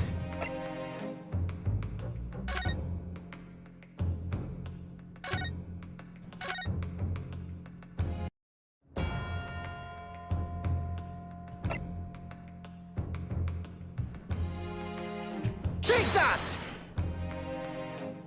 Wow!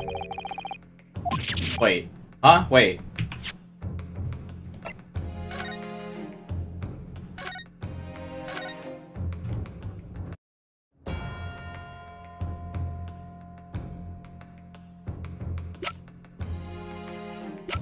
So...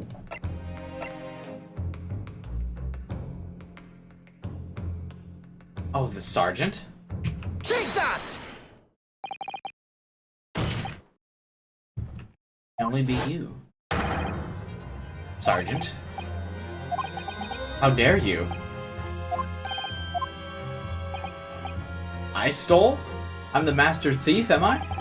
You're seriously accusing me of these crimes? But it wasn't me, it was Haidu. Haidu's the mastermind behind all of this. Ah! The triple twist!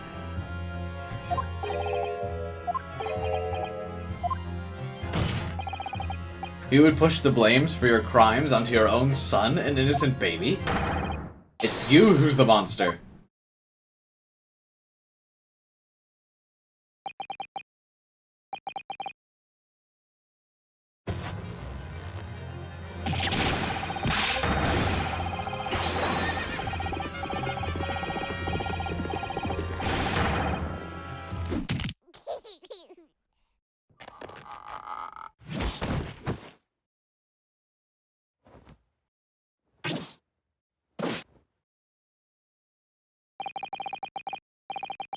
What just happened?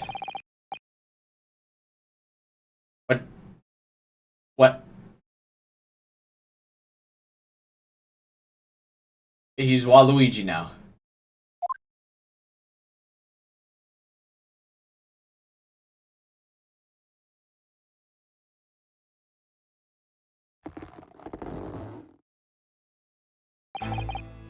Do any of you know of the extraordinarily low wages the Imperial Army pays to those it expects to keep our country safe?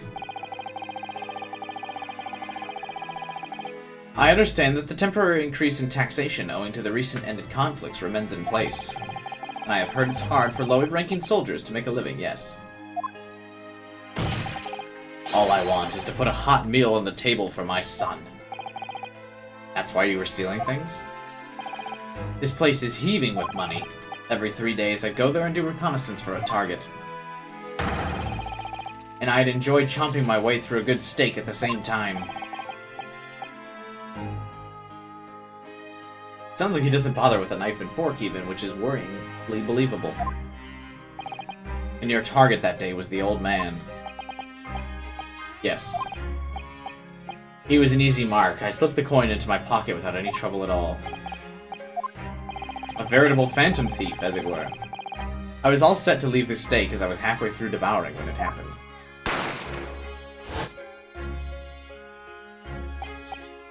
Yes, when the professor was shot. I knew that if the police conducted a search and found the coin in my pocket, I'd be finished. So I hid the incriminating evidence as fast as I could on the double. I slipped it under the steak, hoping that I'd be able to rendezvous with it again at a later date.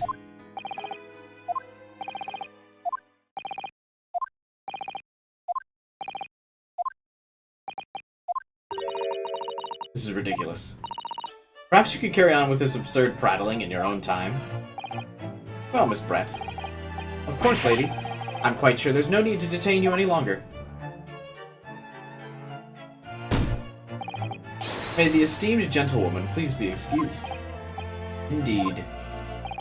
The theft of the Koban was clearly perpetrated by this baby-saddled sergeant. It would clearly appear to be unrelated to Dr. Wilson's murder. Ah! Of course. Hiding the coin under a lump of meat? Nonsense, is it? As for picking up your steak and biting into it without using a knife and fork, it's beyond nonsense, pure madness. That means it was the wrong plate, though. I was right, a while ago. Why did we do all this? I see no further justification for detaining her. Miss Brett, you're free to leave. Thank you. Objection! Objection!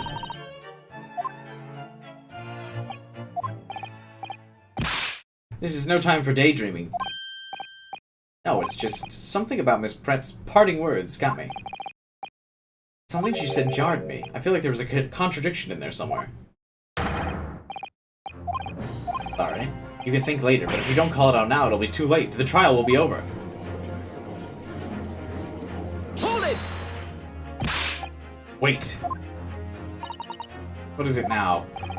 I'm afraid, just one last time, there's something I'd like to ask you. I'd like you to explain the contradiction in your parting words. What are you talking about? What contradiction? Objection! What new nonsense is this? What parting words are you talking about? The knife and fork thing.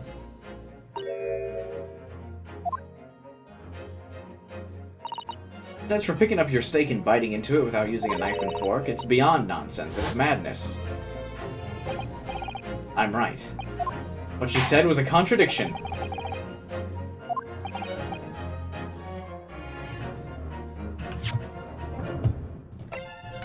I mean, I think it's the fact that she uses a knife and fork, so it's not her plate. But, like, at this point, who fucking knows? This game might say it's the bottle of water. Take that! This is the photograph from the incident? What's interesting is the plate of steak. More accurately, Your Excellency. The steak that was on the victim's table just before the professor was killed. Now you're splitting hairs. Not true. Doesn't something about this steak strike you as very unnatural? What do you mean? It's extremely obvious. I'm talking about the shape of the edge where it's been eaten. I see you've noticed it too, Miss Brett. Noticed what? Just a few moments ago, Miss Brett claimed no Englishman could even contemplate picking up a steak and biting into it without using a knife and fork. Of course. She's a refined Englishwoman. And take a good look at this steak, in particular the edge where it's been eaten. Dude, I said he brought the wrong plate the whole time! As you can see, there are clearly defined barbaric teeth marks.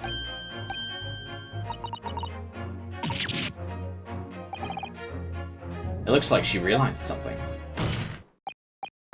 So, if the witness, as she claims, wouldn't contemplate eating anything without a knife and fork, there shouldn't be teeth marks in the steak at all.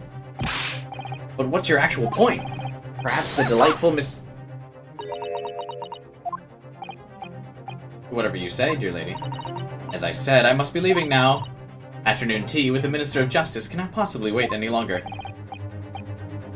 Of course. Rest assured, I'm about to put this rookie in his place. I've heard about it enough. You irritating little spectacled samurai relic. Of course. Dear lady, what's the matter? Have we ruffled your feathers? My feathers have been fucking ruffled for like the last 2 hours.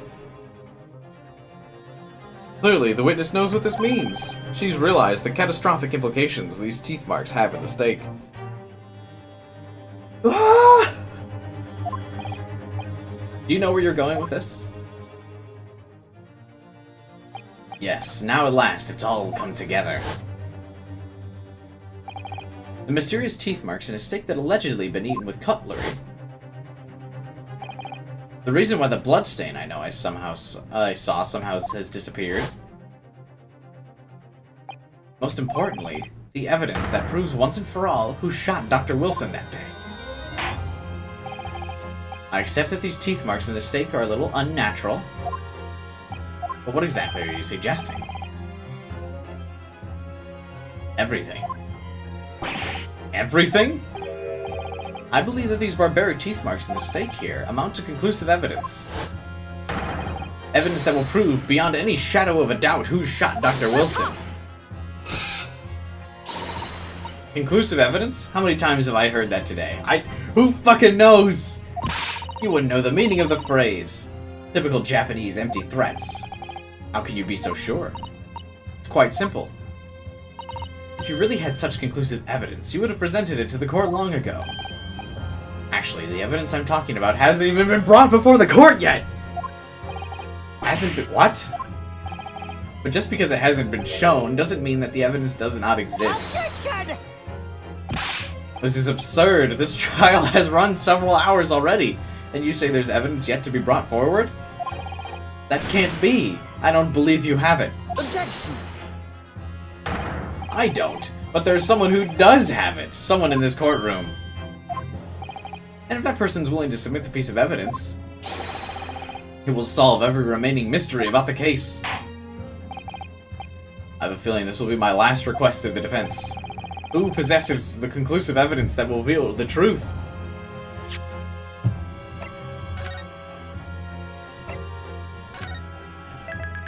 It's the...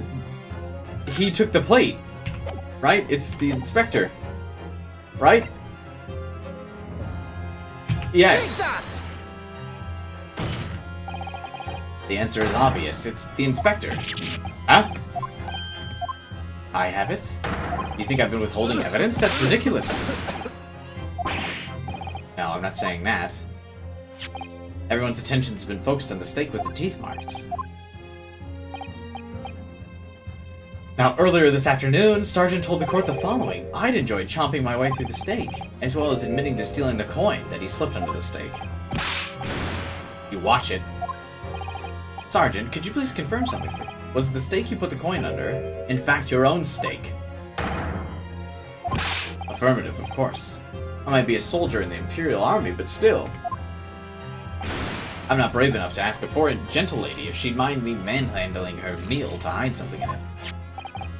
In other words, the stake that the detective submitted was in fact Sergeant Nose's meal. Objection!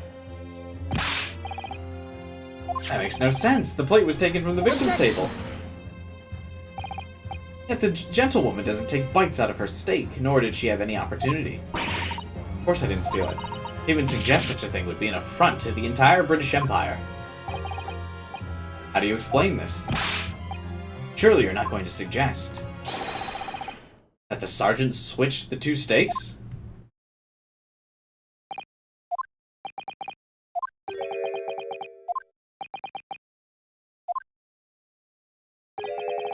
You did?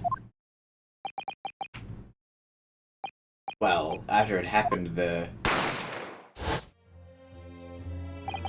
I saw the civilian had been murdered right in front of my eyes like that, I panicked. As I said, I immediately lifted my steak and hid the coin. But then when the waiter announced he was an undercover policeman, I thought I'd had it. If he decided to investigate my slab of meat, that'd be it. I'd get my marching orders. So when the cadet here was arrested and taken off the kitchen, I seized my chance.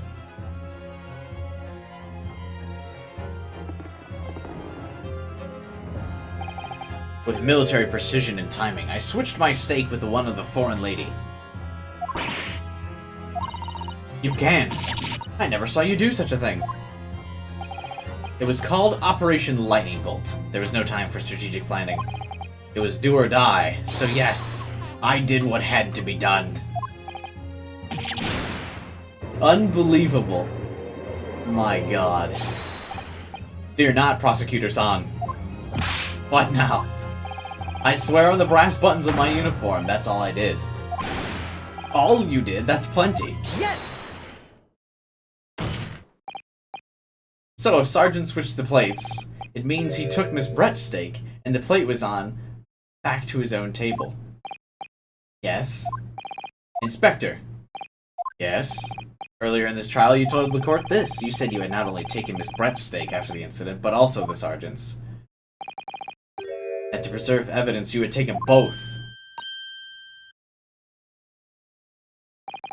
That's correct. And please present it. The plate was actually on the victim's table at the precise moment he was shot. Shut up! What can that possibly tell us? A cold slab of tough meat? It can't have the slightest bearing on the case. Objection! You're not wriggling your way out of it this time, lady. I beg your pardon? Surely you're not that forgetful. Surely you remember the reason why this steak pan promises to prove such a problem? You're the ones who decided it was a problem, not me. The reason the defense asked to see the plate was to confirm something the defendant remembers seeing. Thinks he remembers. I'm quite sure of what I saw. On the side of the plate that was on the table directly behind Dr. Wilson, there was a clear splattering of blood from the gunshot wound to the victim's chest. I believe the defendant's memory serves him well. Now we have the evidence to prove it. The plate you were eating from. Let's not prolong this any further. We will show the evidence to the court. Present the beefsteak on the plate that was originally the victim's table at the time of the incident.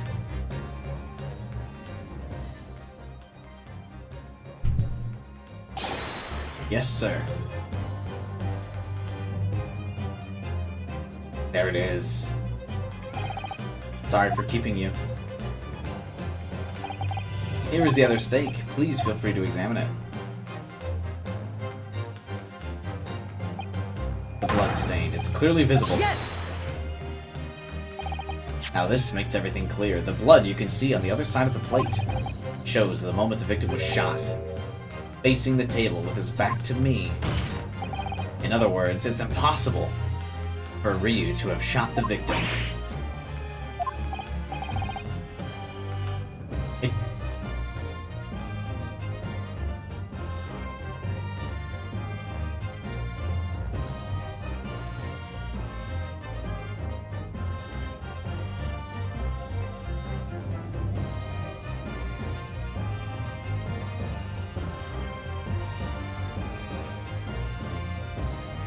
Are we still good? Oh no. Ah!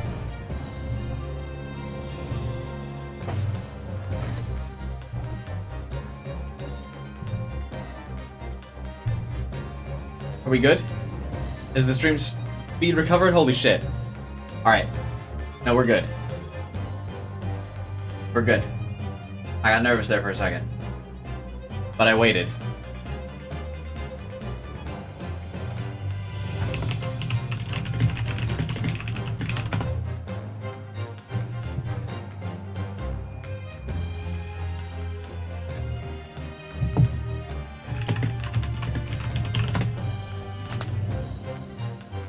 We're back in business, right?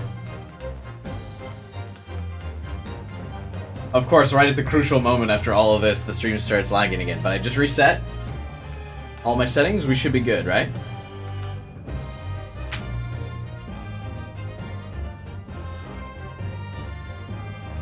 Oh, alright. The game's fucking giving me a panic attack here. Alright. Looks like we're good. Looks like everyone says we're back. It can't be. In fact, there's only one person who could have possibly shot Dr. Wilson from the front. I'm sure everyone knows by now who that person is. That's right, Miss Giselle Brett. It's you!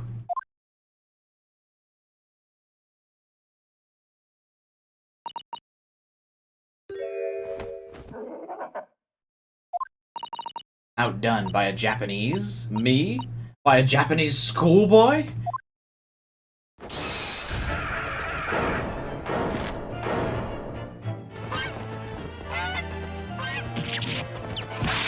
Yeah! Ah!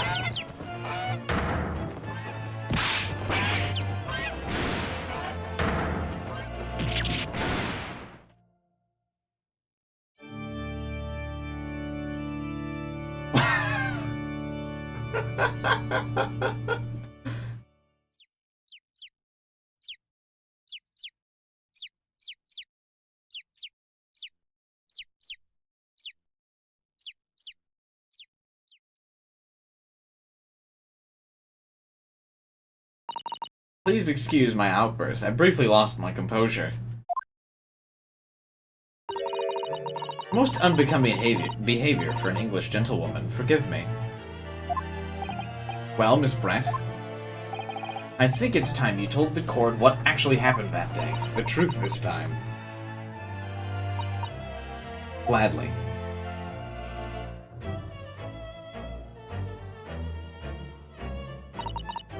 It was I who took the professor's life.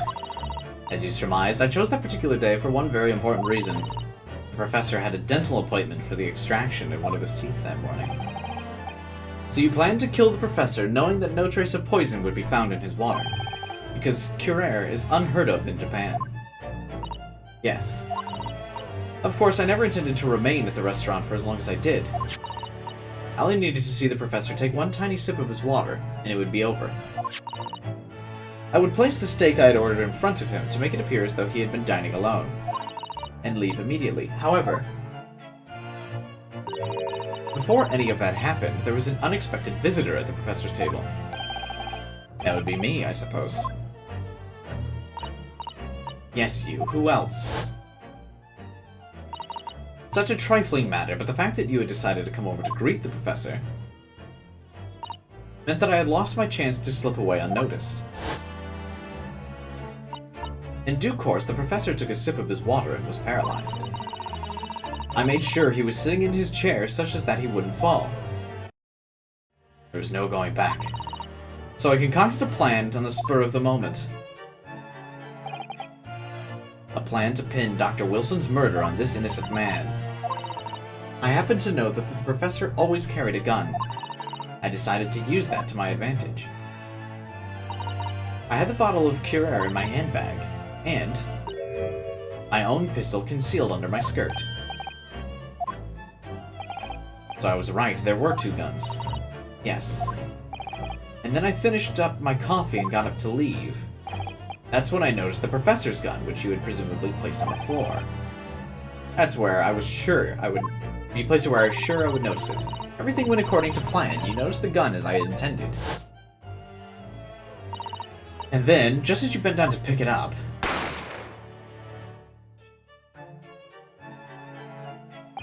That's when you shot the professor with your own gun, even though at that point he was already dead. Naturally, the gunshot caused a commotion, at which point the waiter appeared. Obviously, I assumed Ryu was the culprit and apprehended him. I took him to the pantry that adjoins the kitchen and locked him inside. That's when I took the opportunity to turn the professor around in his chair. Because, of course, you needed to make it look like the defendant had shot Dr. Wilson from where he picked up the gun. And now there's distance between the inspector and her. They're no longer as close.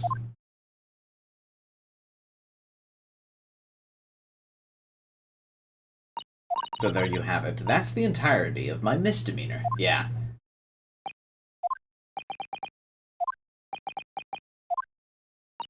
Your Excellency. I wonder. Might I speak with you in private later? I shall call on you. Thank you. Good day, then. I hope you can forgive me, Ryu.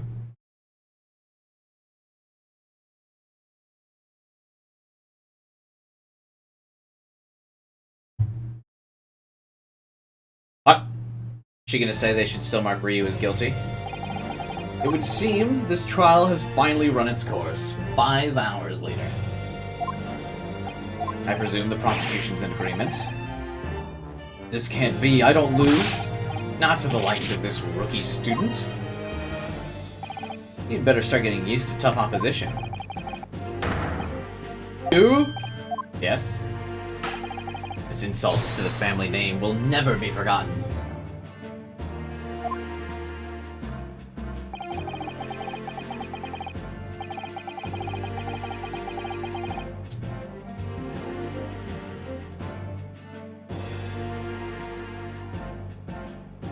Why does my connection keep, like, fucking failing me now?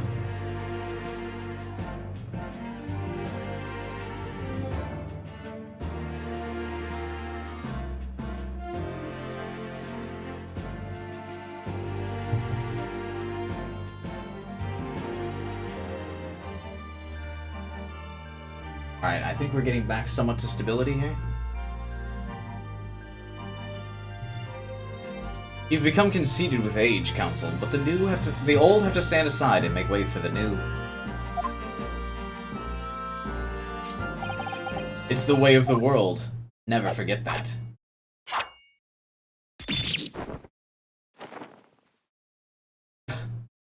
Why does this guy's hair get wrecked in every game?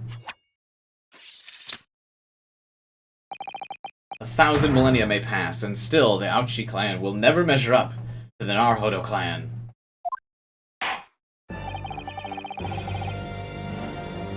Indeed. This trial in the Supreme Court of Japan will, I believe, go down in history as the start of a new chapter in our country's judicial system.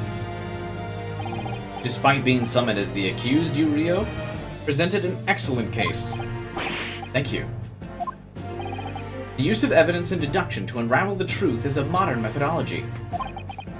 After all, it's only been a few short decades since our country opened its doors to the wider world, but the Western ideas of science are rapidly gaining acceptance here. I feel that this science will soon bring new methods of investigations and new procedures of justice. A new future of law awaits, but what it will look like, I cannot begin to imagine. That is for the young to pursue. Kazuma? Yes? After this trial, you are set to embark on a journey of discovery to the illustrious British Empire. Learn all you can. Absorb everything of the wider world that you're able to. And do not forget to fulfill the mission imposed upon you. I understand, Your Excellency. What was that about? Why do you look so grave all of a sudden? Never mind. As for you, Ryo... Yes? In you I sense, how can I put it, unusual potential. I very much look forward to seeing how you carry that onwards. Thank you.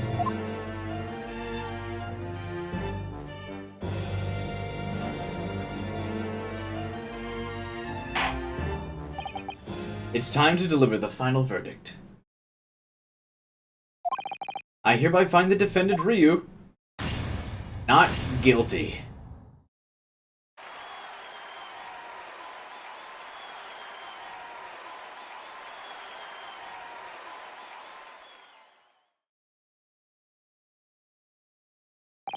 This court is now adjourned.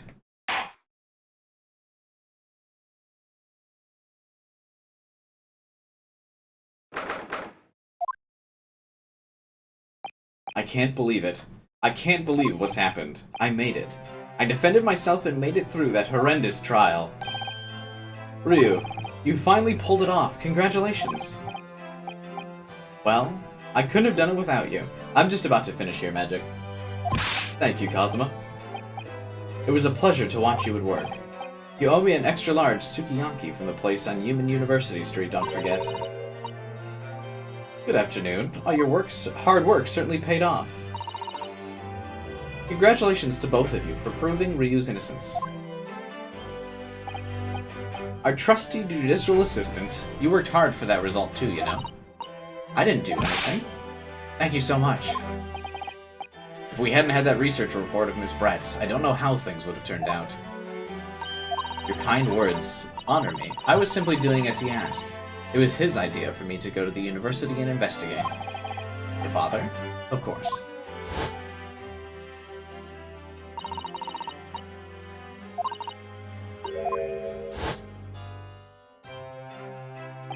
Speaking, there you are. I believe congratulations are in order.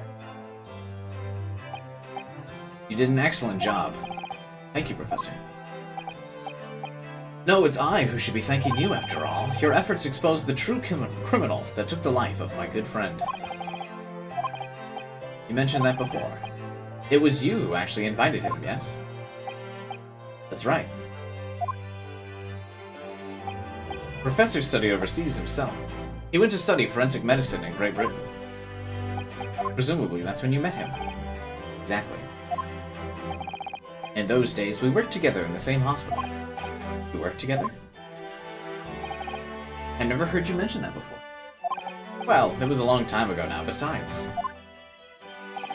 It's your turn.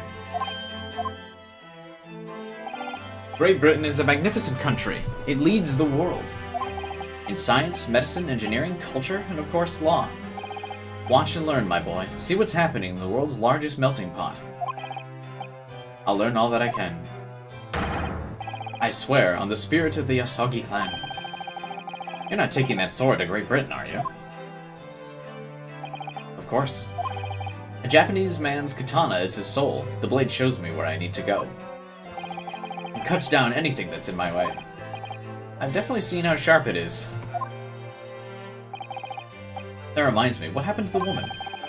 To Brett, I mean. After all, she's guilty of murder. Yes. It's not easy to tell you this, but... What do you mean? Surely she's going to face trial herself now. She's the culprit. Yeah, that shit doesn't matter. She will be leaving Japan in the very near future. For Shanghai. What? She will not appear in court again in this country, I'm certain of that. Why not? It's a matter of consular jurisdiction.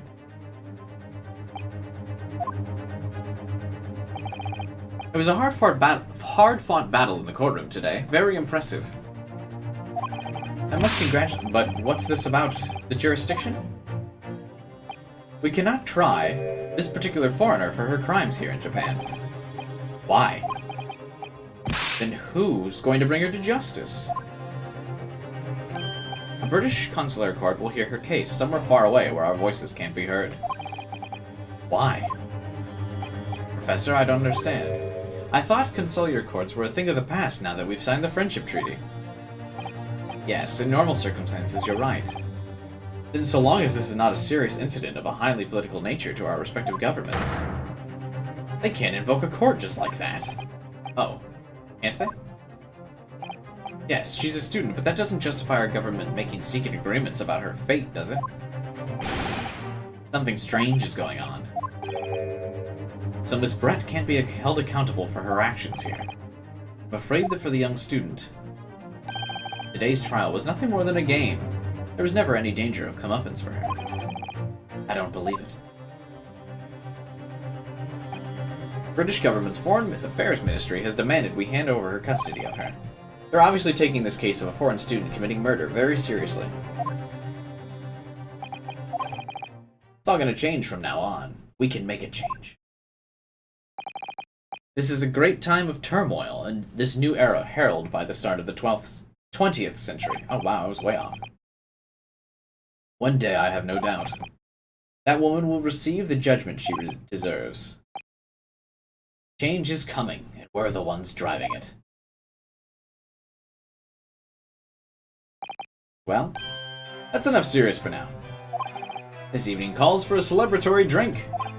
But Professor... You're right. This is no time for gloomy faces. We should be celebrating his not guilty verdict and start having some fun. May I suggest our place? As the head waiter, I should be delighted to provide you with ample food and drink. You're a detective, aren't you? Let's not worry about details for now. To La Carnival! Will you accompany us, Professor? Of course. The food is second to none. I shall go and attend to the paperwork for his release. Thank you.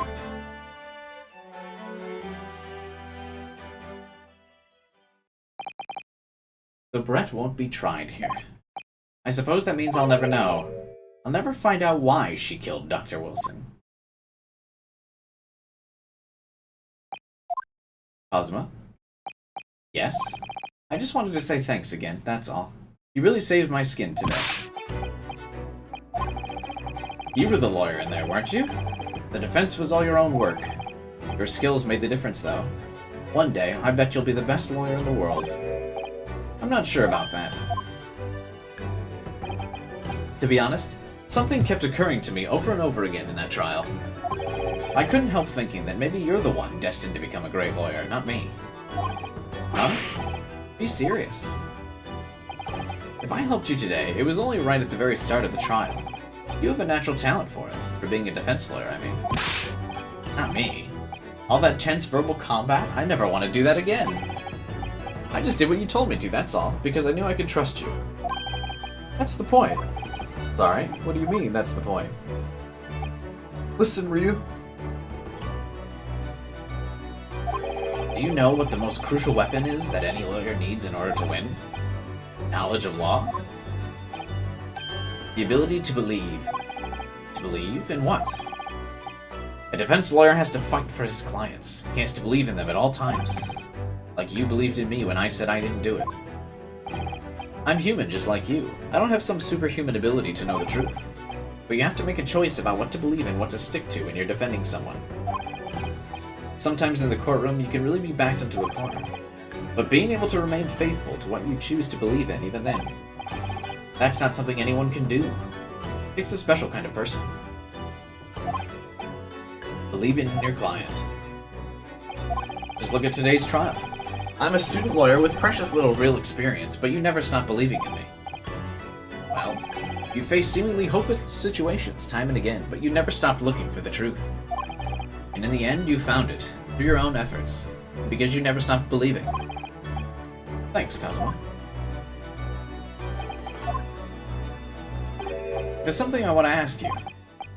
It's a favor, really. Something very important to me. What is? You're still here? Inspector, I've arranged some rickshaws for us. Let's go. Thank you, we'll be right there. The tension! Let's pick this conversation again later. We should be celebrating now. Your first court victory. And your study tour to Great Britain, don't forget. Yes, that too.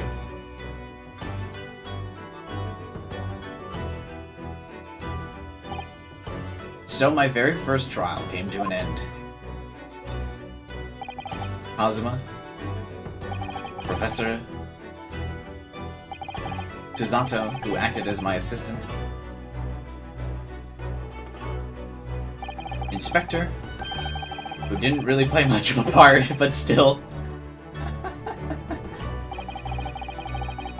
It was because of the help and support of all these people that I managed to get through that trial.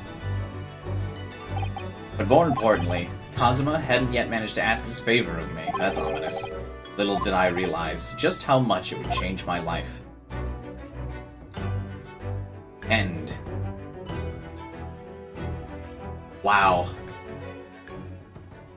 What a way to start this game, dude. What a first trial. Holy shit. I'm real excited for this game now. That was awesome. God damn. God damn. Alright. I'm super excited for this game now. That was awesome. I kept wanting to stop, but it just kept picking up and picking up and picking up, and there was twists and there was turns. We kind of knew the answer from the beginning, but there was always another fucking excuse. That was crazy. But a pretty good first trial, or first case. But that's going to be it for the stream today. I'll be back on Friday with more of this game. So thanks for watching, you guys.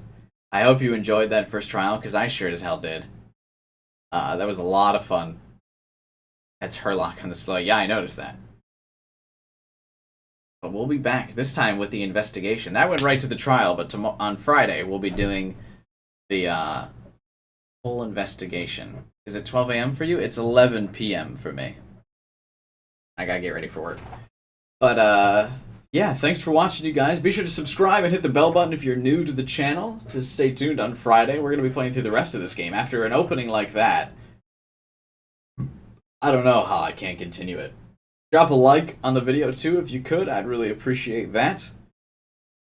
And join the link in the description below to hop in the Discord and chat with us even after the stream is over. But with that, I gotta leave you guys. Thanks again for watching. What a fucking opening to this game, dude. If it only picks up from there, this is going to be an awesome game. I'm super excited. And I hope you guys stay along with me for the ride. See you then. Have a good night, everyone.